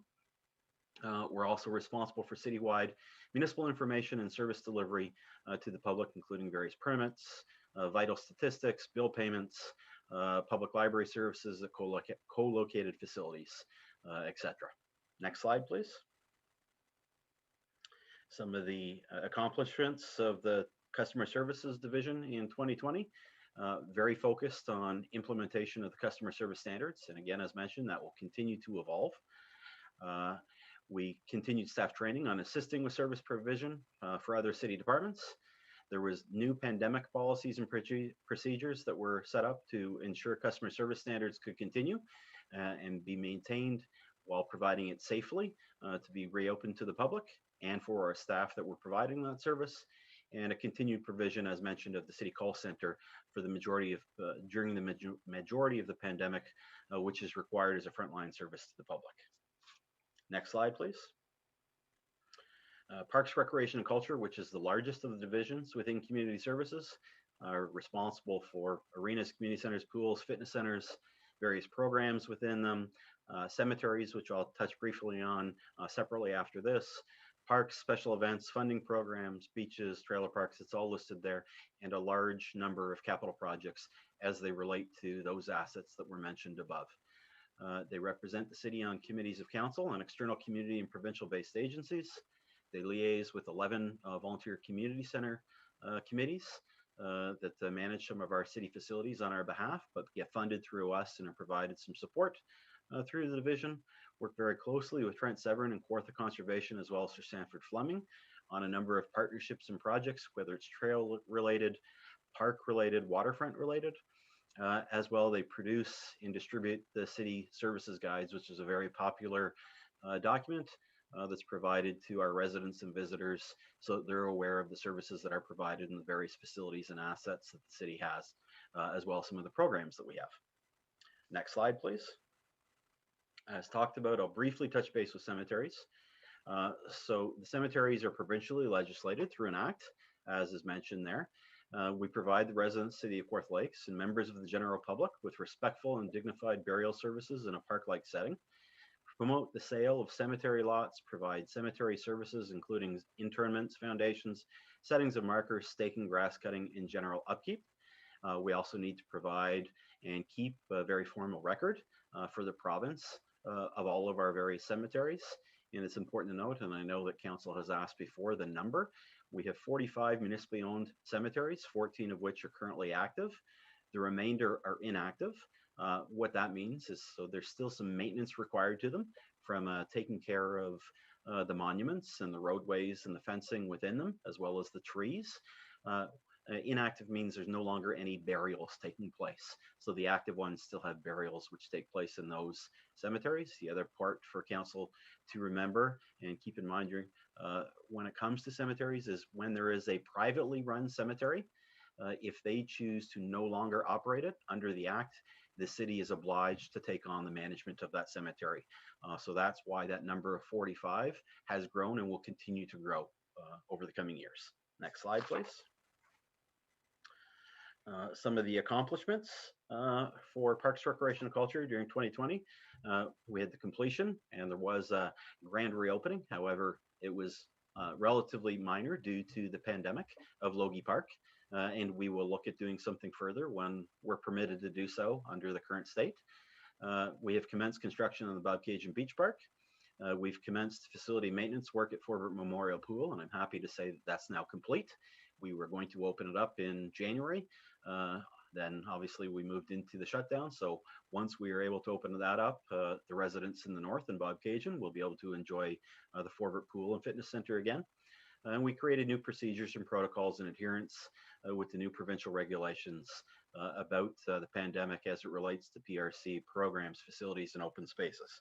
Just a quick mention for all of the divisions. Obviously, it was a constant fluctuation due to the March lockdown and then the slow reopening when we moved into the color phases where we started in green and then we moved to yellow and we're now back into the shutdown. So it has been a huge effort by the staff and all of the divisions and the department as a whole to be able to move forward and try to provide whatever services we could provide in a healthy and safe way to our residents and users, but as well to our staff. So a huge thank you to our staff that have been able to do that. Next slide, please. Some of our 2021 objectives. So we wish to continue to manage and adapt services in all divisions in response to the provincial pandemic requirements as we move forward. We're not going to be able to just snap our fingers and reopen right away. We will need to plan and be prepared for that, and also understand that things will change over time. So there's going to be a numerous different opportunities or numerous different times this year that we have to again adjust how we provide services and what services can be provided. This is the calendar year for the department to undergo our EDRM implementation. That's our electronic records management system. We will continue to support the city strategic plan, and we will manage our approved capital program. That includes both the 2021 newly funded projects and approved projects, as well as the 2020 projects that were previously approved and have been pushed into this calendar year. Next slide, please. Some objectives. We want to continue focusing on health and safety at our facility and staff initiatives. We want to complete the Trails Master Plan, which is part of the special project budget if it gets approved. We look to continue the City Hall enhancement project with focusing on the entire HVAC system redoing, which Council approved. We look to finish, while it's not mentioned here, the Bobcaygeon Beach Park, major park program within the Kawartha Lakes. And we want to review items such as municipal property best uses and case management processes, as I talked about earlier in the presentation as well. Next slide, please. Some of our budget opportunities. The 2021 proposed budget is predominantly status quo. I'll have a few comments after the next point about it. There is increases in various contracts, fleet expenses, and asset management requirements. And when you look at the overall budget within the budget book, while it's status quo, there's been some, the bottom line is basically status quo. There's some changes within the budget from how the city is budgeting for certain things. And as well, there's some changes as it relates to the pandemic. So some revenues are decreased, projected revenues due to the pandemic and what is happening in regards to facilities and programs, or what we haven't been able to provide or reopen. 68 Lindsay Street facility is being budgeted differently to allow for human services to better access some of the funding capacities that they can get through the provincial government. So there's an adjustment being made to offset that in our budget, in the community services budget. There's some interdepartmental charges, as mentioned, through fleet, and more specifically through our wells and the management of our wells and how that relates to our budget. And the last one, from a positive standpoint, is at the end of July of this calendar year, the 12th Peel Street city rental ceases. So therefore, there's an $80,000 savings from the rental of that facility, and then there's some decrease in some of the other expenses as it relates to that building, whether it's contracted through janitorial or utility costs. And that ends, next slide, please. That is the end of the community services proposed operating budget, and I'd be pleased to answer any questions if there are any. Thank you, Director. Appreciate that. I seem to recall the last few years you brought forward a status quo operating budget. So, you know, I know you continue to make adjustments within your department, and I think you're doing a well done. All your staff are doing a good job. 6.2. So I get a motion to receive the presentation, please, and then we'll see if there's any questions. Councillor Elmsley, and seconded by Councillor Richardson. And is there any questions on the presentation or on any of the budget items? Page 45 to 62 is kind of what the director skimmed over. Councillor Richardson, go ahead.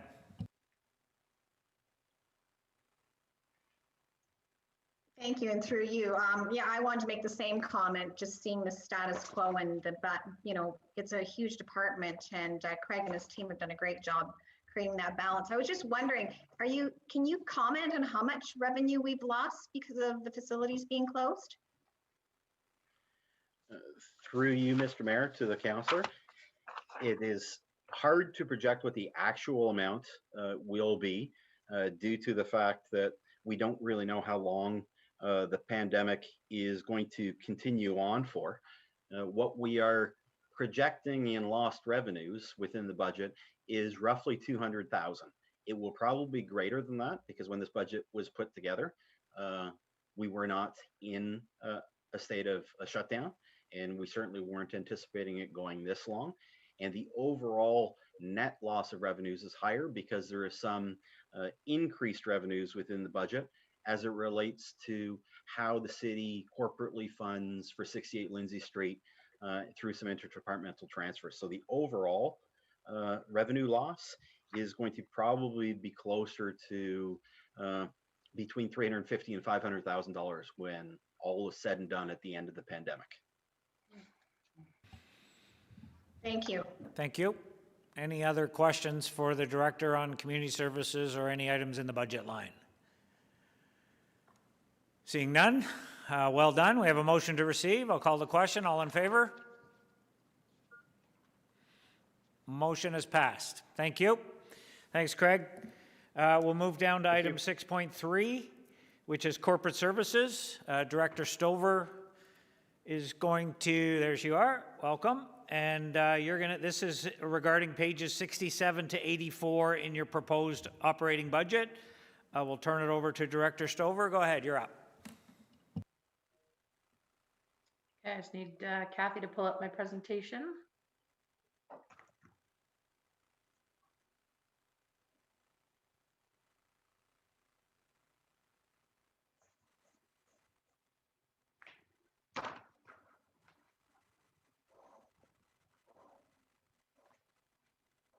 Thanks, Kathy.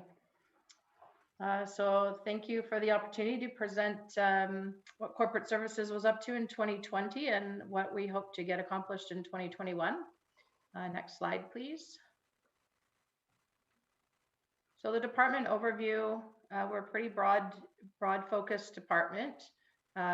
We have an emphasis on responsible financial and human resource management, so the dollars and the people, effectively communicating both internally and externally, and strategic information technology practices and initiatives. Next slide, please. So the org chart, there's 5 divisions within corporate services: treasury, revenue and taxation, human resources, communications, advertising and marketing, and then information technology. Next slide, please.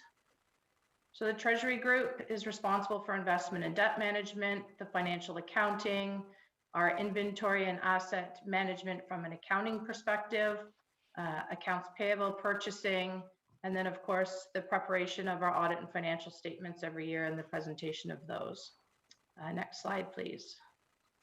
The accomplishments in 2020, the budget and the audit are obvious ones. They happen each year, so I haven't mentioned those here, but some unique things that happened in 2020. We were able to implement the new purchasing policy and the sustainable procurement policy that happened end of last year. We streamlined the bank reconciliation process to both mitigate risk and increase efficiency. Essentially, we had the bank reconciliation was taking almost a month to complete, and we've streamlined that process down that it can now be done in a couple of days. So there's huge efficiencies gained there. So we also restructured because we found that efficiency. We're able to restructure within the department. We converted a union position to a non-union senior accountant position. And that was a very strategic move for the size of our organization. We only have 2 accountants on staff, myself and the treasurer. And so now with this creation of this new position, we are soon to have a 3rd accountant on board. So that's critical given the size of our operation. And then budget and cash flow analysis. So the pandemic created a lot of pressures for the treasury group. We had to forecast to year end to make sure that we were balancing to a 0 deficit, but also to manage those cash flows throughout the year as we were experiencing some challenges with property tax revenue coming in and making sure that we had enough money coming in to pay the bills. And certainly council's heard me talk about that throughout the year. Next slide, please. The revenue and taxation division, they're responsible for the assessment, protecting our assessment base, for doing the property taxation, the water wastewater billing, as well as accounts receivable. Next slide, please.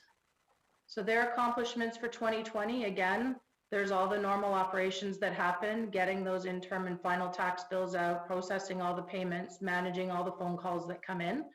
But in addition to that, they were able to introduce some new processes that allowed for payments to continue while our buildings were closed during the pandemic. This is a great example of us pivoting and shifting to accommodate changing needs.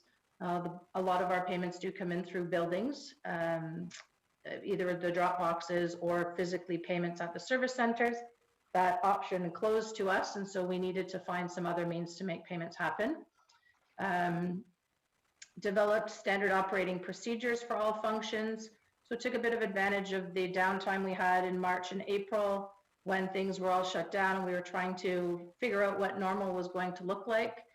Staff took the opportunity to document all their processes, review processes, all of that sort of thing. And then the other thing we've proactively done is we've increased our engagement with utility billing customers, where we suspect that there's been either a high water bill or some inaccuracies. We're more proactively getting involved in that earlier in the process, rather than waiting for the bills to go out in the mail. Next slide, please. Our Human Resources Department, responsible for all the people, for the recruitment, the training, our benefits, labor relations, our payroll, health and safety. Next slide, please. So the Human Resources Department this year, again, took advantage of the closure where staff had a bit of capacity, and where they also looked at their standard operating procedures and really looked at streamlining processes, making sure they were consistent, and really turning an eye to improving our customer experience with our internal clients. As in addition to that, they adapted a number of their processes to be paperless or to become virtual or remote. You know, things like recruitment that they do on a regular basis all had to be shifted to being done virtually. Orienting new staff when they couldn't come into a building and sit face to face with someone. All of those processes had to be adapted. And then of course, the last bullet, you know, a few words there, but it doesn't really describe what all this group had to do. That was providing the comprehensive support to the city's pandemic response. So a number of health and safety concerns that had to be addressed. A lot of policies had to be created, SOPs and management directives, the layoffs of staff, all of that was coordinated through the Human Resources Department. Next slide, please. Communications, advertising, and marketing. So this group, as you know, is responsible for media relations, for our advertising and marketing, and doing both the corporate communications externally and internally, and managing the employee and public websites. Next slide, please. So the 2020 accomplishments for this group, again, the key missing item on this slide is really just managing all of those communications that happened both internally and externally over the last year. But in addition to that, they were able to complete their brand refresh. We won an award for our municipal calendar. I think that's the second or third year in a row that we've accomplished that. And then really increasing our public awareness and education through all channels. So we did get a lot of positive feedback about our pandemic response. Social media, we saw an increase in our audience by 40%. We've increased our impressions by 11%. And you can see well over 500,000 engagements. And that's the likes, comments, shares, replies that you see through social media. So really a lot of good positive communication going out and awareness within the community. Next slide, please. So the IT department, they're responsible for managing all of our electronic systems and infrastructures, managing and providing support to all of those systems ongoing. Next slide, please. Their accomplishments for 2020, they enhanced the remote access and video conferencing capabilities. So you can appreciate that as an organization, we were used to having physical people in the building every day doing their work, and we had to pivot and shift very quickly to allow staff to work from home, have the ability to do electronic meetings. So the IT department was instrumental in that. They enhanced the council chambers technology to allow not only for remote council attendance, but also for streaming to YouTube. And then we took the opportunity to do some cyber awareness training for all staff, and as well completed a penetration test. And so that is really having somebody try to hack into our system, for lack of a better term, just to see how safe our system was. Next slide, please. So going forward with what do we hope to do in 2021? Again, on top of normal day-to-day operations, these are some opportunities we hope to achieve in 2021. In Treasury, they're going to implement e-bidding, and that is the opportunity for proposals coming in through procurement to be done electronically. This is a really great opportunity. Get this going. It prevents bids from coming in that are incomplete or with mathematical errors. There's built-in tests within the system to prevent that from happening. The implementation of ScanMan. This is a document imaging system for AP. So this is going to streamline our accounts payable processes and make that an electronic process versus a paper process like it is today. And then, as you've heard about, the comprehensive update of the long-range financial plan that the Treasurer is going to be working on to include a strategy on debt reserves and revenue. Next slide, please. Within the revenue and taxation division, 3 key objectives for them for next year. We're going to look at the potential of an online solution to enable account holders to access their property tax and utility bills. Currently, we offer e-billing or electronic billing to customers through ePost. It's a Canada Post service. We've been notified that that's going to end at the end of 2022. So this is a good time to look at alternatives and see what's out there. The next item's been on our books for a few years, and we're hoping to finalize it in 2021. And that's to develop a water meter replacement strategy to improve our billing and usage reporting. So we do still have some very old water meters within the city that require us to go door to door to get the meter reads, replacing those with the newer type water meters that we already have in many places within the city would allow us to do drive-by meter reading. So make that process much more efficient. And it also provides greater reporting on water usage. And then the last one is just to revisit the website and the information that's on the website for tax and utilities, just to try and improve, again, the customer experience, provide more information available to them online. Next slide, please. In human resources, there are 3 key objectives for next year. Is to develop a comprehensive people strategy, focusing on talent management, succession planning, and the employer of choice model. It's fascinating. We've struggled with recruitment and being able to bring talent into the Kawartha Lakes. And we've seen a shift in that because of work from home opportunities. We're seeing a lot more people applying for positions. And so we want to tap into that and see what opportunities, how we can improve that continuing going forward. We want to commence a review or refresh of a number of our corporate policies and management directives. And then finally, continue to focus on pandemic response and the safety of all staff. Next slide, please.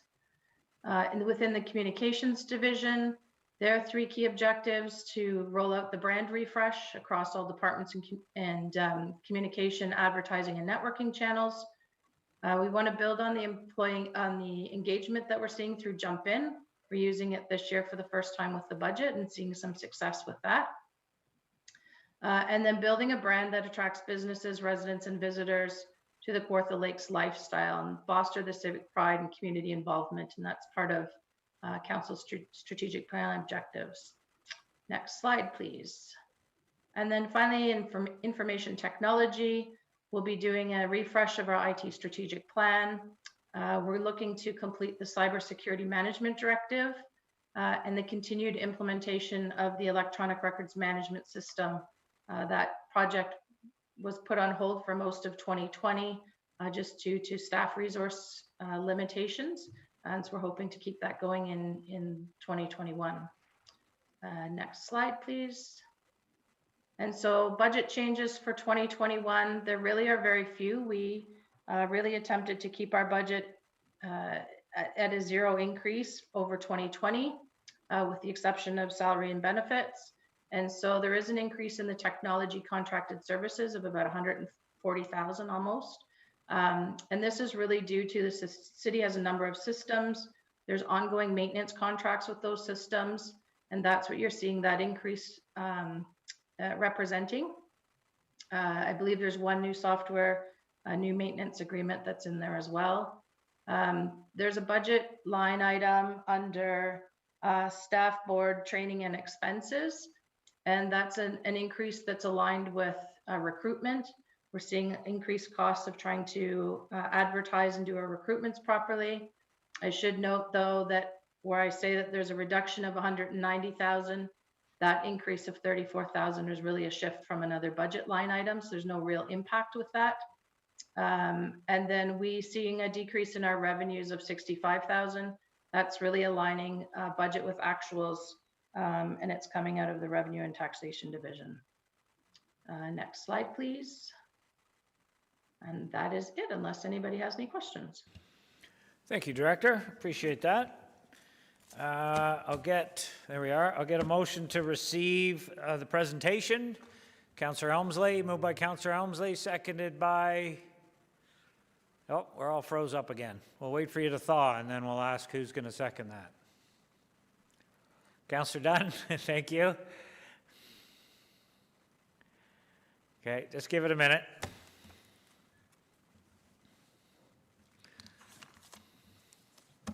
I know it's been cold outside, but it takes a minute for everybody to thaw out. I don't know if Councillor Elmsley's got a big question or his hand's stuck up there. I don't know. Oh, there it is. Okay. Sorry, you guys were frozen. So I got Councillor Elmsley and Dunn moved and seconded to receive. Any questions for the director, either on the presentation or on budget, page 67 to 84? I got Councillor Yeo and Ashmore and then Elmsley.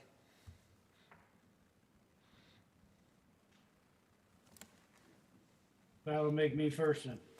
Yes, sir. Go ahead. Thank you, through you, Mr. Mayor, to Ms. Stover. You mentioned the website and refreshing and all that.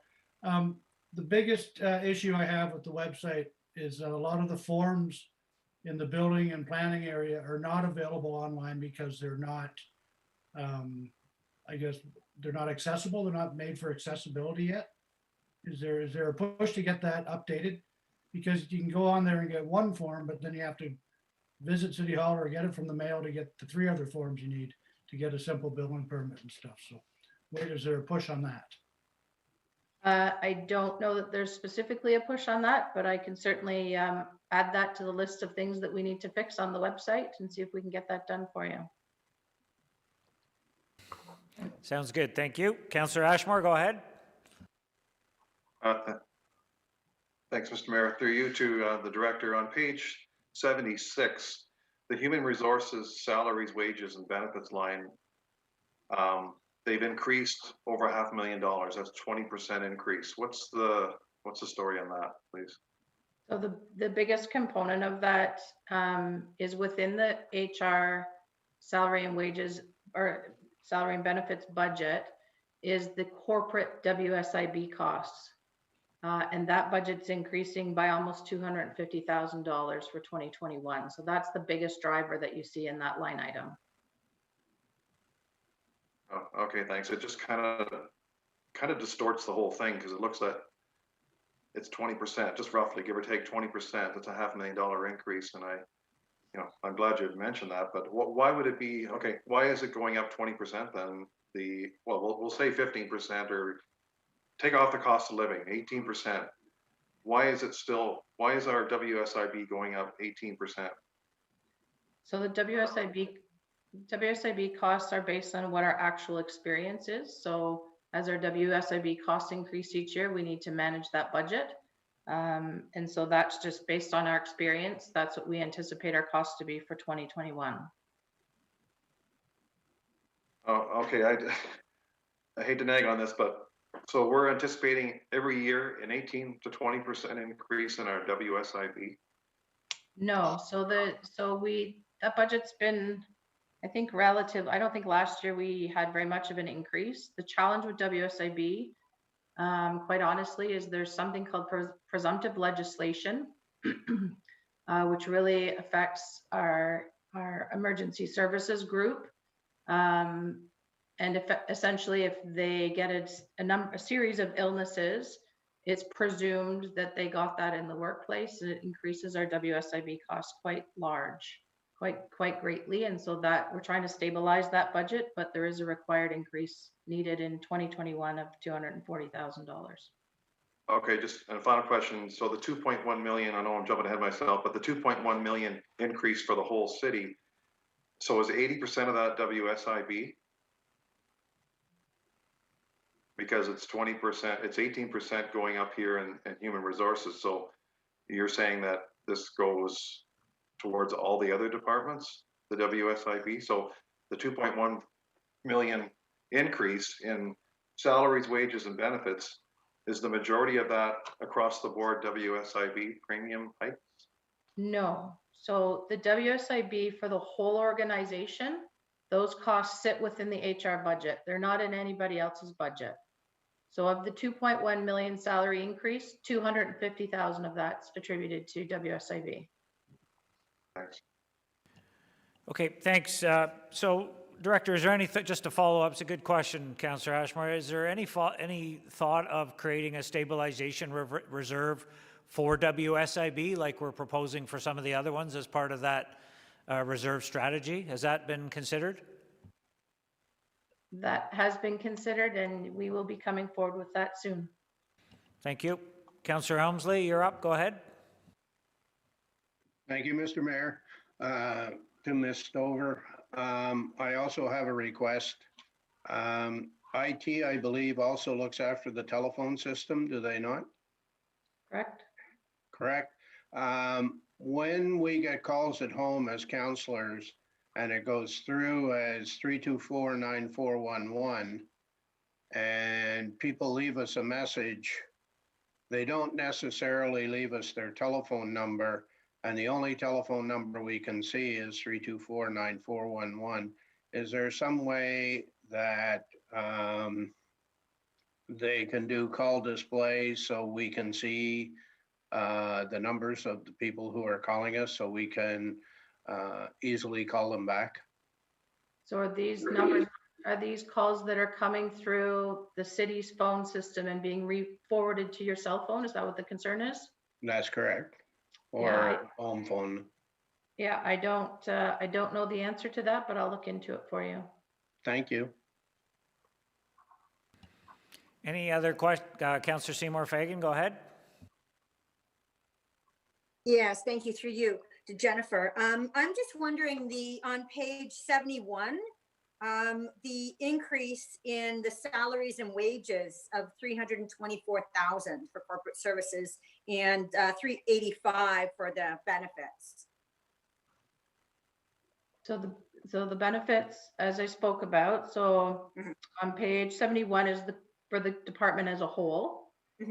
So the $385,000 benefits, 240,000 of that is related to the corporate WSIB.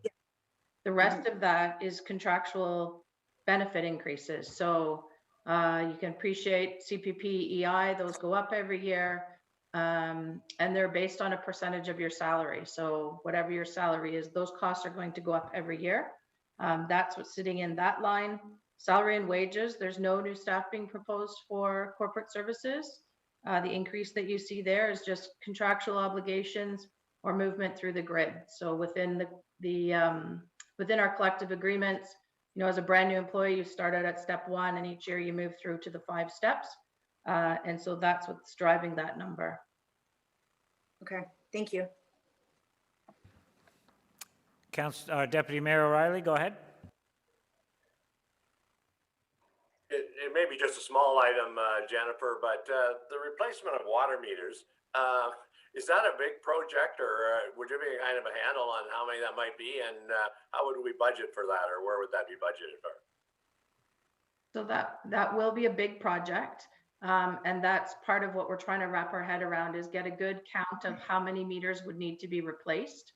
And so it would come through the capital budget. It would be funded out of the water and sewer reserves. And so we will come forward with a strategy that looks at how we can replace all of those water meters affordably. But we do have water meters in the city that are so old that we literally have to walk up to the house and write the meter down in a book and then bring it back to City Hall and enter it into the computer. The next level of water meters are not as old. We can go, but we can still go to the house, but we can plug a meter reader up against the reader and it'll read it. The latest technology, which we have in some parts of the city, allow us to physically drive by the property with we have a little remote device that sits in the passenger side of the vehicle, or you can walk down the street. You don't actually have to go up to the meter at the house and it'll read it. So looking to get everybody up to that newest format, but recognizing it'll take a number of years to get there because it won't be an inexpensive project. Thanks for that, Jennifer. Thank you. Any further questions for Director of Corporate Services? Okay, seeing none, we have a motion to receive. Call the question. All in favor? Sorry? That's passed. Thank you. Thank you, Jennifer. Appreciate the overview. We'll go right to our next one, which is Development Services. We'll just get Director Marshall, pages 85 to 100 in your operating budget book. Yeah, hello, Mayor and Council. Just to provide you with a bit of a heads up, I'm sitting at 180 Kent and they're doing construction out on Kent Street. And so every now and then it gets really loud and crazy. So I'll try and talk through it if it gets really loud. Here today to talk to you about Development Services departments. Basically, we deal with all things development related, right from the Economic Development Department doing the marketing for bringing businesses and development to our community, through to the Planning Department doing the long-term vision and providing the policy to implement that vision and the requirements of the province, right through to the Building Department who issue the building permits for the construction, and our mapping department that supports all those departments as well as other departments in the community. Just go to the next slide. So there's 4 departments in the Development Services Department. There's the Economic Development Department that has 10 staff and is managed by Rebecca Mustard. There's the Planning Department that has 13 staff and is managed by Richard Hawley. The Building Department has 17 staff and is managed by the Chief Building Official, Suzanne Murchison. And last but not least, the GIS Mapping Department is managed by James Ald and has 3 employees. Next slide. So as an overview of the Economic Development Department, it strives to shape a vibrant local economy through these sort of 5 bullets. The first being the building of economic development ecosystems. So that's the idea of building a network of businesses and organizations that can work together to improve the local economy, like the chambers and the BIAs and the province and college. So building those networks, supporting business expansion, retention, and attraction. So not just looking to bring new business into the community, but looking after the existing businesses that we have here, because those are the biggest chunk of our economy, and we really need to make sure that they're looked after first and foremost. The sector-specific business development programming, so that comes out of our economic development strategy, which sort of focuses on 5 sort of key areas of the economy. There's the agricultural sector, the manufacturing sector, the innovation sector, the tourism sector, and I think I forgot one. But anyway, so moving on. Kawartha Lakes Destination Marketing Organization. That includes the Explore Kawartha Lakes Tourism website, and Kawartha Lakes Small Business and Entrepreneur Center, which is the sort of business startup. It also includes the summer company, and that department helps fledgling or up and coming new businesses to get their feet on the ground and does all the sort of training and things for them to get their business up and running. Next slide. So some of the accomplishments for the Economic Development Department, obviously they were key to the Economic Recovery Task Force. They did a 500-person business survey and followed up with 250 of those businesses. They did 15 3-hour working group consultations with 49 different organizations in the community. So they did newsletters, web pages, and really got themselves into the community, the business community, to find out what the concerns are, how the city could help, and how the Economic Development Department could help them to try and work their way through this pandemic. The Shop Kawartha Lakes and tourism marketing, over 60 businesses participated in the Shop Kawartha Lakes campaign. That was in partnership with the Chamber and Lindsay BIA, and is part of the planning subcommittee of the Economic Recovery Task Force recommended the launch of the concierge pilot program. So the Kawartha Lakes Innovation Cluster Pilot Project, even though it was working through the pandemic and had to do everything virtually, they still managed to support 10 new businesses, innovators, and so they achieved their goals and objectives even with the pandemic in place. The Kawartha Lakes Skills Advance Ontario. This is a great new program. We heard through those working group sessions over and over again that the employers in the community were really crying out for new employees. They have the jobs, but they just can't find people to fill those jobs. And so this is a really great grant that was received from the province. It was over $1 million. And its objective is to provide skill training to people who want to get into the workforce, as well as provide increased training of the people that are already in the industries. So for instance, the Kawartha Dairy has had a number of their employees go through the training and have really appreciated that. And then in terms of the destination development plan, that's going to be presented to council in Q1. And that includes really kind of creating a vision for who we want in our community and how do we get them to our community. So next slide. So in terms of planning overview, planning department overview, basically you can take planning and sort of split it into two sides. You have the planning policy side, and that looks at sort of the long-term vision for the community and the bylaws and policies that need to be put in place, not only to meet the community's vision, but to match and the provincial requirements and policies and legislation. So that's the policy side, and then on the application side, you have the staff and departments that look after the processing of all of the applications. So next slide. So in terms of accomplishments for the planning department, obviously, like all departments you're hearing about today, did a great job of working around the pandemic. We had a lull over a couple of months whereby we had no committee meetings, committee of adjustment and planning committee, and even council for a bit. But after a couple of months of those committees being down, we found ways to get them up and running again. And I'm happy to say that we're more or less caught up on the application side of things, although we didn't have the committee of adjustment in January. And so there's a big agenda coming up this month to try and make up for last month and this month's.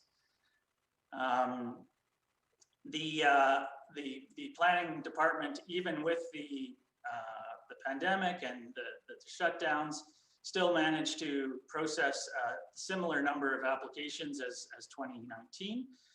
So did an amazing job of finding workarounds for all those, whether it was how to get people to submit their applications, how to do signatures where I couldn't do it in person, or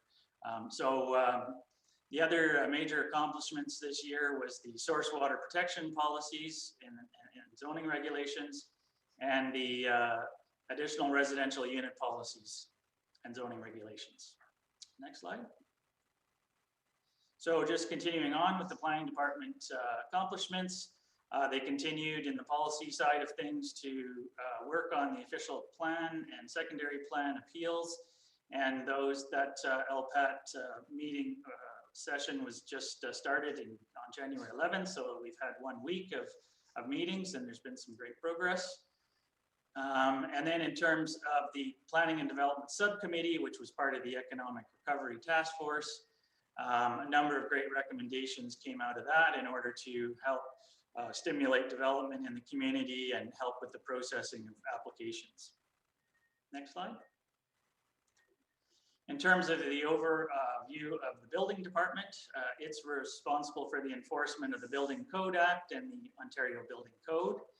And they administer the municipal sign bylaw, the pool bylaw, and the accessory residential unit registration. In terms of their accomplishments, again, they successfully adapted to the COVID restrictions and found workarounds for accepting and issuing building permits. And in fact, they increased the number of building permits issued, new residential building permits issued from 124 in 2019 to 178 in 2020. So we had a 44% increase in new residential building permits. They also had a increase in the overall value of construction in the community from 41 million in 2019 to 56 million in 2020. So again, even in a pandemic and short-staffed, the building department did a great job of putting their shoulder to the wheel and carrying on. And the sewage system permits also increased from 317 to 358. So just overall, the planning and building departments really managed to keep things going even during the pandemic. Next slide. So in terms of the overview of the mapping and GIS department, as I said, 3 people in this department. They do all the mapping for the city.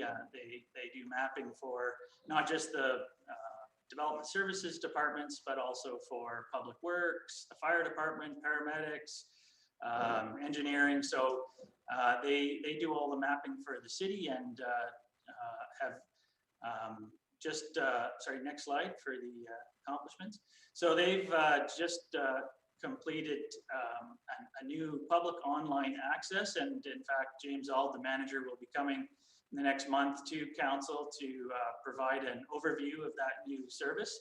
It's been running for the last about 6 months in sort of a test pilot, and about 500 users are already using it, just because they found it on the internet. But we are hoping to do a kind of full intro to that and move it out to the public in the next couple of months. The GIS department also worked with Public Works and Engineering to ensure that they had mobile access to the mapping systems and all the services. And so that's been very useful for their work out in the field. Next slide. So the development services objectives for 2021 is to continue to manage and adapt services in all divisions to work around the pandemic, as we've done thus far, to work on adapting our work to the city strategic plan.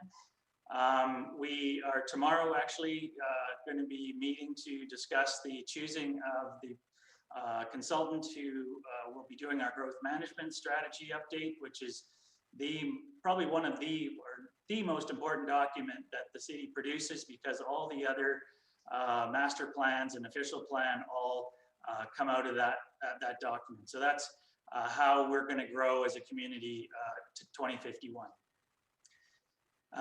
We're also looking at continuing our commercial policy review, and we're just finalizing the terms of reference for the active transportation master plan. Next slide. Just a couple more points here. Again, we're going to continue delivering the Skills Advance Ontario program to train new employees and existing employees. We are coming up to the end of the first year contract at the end of March, but it's looking like they're going to continue to fund it for another year. So that's very exciting for next year. And we're going to be launching the Signature Experience program with tourist operators to develop new experiences to the market. Next slide. So in terms of opportunities, in 2021, there was a report that went to council on the 28th that was adopted, and that's to request provincial funding for a business and workforce marketing project. We're hoping that the international plowing match will happen this year, and so that'll be a big project for our agricultural development officer or economic development officer. We are looking to do a Kawartha Lakes Business Count project, which is kind of creating a baseline for businesses in our community. And we are required to do our agricultural lands assessment study and the natural heritage system study as background studies for the official plan review, which we need to have completed by July of 2022. So that's the end of my presentation, but there was one question from Councillor Elmsley, and it had to do with the transfer to external organizations, and it was a large figure of $524,000. And so I did provide an answer to that. So that was the Skills Advance Ontario funding that came into the city and will be paid out to the college, Fleming College, and the BCCS that are partners in the Skills Advance Ontario program. So that's it for my presentation. Any questions? Thank you, Director. We'll get a motion to receive, and we'll see if there's any questions on either your presentation or the budget book. Motion to receive by Deputy Mayor O'Reilly, seconded by Councillor Ashmore. Any questions for the Director? Deputy Mayor O'Reilly, go ahead. Thanks very much, Mr. Mayor, and through you to Chris. You said you had a destination development plan come forward. I'm just wondering what that would really entail. And I see it's very interesting that the growth management strategy is looking forward to that. I think you said that it's going to be decided this week and who's going to get that contract. But maybe just tell me a little bit about the destination development plan, what you think that might entail. Yeah, so that's a plan to sort of earmark who it is that we want to come to our community in terms of business, like who we focus our energies on in terms of our marketing, what business leaders, families, so determining who those people are and then providing a plan for how we focus our energies and marketing to those people to bring them to our community. Just to follow up, thanks for that, but just that when we have such a diverse municipality and we have a big rural area as well as, we can understand what some of the urban needs might be, but is that going to be all inclusive of the whole municipality? Yes, it will, yeah. Thank you. Thank you. Any further questions for the Director on the Development Services budget book or overall presentation? I will just say, Chris, that I've seen not the presentation, but the project overview for GIS that's coming to council, and it's a pretty exciting project. I think it's, I hate to use the word game changer because it's probably overused, but it's a culmination of, I know, a lot of work in that department that I think is going to make a big difference. So I know council's going to be really excited when they see it. So we're looking forward to that. Okay, we have a motion to review or a motion to receive. I'll call the question. All in favor? Motion is passed. Thank you, Director. Appreciate you sharing that with us today. So we'll move down to item 6.5, which is engineering and corporate assets. Director Rojas is going to come on board, I hope. Hi, Mayor. I'm okay, there you are. So this is an overview, and it refer to the pages 101 to 112 of the proposed operating budget book. So go ahead, Director. Hi, thank you. So this is my presentation for the 2021 operating budget. So I think we have to back up a couple slides.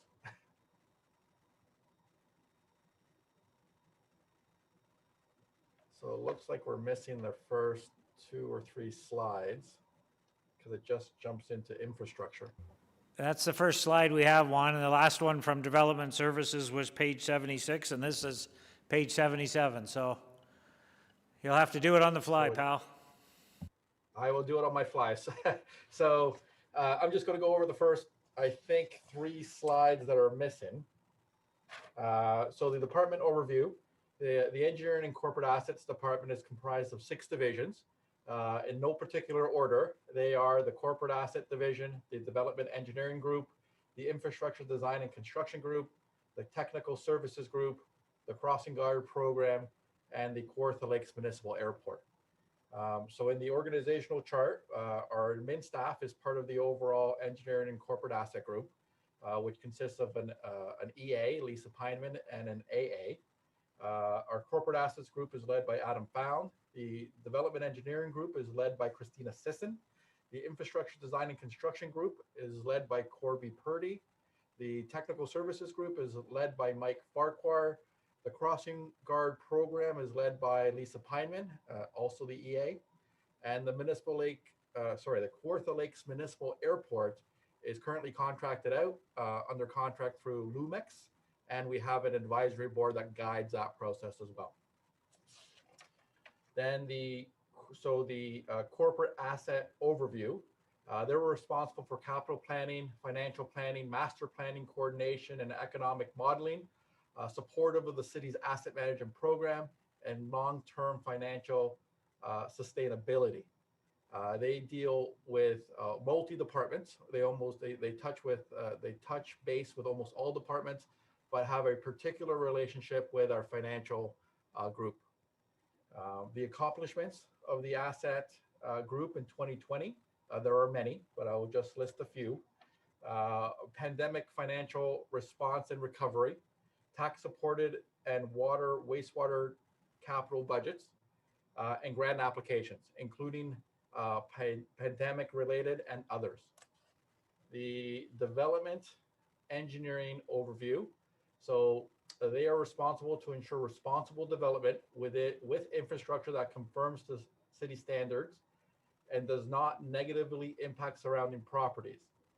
So they're essentially any private development that happens within the city is led by that group in conjunction with our planning department. So they review subdivision agreements, site plan agreements, management of securities. They're responsible for preparing, coordinating, supervising, and the completion and preparation of development engineering reports related to development proposals. So some accomplishments in 2020 from the development engineering group. They implemented strategies to facilitate economic development and growth in our community. We saw an unprecedented number of new home building subdivisions and site plans in 2020 in light of the epidemic. If you drive around Lindsay, the number of new homes and development projects are unparalleled to any previous year. They utilize virtual technologies such as Zoom and conference calls to keep development processes going. We have improved our website so that our forms and standards are accessible and available via the website, and we've provided packages to all developers or consultants that wish to develop within Kawartha Lakes.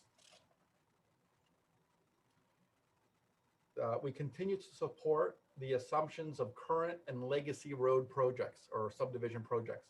So we have taken quite a few assumption reports to council to close out historical subdivision agreements that have been sitting on the shelf dormant. So we're proactively trying to assume subdivision roads in conjunction with the agreements that were signed at the time. And we collaborate with MECP and other municipalities to streamline the established transfer review program for the ECAs, which is a great benefit to our development community. It basically allows for a lot quicker approval process. Okay, so now we're back on screen. So the infrastructure design and construction overview. They're responsible for managing, coordinating, designing, constructing, and administering of engineering construction services for capital projects. So they're extremely capital heavy. Again, this group is led by Corby Purdy.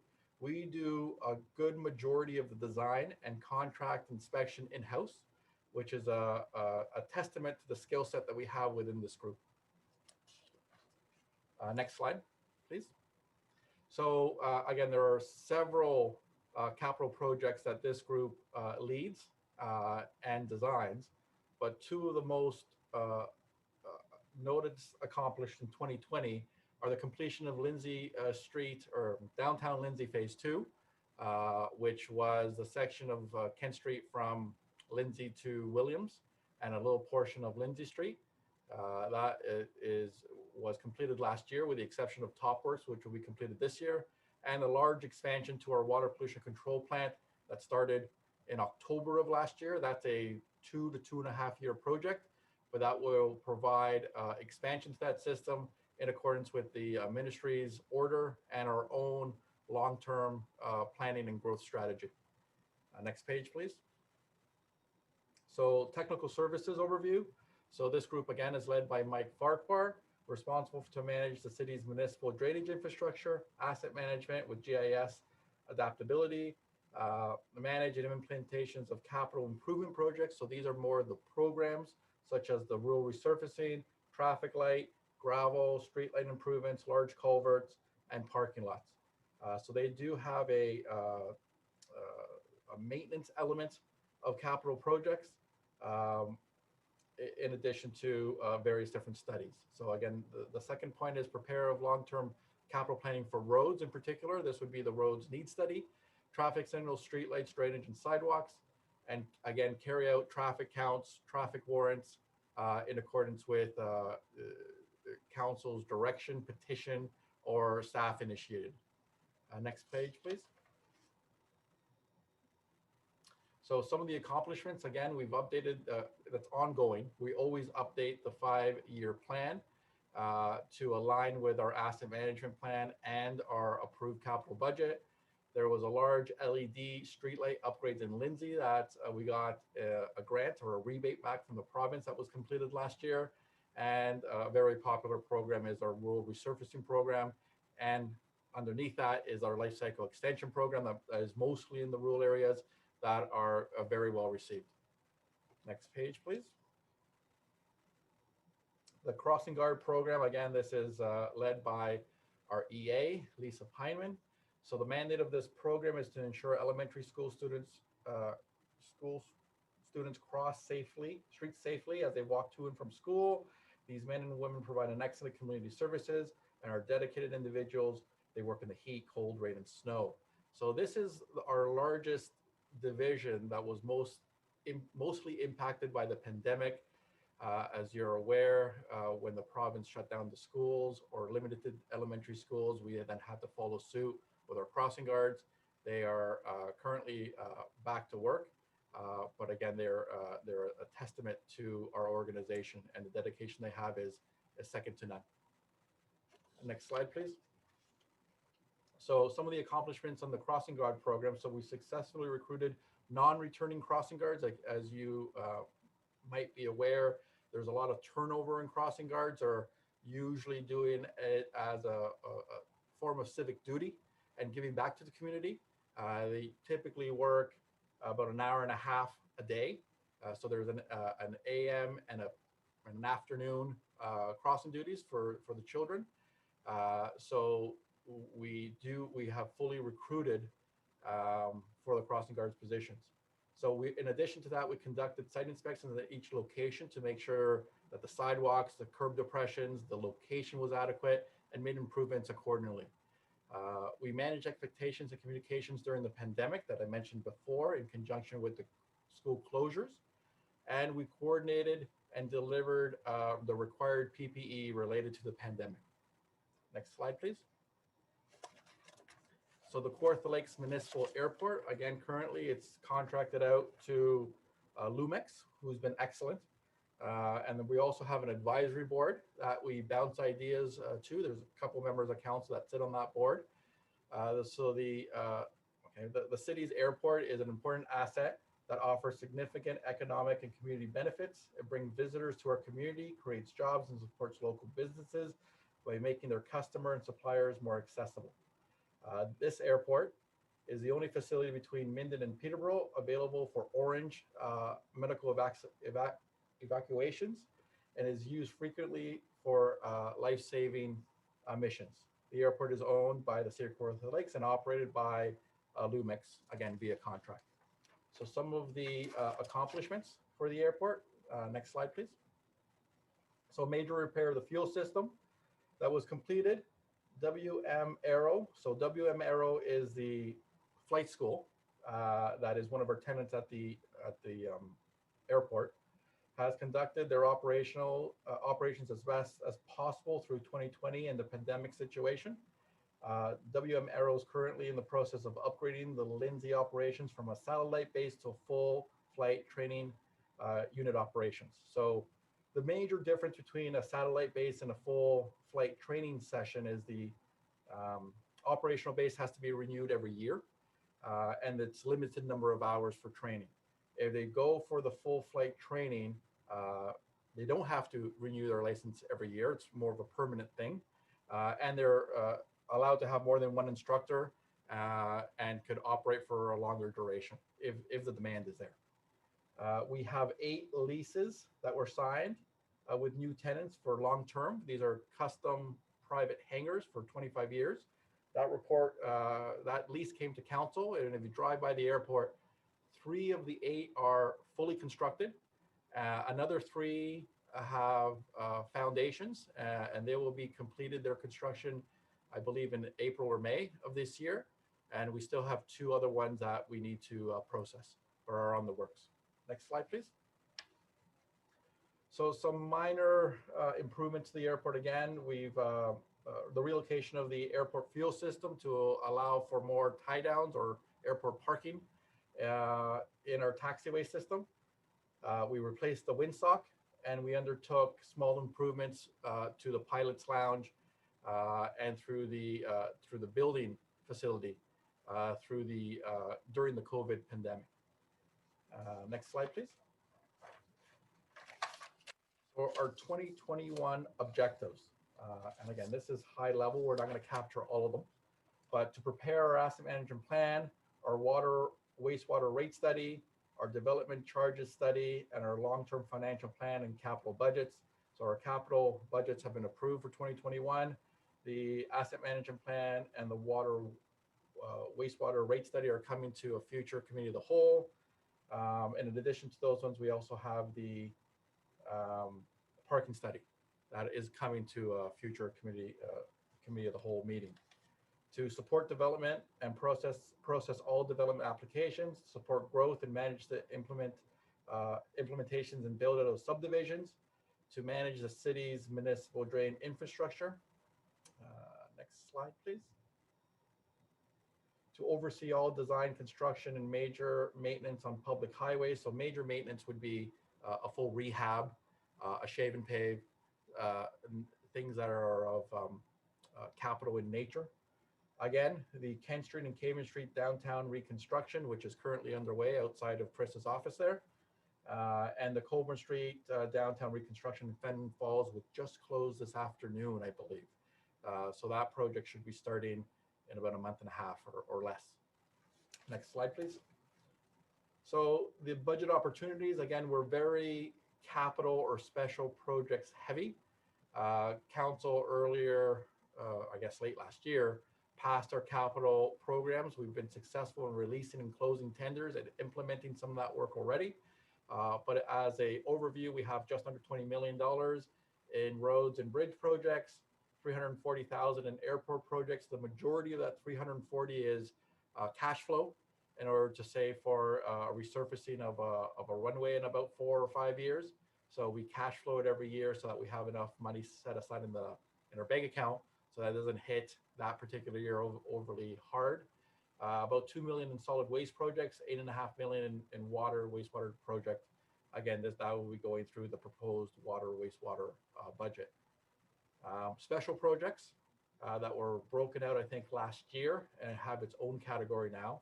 So we have 60,000 in airport obstacle limitation survey, surface survey, 15,000 for Fenland landfill closure plan, 70,000 for a geotechnical assessment of roads. So this is relatively new. We had done one about 15 years ago where we did geo samples, so soil samples on all our roads in order to determine how best to rehabilitate them. We have now exhausted that extensive list, and this is new for this year. We're hoping to, in conjunction with Public Works, assess other roads, do core samples to determine how best to tackle them in the future. That will also feed into our long-term financial plan and our roads needs study. Again, 150,000 in road needs study. We do it every 5 years. So we're going to commence that this year for hopefully inclusion in the 2022 capital program, and just under 60,000 in speed reduction. That's a multi-year program. Council had approved phase 1 last year, but due to the pandemic, it was deferred to this year. So in 2021, we'll do 2/3 instead of 1/3, 1/3, 1/3. So we'll do 2/3 in 2021 and then do the last third, hopefully, in 2022. And I think that's all I had. Next slide is the question slide. I did receive one question through council. I believe it was from Councillor Elmsley regarding page 106 of my budget book regarding sales. So just so that, again, I've answered that already, but just to reiterate, the 61,000 or 60,000 in sales is for airport fuel. So we buy and sell fuel just like a gas station, but for planes. So we had a reduction of about 60,000 in revenue, but that corresponds to, on page 107, about a $62,000 in expense. So we're not selling it, we're not buying it. So it's a wash. So hopefully that answers that one question. And that concludes the end of my presentation. And I apologize for some reason, the first 4 or 5 slides were missing. Yep, thank you for that. I appreciate it. I'll just get a motion to receive and we'll see if there's any questions. Councillor Elmsley and seconded by Councillor Richardson. Any questions for Director Rojas on either the overview or in the budget book, pages 101 to 112? Seeing none, we have a motion to receive. All in favor? That motion is passed. Thank you. Thanks, Juan. Appreciate sharing that with us, and we'll go from there. So let's do one more presentation, and then we'll take a quick 5-minute break. Let's do the fire service. Item 6.6 is Chief Pankhurst. Pretty sure he's with us. Going to give us an overview, and that's on pages 114 to 117 of the book. Great, thanks, Mr. Mayor. Thank you. Good afternoon. Go ahead. Council, everyone. Yeah, super. Yeah, so start out with department overview. A lot of this is, you've probably seen it before. It's repetitive from the last couple of years, but pleased to go through it again with you. So the fire service is responsible for providing a wide range of emergency and non-emergency services.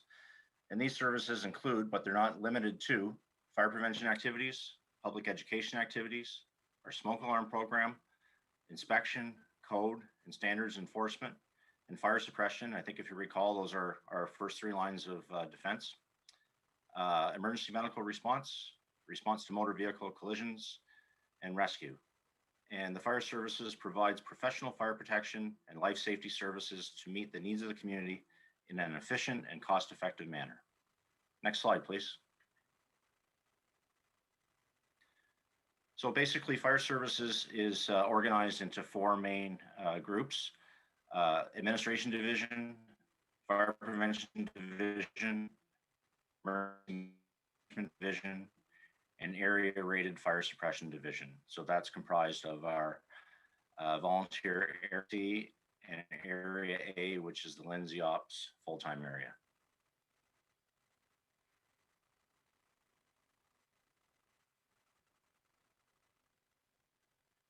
So our administration overview. So the Fire Service Administration Division provides overall leadership, direction, and planning for fire services, ensuring that department compliance to the Fire Protection and Prevention Act and the Emergency Management and Civil Protection Act.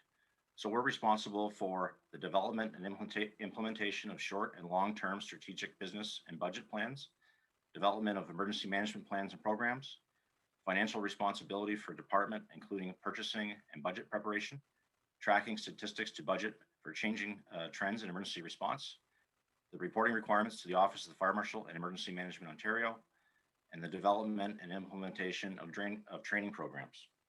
Next slide, please. So our 2020 administration accomplishments. So a tender award and groundbreaking for the Mariposa Fire Station build.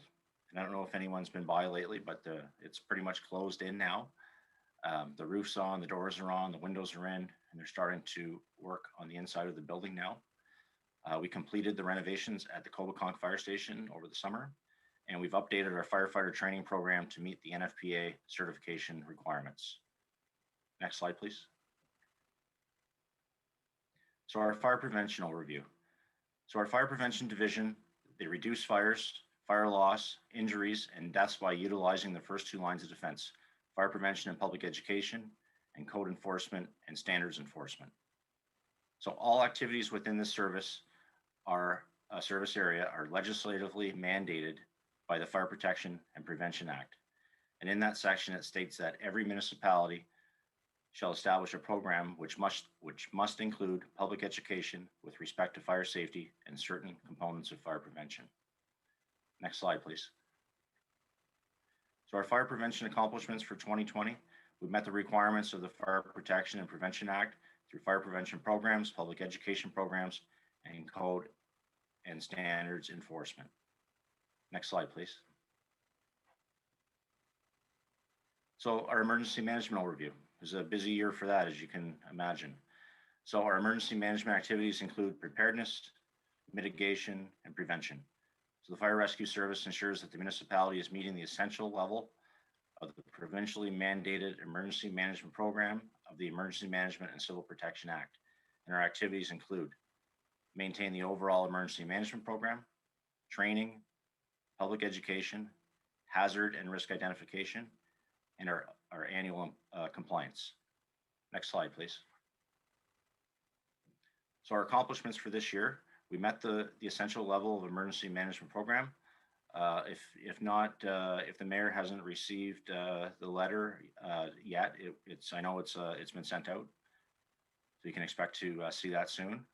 And our emergency plan was updated and presented. Plan was updated and presented and approved by council. Next slide, please.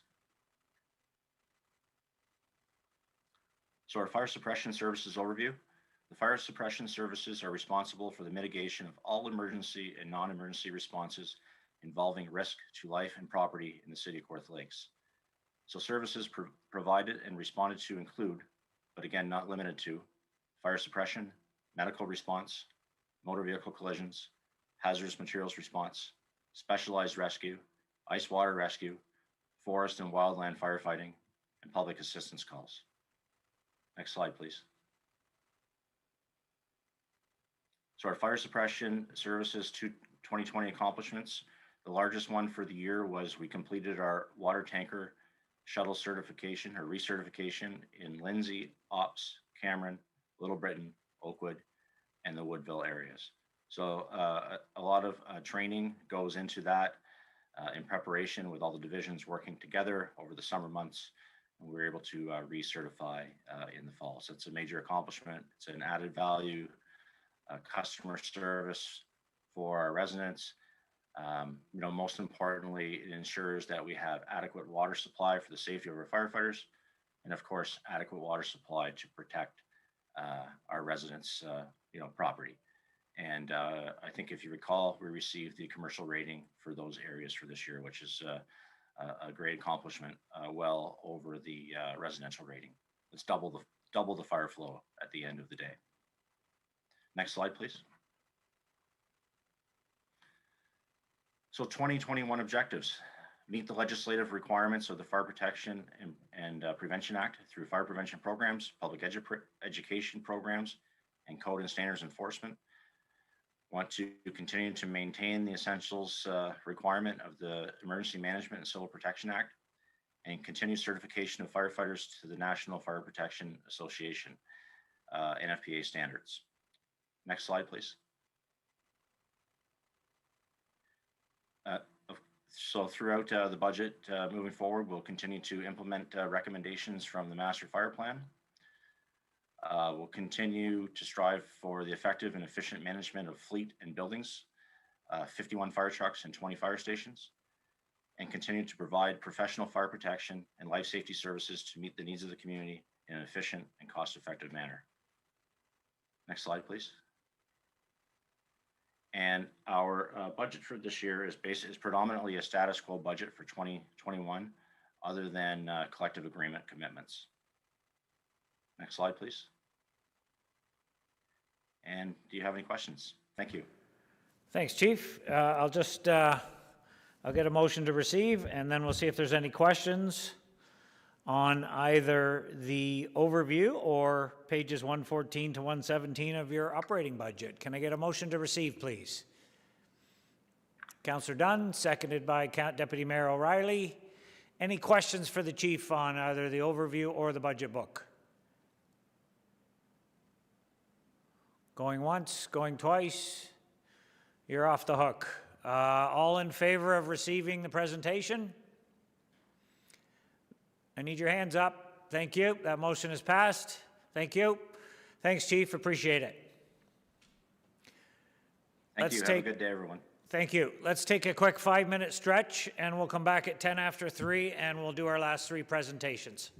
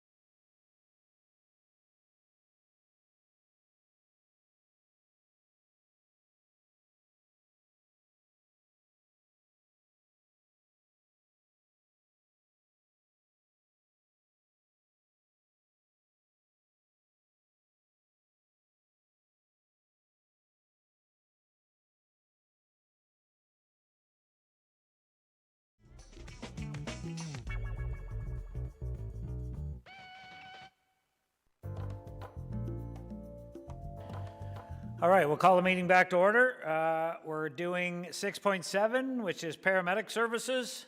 So we're going to pop that one up. Chief Mello's with us. Welcome, sir. Can you hear me Thank you, okay? Mr. Mayor. Yep, we can hear you okay. So the screen is yours. Go ahead. Fantastic. Thank you.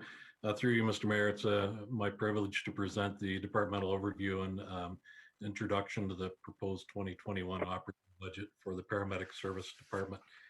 In terms of an overview, I think it's probably well known our traditional role is more in the public safety realm, and our primary mission responding to 911 calls for critical medical and injury events through the city of Kawartha Lakes. But to sort of put that in perspective, in 2020, 22,824 calls that we did throughout the city. Maybe a more meaningful number. That number includes all standby movements of vehicles, but a more meaningful number is likely the number of medical, urgent or emergent, life-threatening or urgent calls we did. And that was 11,410. So that represents an urgent or emergent call about every 46 minutes that's serviced by this department. In addition to that, we also have a responsibility of moving patients in critical or emergency situations for Ross Memorial Hospital. And finally, and I think quite importantly, is that third component of service delivery, and that's the community paramedicine programs that are continuing to grow. That program lets us be involved in a role within coordinated care in the community, keeping people safely in their homes who have complex medical needs. And by doing that, we reduce the burden on the healthcare system and long-term care system as well. And additionally, and hopefully reducing dependency on 911. So helping to slow the growth perhaps of the paramedic service in the future. Next slide, please. The department's basically broken down into three sub-departments. So administration and then operations under the management of DC Bromfeld, and professional standards under Deputy Chief Johnston. Next slide. The operations overview, basically they're responsible for ensuring that on behalf of the city, we continue to deploy our resources, the ambulances and personnel in a way that's aligned with the compliance and in compliance of provincial standards and under the direction of the council under your approved service delivery levels. They coordinate the movement of the ambulances. They manage all of our components or all aspects of logistics. So supply chain management and coordinate facility requirements with city personnel. They're also the departmental lead on many of the labor relations issues, working with our human resource department, and provide oversight to a team of frontline superintendents who are there to support the paramedics out in the field to ensure, again, service delivery within regulations. Next slide. Some of the accomplishments in 2020, and I guess probably missing and should be bolded, would first be the ability of the operations department to get us safely through COVID so far, securing the personal protective equipment that we needed and maintaining emergency services safely throughout the pandemic. They've also, in alignment with injury prevention strategy, have added new power load stretchers and power loading equipment to our fleet. We're seeing some reduction of injuries with that type of a program. They've continued on with an efficiency strategy with the fleet plan by remounting ambulances. So that's recycling the rear portion, the ambulance portion, and replacing the cab and chassis. We've embarked on a 10-year facility and resource and deployment master plan. And I'll mention that a couple of times through the presentation, but we will be looking forward to reporting to council in 2021 a review of an analysis of the projected needs for the community over the next decade and strategies to address that, to address the growth, and also to advise council on the needs into the next decade. There are also some other projects with recruiting some part-time staff to replace some open positions there. Next slide, please. The professional standards department really, they look after all aspects of service delivery to ensure, in a very, very highly regulated environment, that we continue to meet the standards of the province and through in all areas of our service delivery. So really they do that through oversight of educational development and delivery to the paramedics. They facilitate continuous quality improvement programs, and That's through chart reviews, data analysis, complaint resolution and investigation. And they also provide the oversight and the growth of our community paramedic program as well. Next slide. Some of the accomplishments for the Professional Standards Department, once again, they helped us navigate through something we've never experienced before in terms of the ever-changing direction and guidance for healthcare delivery during the pandemic. That was an incredible accomplishment. They've also done a lot of work to collaborate with public health and with RMH for paramedic service involvement in COVID response and testing very successfully. And again, through support from Ontario Health, that department has successfully recruited a second community paramedic and expanded our program to meet the needs of high intensity support dependent patients within our community. And that's been launched. We've also, in Professional Standards, has played a key role in responding to our Ministry of Health, Emergency Health Services branch service delivery review. So every 3 years, we undergo an accreditation type process. Successful completion of the process results in us continuing to have the certification to operate the paramedic service. And so this was our year. And we will be continuing that through into 2021, but the Professional Standards Department has started that process. The next slide, please.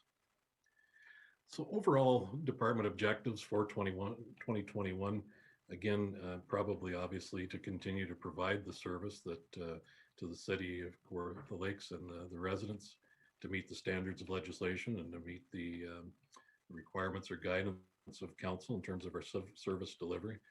Goes without saying, I suppose. Again, to successfully complete the Ministry of Health service review. As I mentioned already, we have a collective agreement to negotiate in 2021. And again, we will be reporting later in this year the results of this 10-year facility resource and deployment plan. So again, this is a plan that will analyze the future needs for our community in terms of the ambulance service or paramedic service requirements.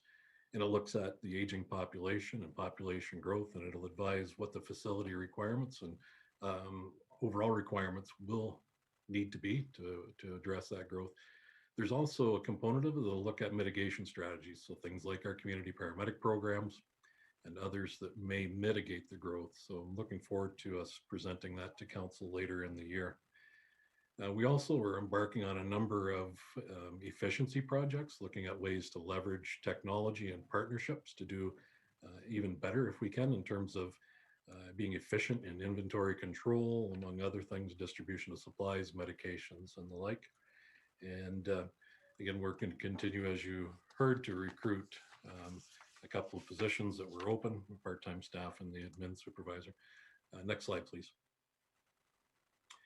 Thinking about budget opportunities, I think, and I just basically opened the door to this one in the last slide, was again, leveraging technology and partnerships and implementing lean strategies to improve efficiencies where we can, really to best situate the department or the service to meet the principles of modernization in as physically responsible way, I suppose, as we can for the future. So that's a major undertaking for 2021. And we're looking at some, recognizing we've had an increase in some of the overtime costs, we're looking at strategies to reduce those as well within this budget. Next slide.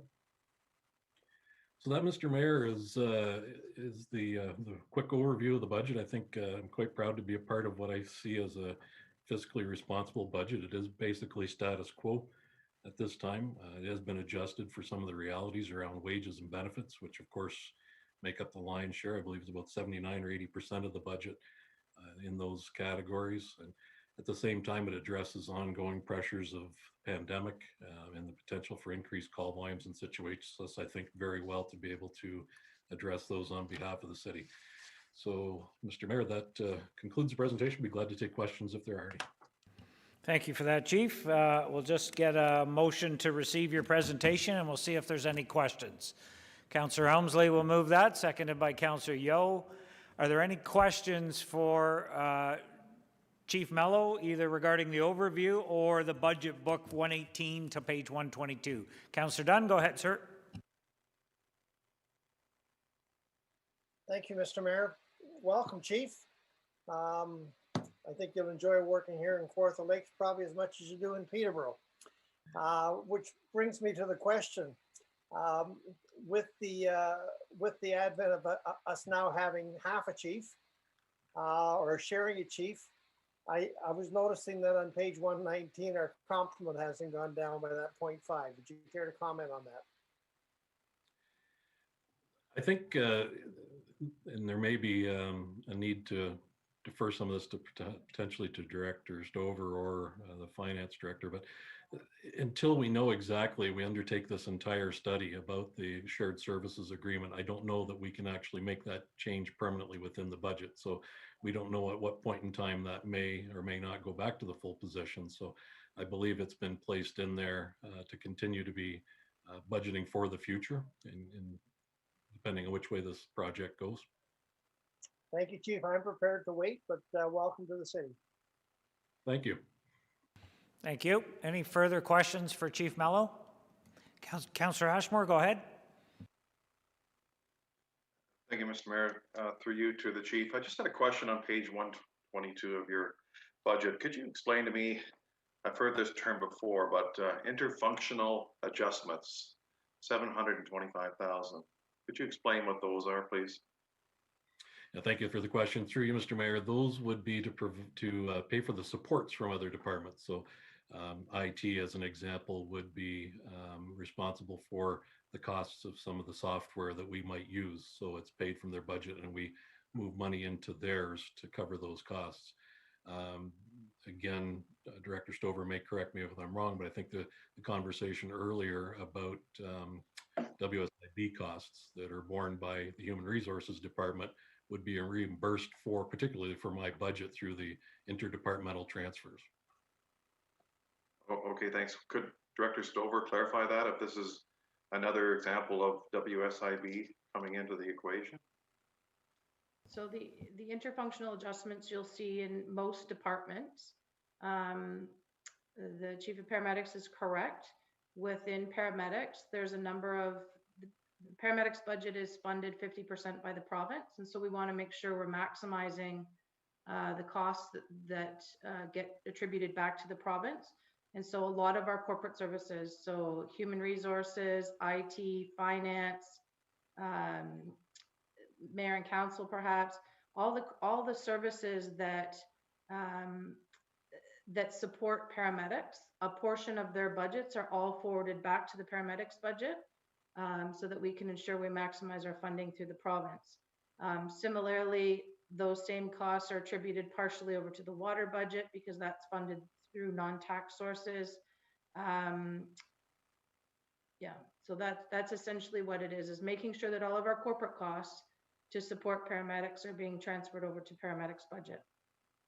And you'll see the offsetting credit in the corporate services budget or in other department budgets. Okay, thank you. Thank you for that. Any further questions for the chief regarding the overview or the budget book? Seeing none, we have a motion to receive. I'll call the question. All in favor? That motion's passed. Thanks, Chief, for joining us. Welcome to the city, and we'll talk to you soon. Thank you. Okay, we'll move down to 6.8, which is Human Services. Director Sutherland is going to give us an overview.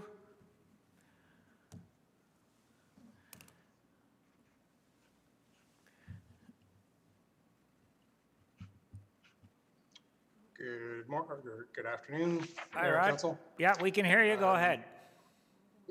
Let's wait for the Yep. the slide. Thank you.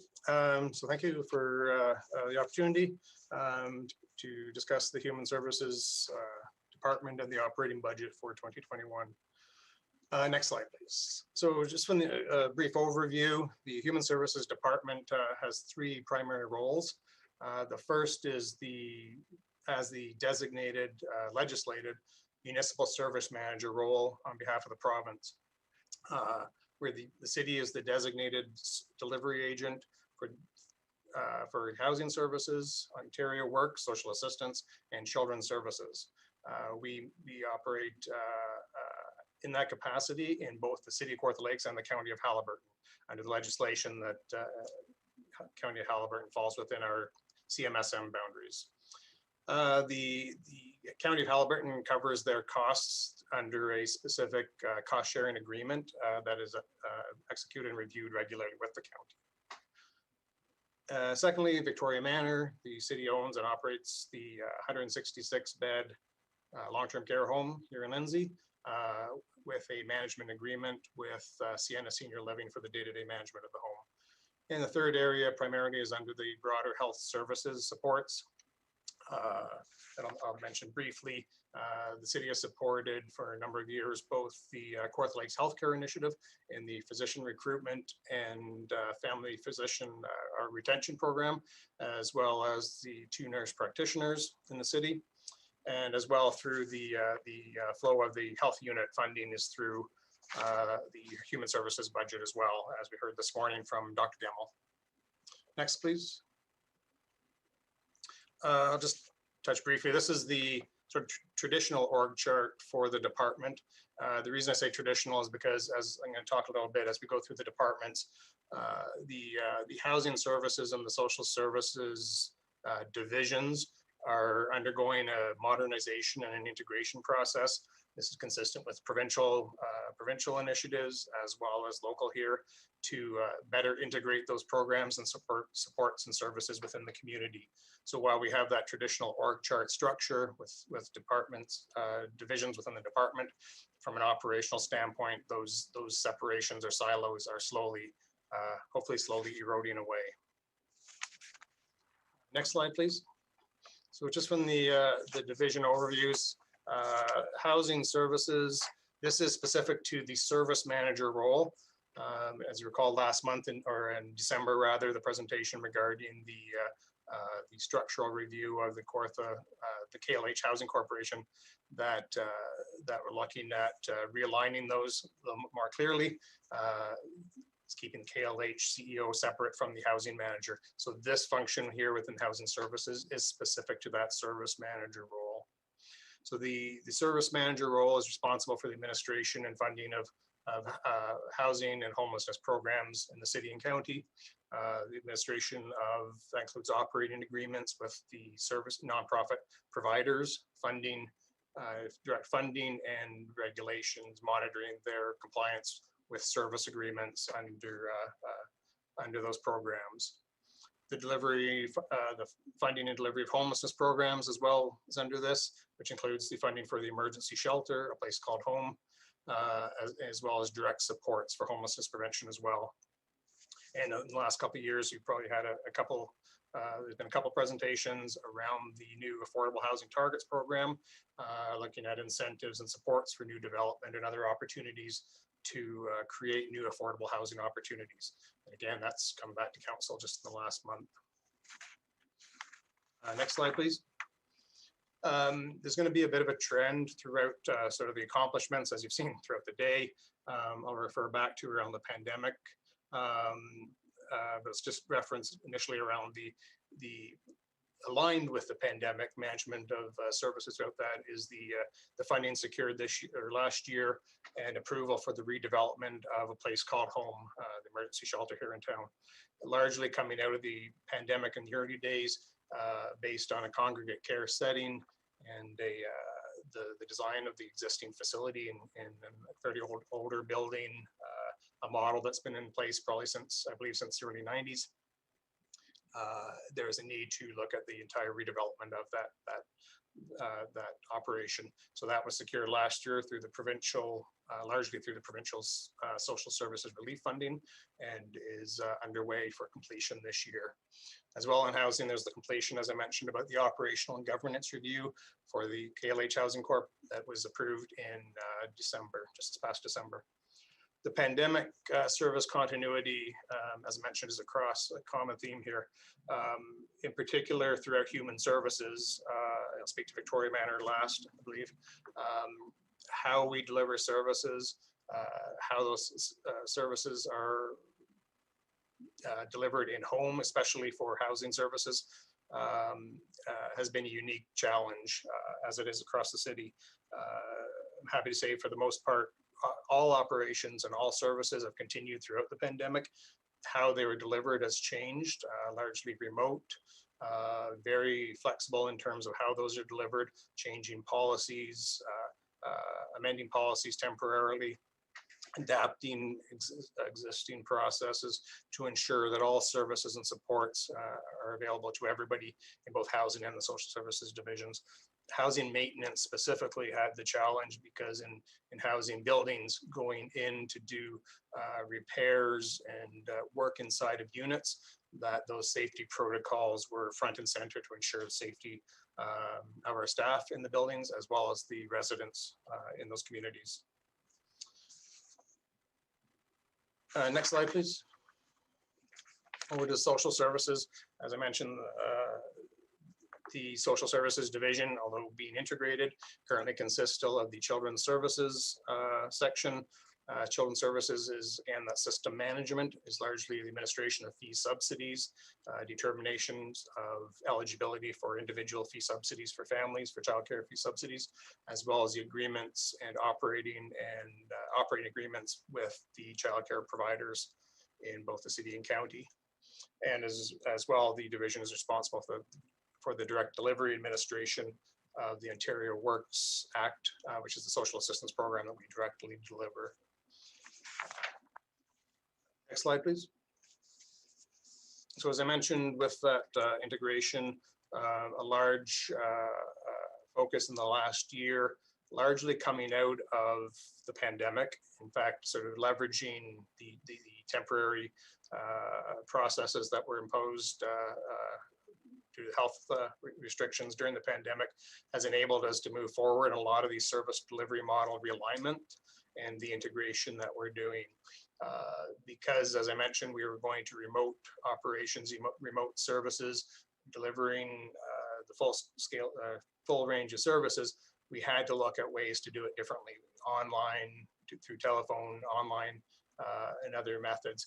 This is going towards that modernization initiative of the province of looking at ways to improve services. So it's largely been an acceleration of what a plan had been in an existing plan to modernize and align the services.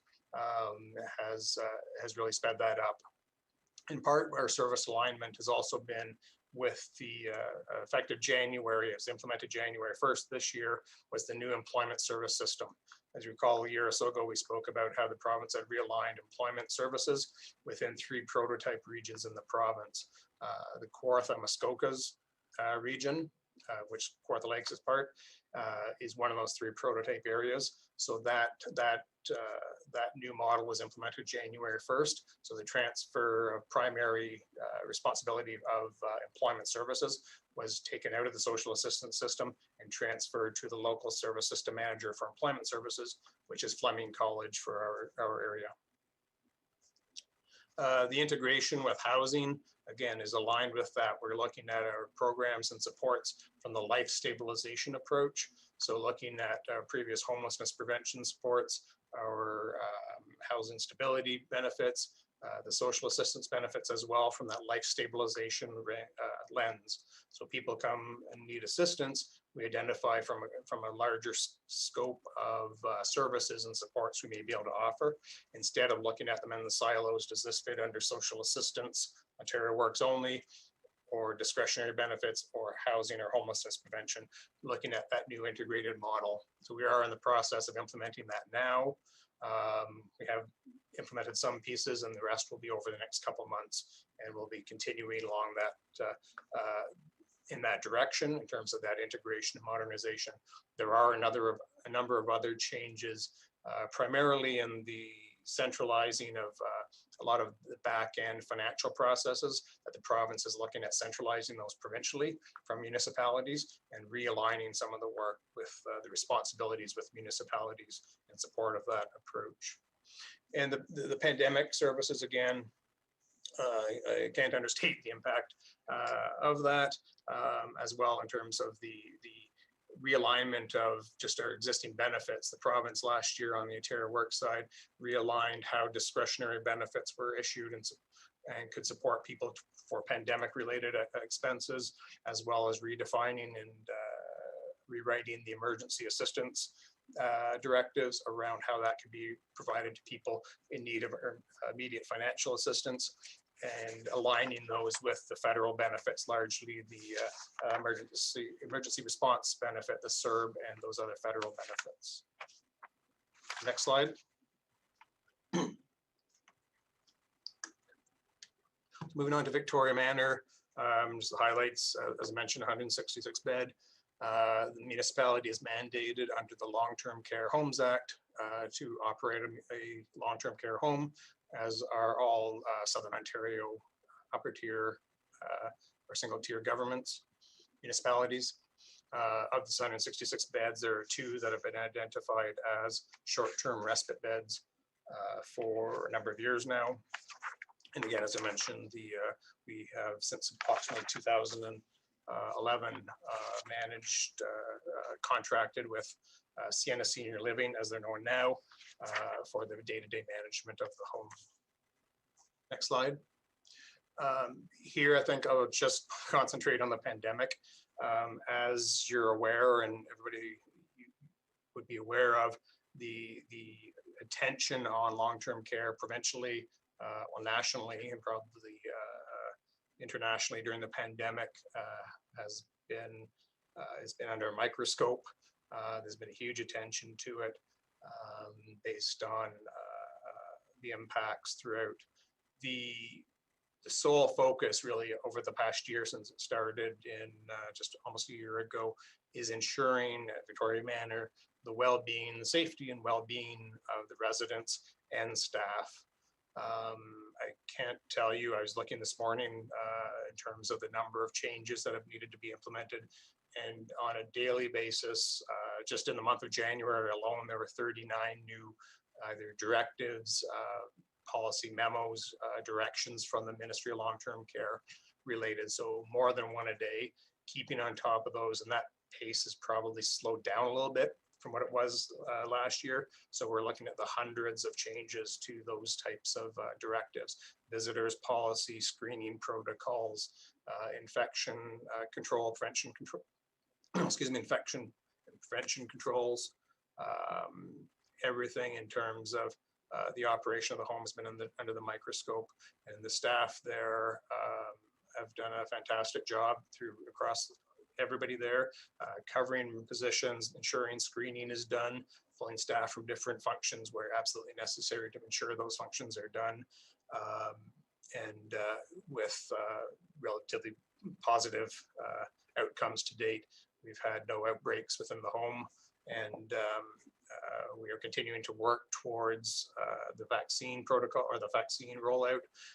Originally, I believe it was supposed to be starting this week, the vaccines for residents, and I'm not sure if that's now put off till next week, but within the next week, we're expecting the residents to all receive their first vaccines. And next slide. Just a quick highlight of, as I referenced earlier, the health programs. We heard this morning from the health unit around that. I won't try to cover off anything that Dr. Gemmell didn't. The nurse practitioner program is the city's continuously supported that program. Actually, the city initiated that program back in the early 2000s, shortly after amalgamation, and including actually absorbed the Kirkfield nurse practitioner, which was in place since the 90s, implemented by Eldon Township. The city implemented the second one to support primary health care in the community, and applied for and received funding from the Ministry of Health through, it's called the underserved program area at that time, to create the second position. Since that time, we contracted, we did a transfer agreement in the late 2000s to the Victorian Order of Nurses for them to administer that on the city's behalf. The nurse practitioner funding is approximately 107,765, and there's no change in that for 2020. And thirdly, the doctor recruitment and retention program through the healthcare initiative. As we heard their presentation this morning, I'll just point out, as referenced by their chair, the additional funding that was added, I believe 2 years ago, the education program is currently still in the proposed 2021 budget. And was in the 2020 budget. Due to the pandemic, we didn't flow that to them because they had it on hold, but it is included in the 2021 budget as it's presented right now. And next slide. For 2021 overall for the department, we're hoping across the board, as is mentioned in other departments as well, that we're able to soon move into the recovery efforts. Very much still in the response mode, in particular Victoria Manor, and hoping to continue that, building on the progress and success to date, and to be able to move into recovery and see what that looks like going forward. The stabilization of services, in the service realignment and integration, we want to continue that focus when the housing and social services divisions, as well as the modernization initiatives. As I said, it's building on the temporary protocols put in place during the pandemic. There's a new working group that's just started with the province, with the Deputy Minister of Ministry, Community, Children, Community and Social Services, that is looking to implement that on a fairly accelerated time frame. And like I said, there should be more information coming out on that soon from the ministry. And as well, continuing with the implementation as approved in December on the implementation of the KLH governance and operational review recommendations. There's a number of recommendations there that were tasked to the CAO, which our department will be supporting in conjunction with him. And next slide. On the budget opportunities, primarily in the Housing and Social Services Division is primarily status quo. There's not significant changes there. In the Ontario Works delivery, there was, the CAO made reference when he was referring to the internal allocations. In the Ontario Works delivery section of the social services budget, that transfer of the employment services responsibility to the new employment provider was a loss of $800,000 in revenues, and there's a corresponding reduction in the expenses in that area of $800,000 approximately as well. So that loss in revenue is loss of the expense as well associated with it. In children's services, there had originally been an increase that was a result of the changes to the child care administration funding formula that will require a 50-50 cost share, municipal cost share. Would have increased the budget there by I think it was around 150,000. Just a week or two ago, actually about 2 weeks ago, I think, we received confirmation from the ministry that they are giving a one-time transitional grant for 2021 to offset that increase, so that there's no net impact for this year. That will be, could have an impact for 2022 budget then. It doesn't reduce our costs, but it just offsets what our increase would have been for that section. The largest impact for the 2021 budget is Victoria Manor. As you'll see in the document that there's an increase, a significant increase there, largely related to the pandemic. There's so many unknowns regarding the pandemic and the Ministry of Long-Term Care's funding. In essence, I would look at this more as hopefully a worst case scenario. We have included a number of additions there when the detailed budget was reviewed by the Committee of Management, looking at additional staff resources or hours increased in the area of nursing, screening, pandemic supplies and supports. Sorry, the screen went off. That counts for that increase. We are anticipating and are likely to receive additional ministry funding, but that funding has been on through individual allocations. It is not expected. We do not know at this point exactly what that will be. Just last week, we did receive notification of one funding increase, and so we do expect some additional funding this year that will hopefully reduce that net impact throughout the year.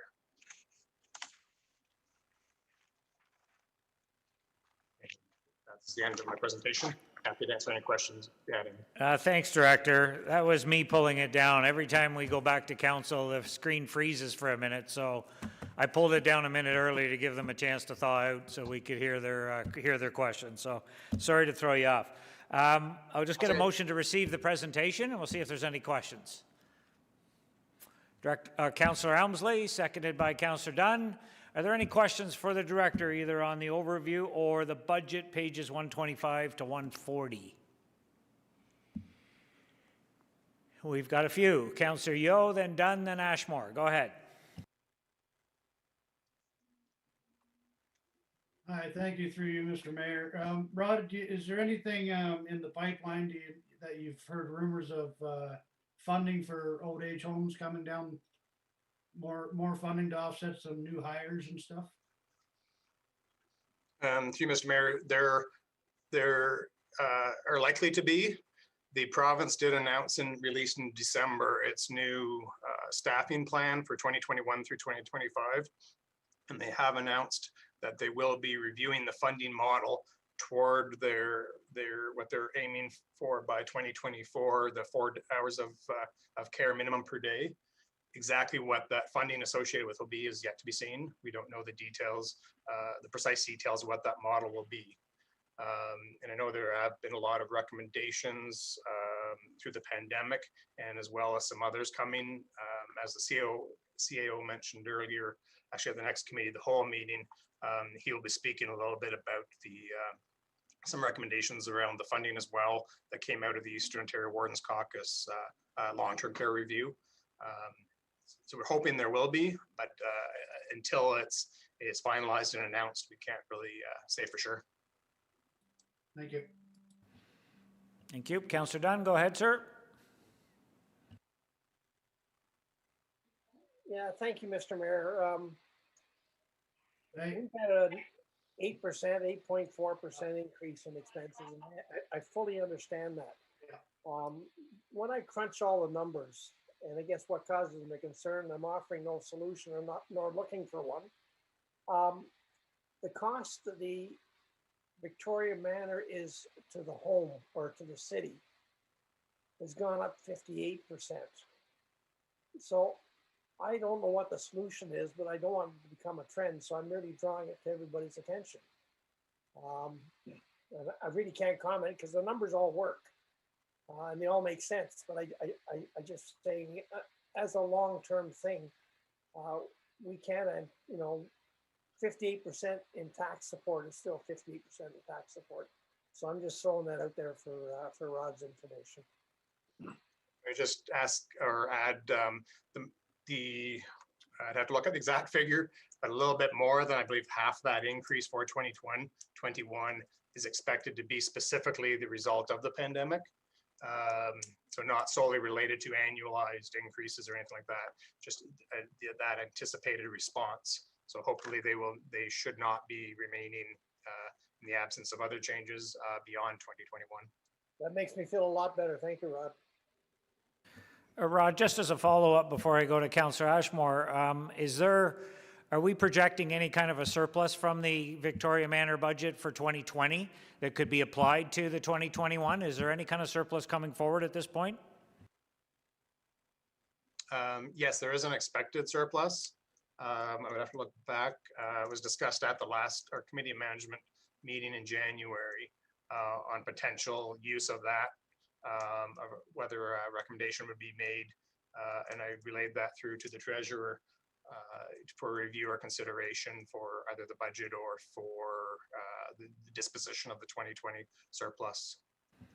Can we have that information available to council for February 16th, just so we have the whole picture, please? Thank you. Councillor Ashmore, you had a question? Go ahead.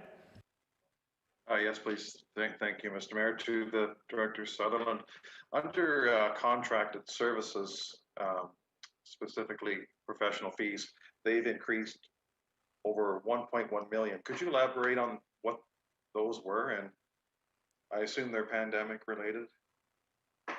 Through you, Mr. Mayor, the way the Victoria Manor budget is entered in the city system, JDE, is virtually all related to the increase at Victoria Manor. Because the Victoria Manor is managed by Sienna Senior Living, the financial pieces are done through their financial system. So we get the detailed budget, but it's put into one line in the city budget, all under that contracted services, just for ease of recording. So that net increase is primarily the bottom line increase from Victoria Manor, or the increase in the gross expenses under Victoria Manor. Which is, sorry, I'll just have to pull it up here. The gross expense increase for Victoria Manor is 1.15 million.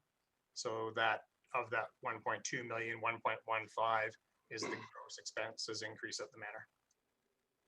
So is Sienna billing us for that extra cost that they've incurred, the over 1 million, or are they not applying for grants or help from provincial or federal government? So they're just passing it on to us, are they, in other words? Well, they're managing that on our behalf. That we're receiving all the provincial funding, the subsidy, but the overall budget for the manor, gross expenses is just under 15 million for next year, for this year, for 2021, 14.89 million, and we receive in total the $12.5 million in revenues. So that is the provincial revenue. They're just managing those finances on our behalf. We're not paid them directly for that. They're just managing the subsidy on our behalf and our expenses. Okay, thanks. Deputy Mayor O'Reilly, go ahead. Thank you, Mr. Mayor, through you to Rod. Rod, is there any more update on lately on the provinces suggesting that we got to upgrade B homes to a higher level? I know there's lots of I don't know how much money anybody has these days with the result of COVID and many other things, but is there any update on that? Actually, the February 9th committee of the whole meeting next week, presenting an update on that specific topic, just on the current status of that, on the application process, and just where the province is with that strategy. There's no impact either way for the 2021 budget, but I'll be just finalizing that for presentation next Tuesday. Thanks for that, and I'll wait for the update. Quick question I have, Rod. On page 127, the org chart, we made a decision at council about splitting the manager of housing into a couple of departments there. So is that not being implemented this year? Or if it is, where would it be on the org chart? Or is that a future decision that's being made? To you, Mr. Mayor, yes, it will be on the org chart. It has not been updated yet based on the timing. That approval was in December.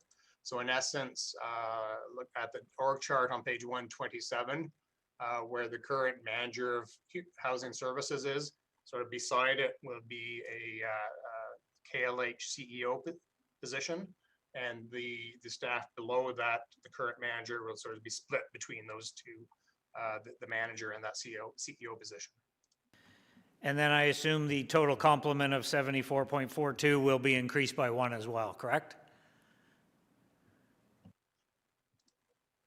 By that, yes. And actually that 74 is actually slightly less than that now, because there were some through 2020.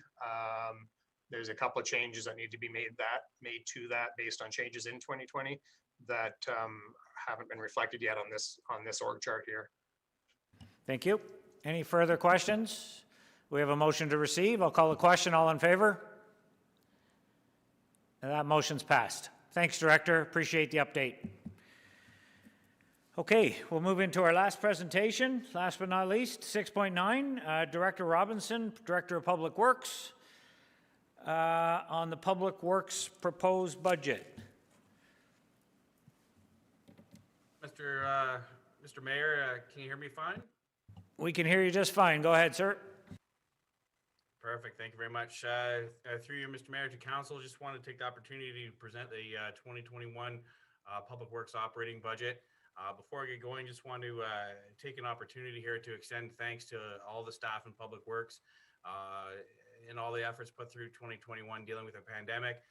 As you're aware, we're very front-facing, public-driven, and visible department within the city, and I know that our staff went above and beyond to ensure that we can deliver services through 2020 in an effective manner, recognizing the pandemic. So just wanted to take that opportunity before I got going.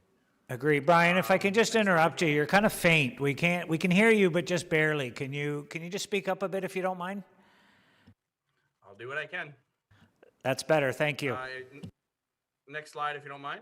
So Public Works Department is responsible to lead, administrate, manage, and implement delivery services for operational divisions. So from a Public Works perspective, we deal with water, wastewater as one division, solid waste, fleet, transit, and roads operations. Obviously, we have a strong focus on public safety, environmental compliance, customer service, legislative compliance, and fiscal responsibility. And one other department that really is not labeled independently on here is our administrative group that helps support all those divisions on a regular basis. So next slide, if you don't mind. Our organizational chart, again, roads, transit, waste management, fleet services are all tax-based services with funding from that group. Our water and wastewater operations group obviously is related to our user rate to support funding of that group. The water wastewater operations, there will be a more formal presentation coming forward on the 16th related to that group. So I will discuss at a high level here, but there'll be more information coming forward in future days. Next slide. So our administrative group, really within our org chart, is really just the executive assistant and myself. However, indirectly, there are 9 direct reports to the executive assistant supporting all those groups, solid waste, roads, water, wastewater divisions. The 2 other divisions, transit and fleet, the AAs report to that respective manager. So that group is responsible for financial oversight, process improvement, customer service. They do handle payroll, all those areas to keep our department running smoothly. Next. So 2020 accomplishments. Again, we supported our waste division transitioning to EDRMS. For those that aren't aware of the acronym, it's the Electronic Document Records Management System. So that's transferring all of our records into electronic files into SharePoint. Timely completion of the 2021 budget, noting all the challenges and stresses going on with the pandemic during the time. Management of vacancies. We had a very challenging year with staff, with retirees and vacancies within that group. Throughout the course of the year, the EA was forced to onboard 7 admin staff, which is extremely time consuming and demanding on that group. Adaptive customer service response to the pandemic, and then balancing and adapting office availability for staff. So we were at one point shuffling staff around from building to building, scheduling them on half days in order to get them in to do work. So definitely a challenge through 2020. Next slide. Our waste management division, again, responsible for the oversight of our landfill operations. We have 5 active, 11 closed landfills.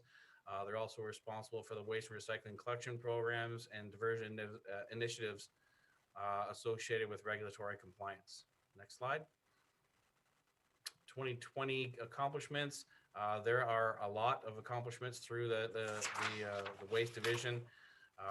If we take a look at the launching Jump In, the educational program for reduce, reuse, and then recognize education. Adapting to maintain waste services. So it was one of the only divisions in the city that didn't shut down at all. There was a period of time where we didn't have public interaction, but the contractual services and work at our landfills continued on throughout the entire pandemic. Successful year in 2020, diverting 4,635 mattresses, which is over 100 tons of material from our landfills to be recycled. Transition of the tires to user responsibility, again, significant diversion from our landfills. The C&D program was piloted and then adopted into a full program in 2020. There was 267 tons diverted. Expecting those numbers to see significant increases through 2021. About 5,000 tons of leaf and yard waste was also collected and diverted from landfills. And then we implemented the weekly waste tips in our communication program as well to continue that education outreach. Next slide. Public Works Roads. They are responsible for the day-to-day operation of our roads, bridges, sidewalks, storm infrastructure, traffic signals, street lights, also accountable for locates, a number of other operational programs within the city. Next slide.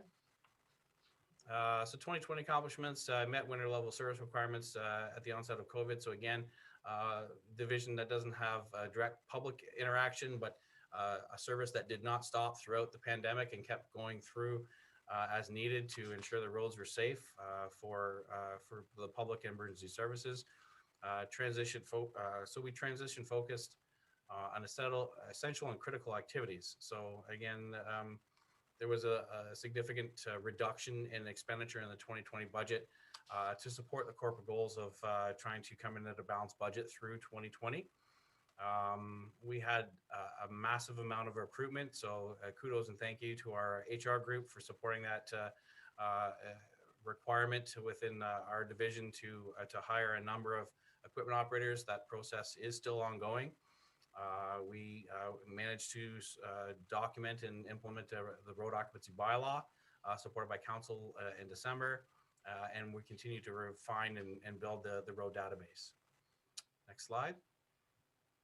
So transit, again, providing safe, responsible service. That includes both traditional transit and our limo, which is the Lindsay Mobility specialized transit services, and adapting that through the process last year as well, where we shut down for a very brief period of time and then started to provide on-demand service to meet customer service requirements. And then when the capabilities started, we expand that service. So through next slide. So 2020 accomplishments, again, kind of indicated before, we adapted the service and transitioned to accommodate medical emergency and frontline passengers at the onset of COVID. That's to ensure that the residents and essential services can get where they need to be. The transit group, again, installed some barriers within the buses to ensure that transit drivers were safe in their operation. Transitioned to specialized transit from March to June. We also hosted a federal government announcement for the ICPI grant in the latter part of 2020 as well. Next slide. Fleet, again, responsible for all of our non-emergency fleet equipment, procurement, operation, maintenance, fueling. So they provide a range of overview of over 300 pieces of equipment controlled through fleet. Next slide. 2020 accomplishments, prompt reaction to COVID to establish mobile repair capability. So that was a mobile truck to go out and address and deal with downtime of equipment. Designed and implemented barriers in concert and cooperation with our health and safety department so that we could adapt to carry multiple passengers in our crew cab vehicles. It's effectively a barrier from the front seat to the back seat so we can carry 2 people instead of the limit of 1, which has made a massive impact to the group to be able to continue to provide services. Again, administration of the fleet services review. So that was a grant that we received through the modernization program to take a look at our fleet across the municipality, including fire, police, and paramedics. We did, all things considered, we were able to manage to meet the service requirements for our plow trucks while managing staff shortages there as well. At one point, we're a couple mechanics down to manage that business. Next slide. Again, our water wastewater division responsible for operation of our 21 water systems, 6 wastewater systems. Includes all the vertical infrastructure, being pumping stations, treatment facilities, and so on, and all the horizontal infrastructure, piping, valving, et cetera, et cetera. Also, within water wastewater, program includes adherence requirements to the DWQMS, which is the Drinking Water Quality Management Standard. Our bulk water systems, sewer charge agreements, and then council recently implemented a new backwater valve subsidy program which will be putting pressures onto our group into 2021. Next slide. So 2021 accomplishments, the septage disposal rate structure was reviewed by council with direction to move forward on how to handle that program and those associated rates. Successfully maintain our accreditation for our quality management system. Operation contract tender provided by council. So that is the renewal of the contract, or a re-award of the contract, I guess, that was awarded to Aqua. We reviewed backwater valve subsidy program. Again, that's as mentioned, adopted by council. And there was a significant undertaking to review our existing SCADA. That's the electronic system in the background that controls and monitors all the data and record information of our drinking water and wastewater systems. So that plan will then go into review for future capital works. Next slide. So 2021 objectives, I didn't break this into individual departments. I have this kind of looped as a group as a department. So we want to continue service delivery and manage impacts of the pandemic. So again, we have noted challenges within our group, and we need to continue to find ways to effectively deliver the services as requested from council. We have several more EDRMS transitions to happen, fleet transit, water, wastewater, and roads in 2021, which is going to be time consuming and challenging for our group to allocate resources for.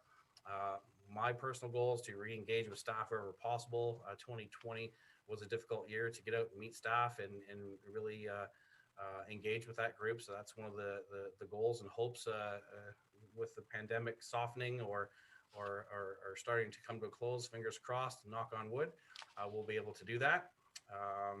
We continue service level evaluations. So council's provided some direction to look at service levels for sidewalks. We want to review our service levels for winter control and other activities on recommendation from our insurance management group and bring those recommendations back to council. Within waste, we're going to focus on diversion.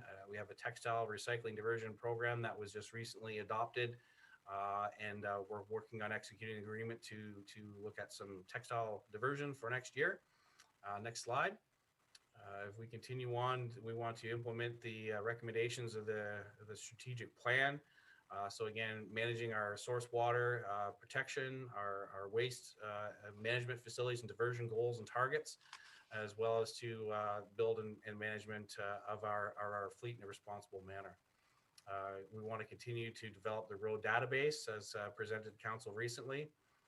Support and development our city's business continuity plan. Public Works has probably the largest component of the business continuity plan from an operational perspective.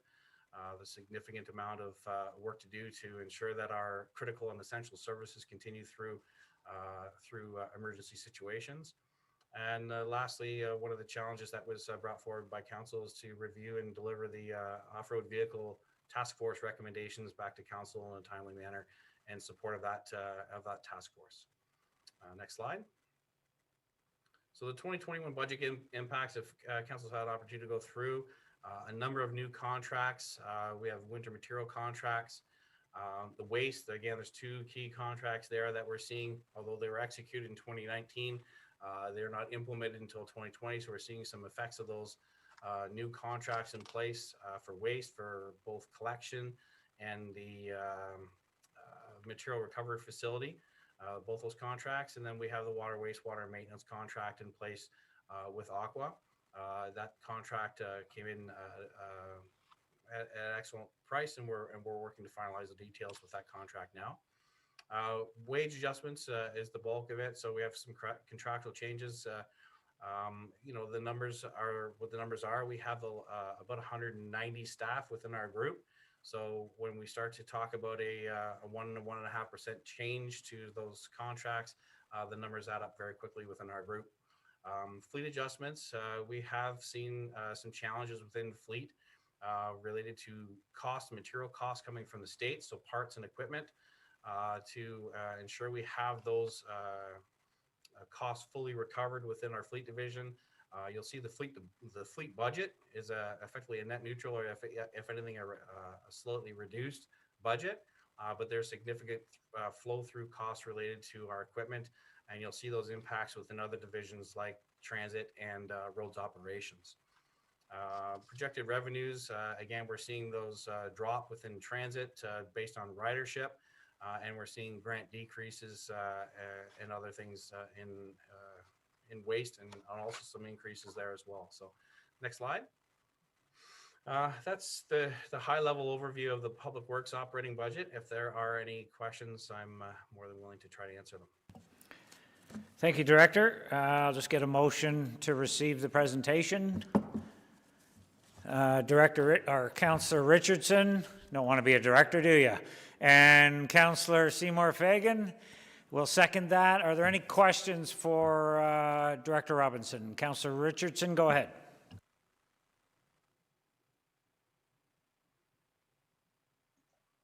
Thank you, and through you. Yes, thanks for the report today, Brian. And also, as you did mention, we do want to thank our guys and gals out there on their day-to-day operations through COVID, and keeping our residents up to date and getting things done. So we do appreciate that. I just have two quick questions. On page 142, the delivery of winter contract operations in accordance with council direction, enhanced service pilot for 2020 and 2021 winter. So technically we're halfway through that. How do you feel that's going? So through you, Councillor, to the Mayor, or through Mr. Mayor to the Councillor as a whole, from my perspective, the enhanced service pilot is specifically around winter maintenance of sidewalks. So what Council's asked us to do is to reapply the same sidewalk maintenance that we would provide anywhere else on downtown. It's run smooth for the most part. I haven't heard any negative feedback from the local businesses or shops. We're able to do that with services within our existing group. So I think it's working well. I think you heard from the BIA earlier today that they've been happy with that service provided as well. Great, what we'll do is we'll come back to council in the spring with a roundup and summary of that as requested in a report, and really identify for council what the cost impacts are to budget to continue that service. Great, thank you. And then I guess my second question is the increase in the general contracted services and in the environmental contract services. There's significant increase in both of those. Do you want to give any specifics on those services that we're moving forward with? Sorry, absolutely. Through Mr. Mayor, to yourself and to council, the focus is on contracted services. There's some larger numbers within there. So I did provide some summary in the written documents as well, but the primary increases there, there's two within waste. So if you look at the material recovery facility and the contracted increases there, as well as the Miller Waste Collection curbside collection contract, those combined for over $1 million in contractual cost increases. There are some offsets within waste to bring that number down to about $900,000 in waste. If you look at other contracted increases, there's material and parts within fleet. So when you look at that roll up as a departmental, we do have some increased contract materials within winter control. We have a new salt and sand contract that was implemented this year. As mentioned, there was a lot of pressures within winter control. We're looking at controlling those costs in the future with that reserve budget, where we're looking to transfer some of the increases, or sorry, the overage. I guess it's not overage. It would be the residual balance from last year that wasn't spent, shifted into a reserve so that we can control future fluctuations in that budget. So those are some of the highlights. If there are challenges or interesting council to hear more, those kind of the minor changes that make up that bigger balance, we can go through that as they wish. Thank you. Thank you. Any further questions for the director on either the overview or the budget book, pages 141 to 158? Seeing none, we have a motion to receive. We'll call the question. All in favor? That motion has passed. Thank you, Director. Appreciate the overview. So a couple of things. That is it for our presentations. Councillor Yeo, I'm going to put you on the spot here. You had requested a memo. It is a bit time sensitive and it is a budget request. So I'm just wondering if you would consider, rather than going through the memo, because we're a little late for this committee of the whole, why don't we do it as a budget decision unit for February 16th? Do you want to give council just a 2-minute quick overview of what your request is, and then your paperwork can catch up for our agenda on the 16th and give council a little bit more history of the request. So I think this is a better venue at budget, because it is a budget decision for 2021. So go ahead. Okay, thank you for that, Mr. Mayor, and through you. As council will recall, at capital budget time, I was trying to request that that the reserve that the city is committed to for the Coboconk Wellness Center, that we could draw on that. And I was told at that time that it probably wasn't the right time to do it and it should come to council in a memo. So I prepared a memo, and now, right or wrong, I'm being kind of persuaded to make it a budget item now, which I tried to in October. So seeing that's the flavor of the day, then I would like to make it a decision unit to forward about, I think it's $126,000 of our commitment this year, so they can get the groundwork done.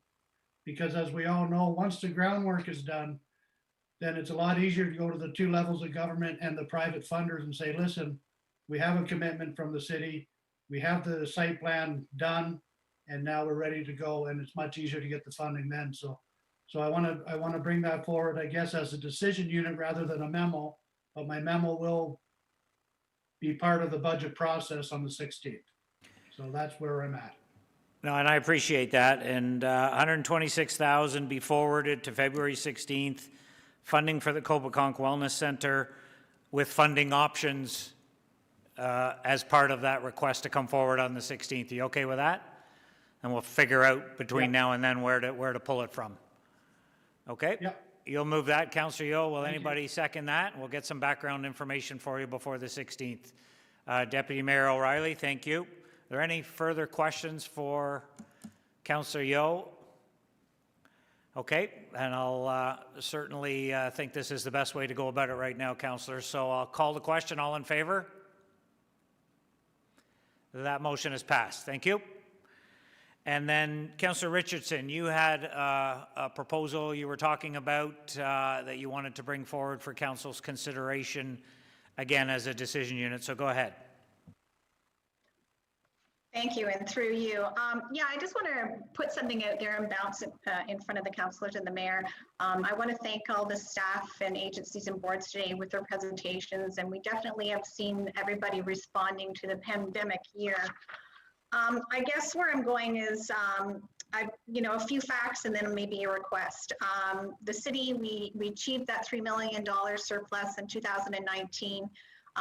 We allocated $2.2 million to support community and economic recovery, which leaves us about $780,000 left in that. We've seen loss in revenues in some of our recreational facilities. We've seen decision unit requests today. We've seen budget decreases in agencies.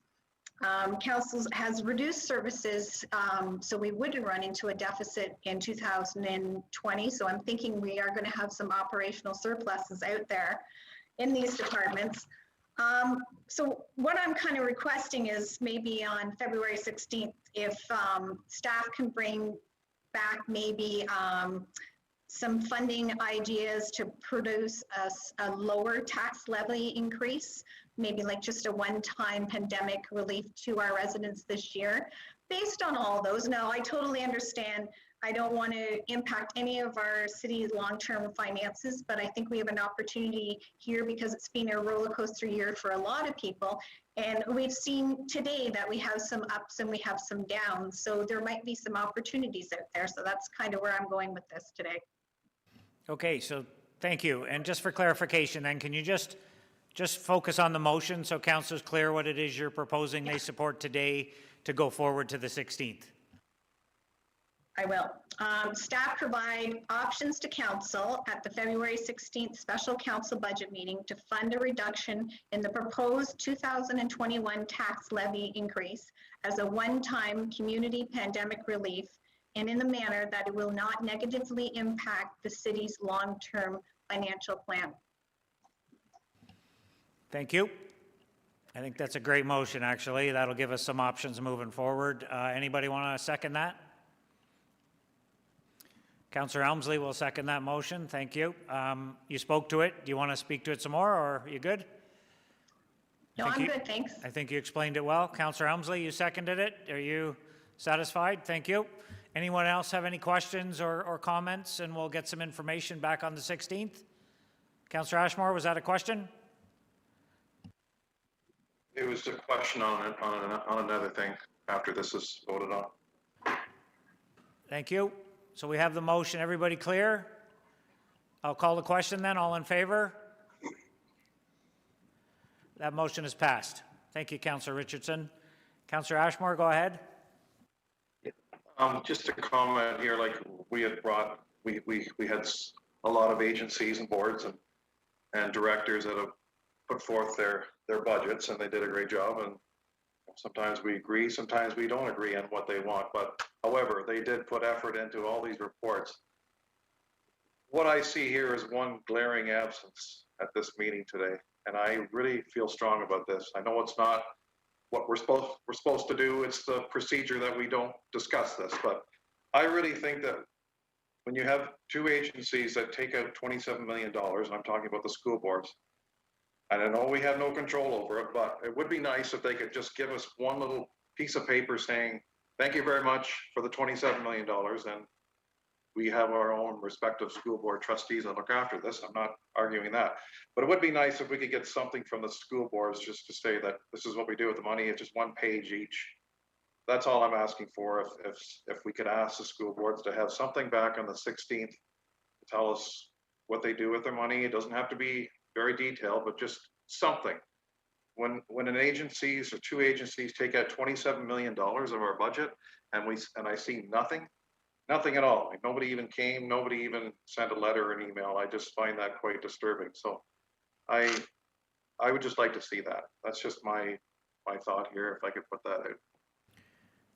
Well, we can certainly request. I think we have to be reminded that it's not our money. It's we collect the money, the portion of the taxes on the school board's behalf, and send it through to them. It is our money, though.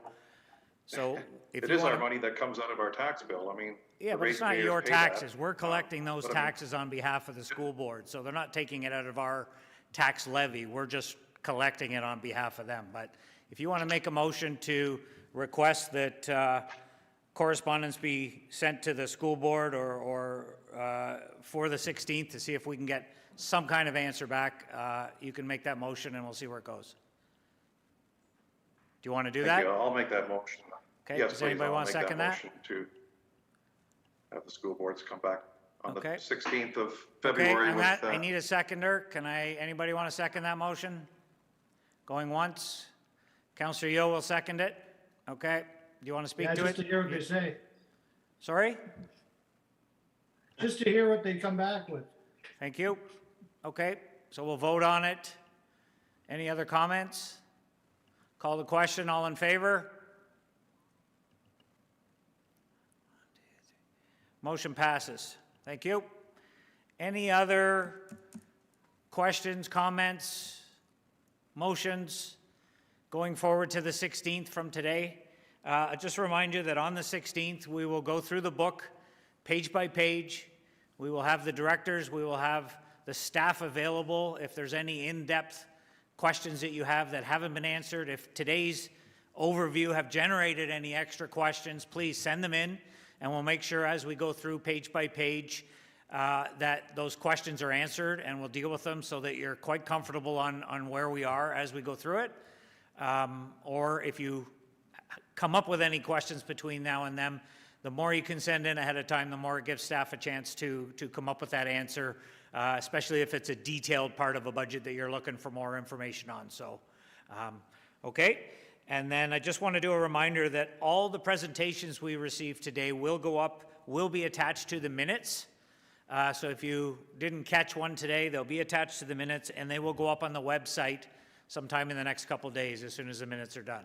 So they'll all be attached to the minutes for public viewing if you want to follow up, or if you get a call from a resident who wants to follow up, let them know that as well.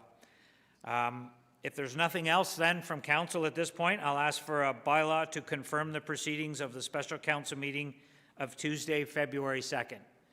Councillor Elmsley, you'll move that. Thank you. Councillor Yeo, you'll second that. All in favor? That motion is passed. Thank you. And then we have a motion to adjourn. Can I get a motion to adjourn, please? Councillor Yeo, seconded by Councillor Ashmore. All in favor?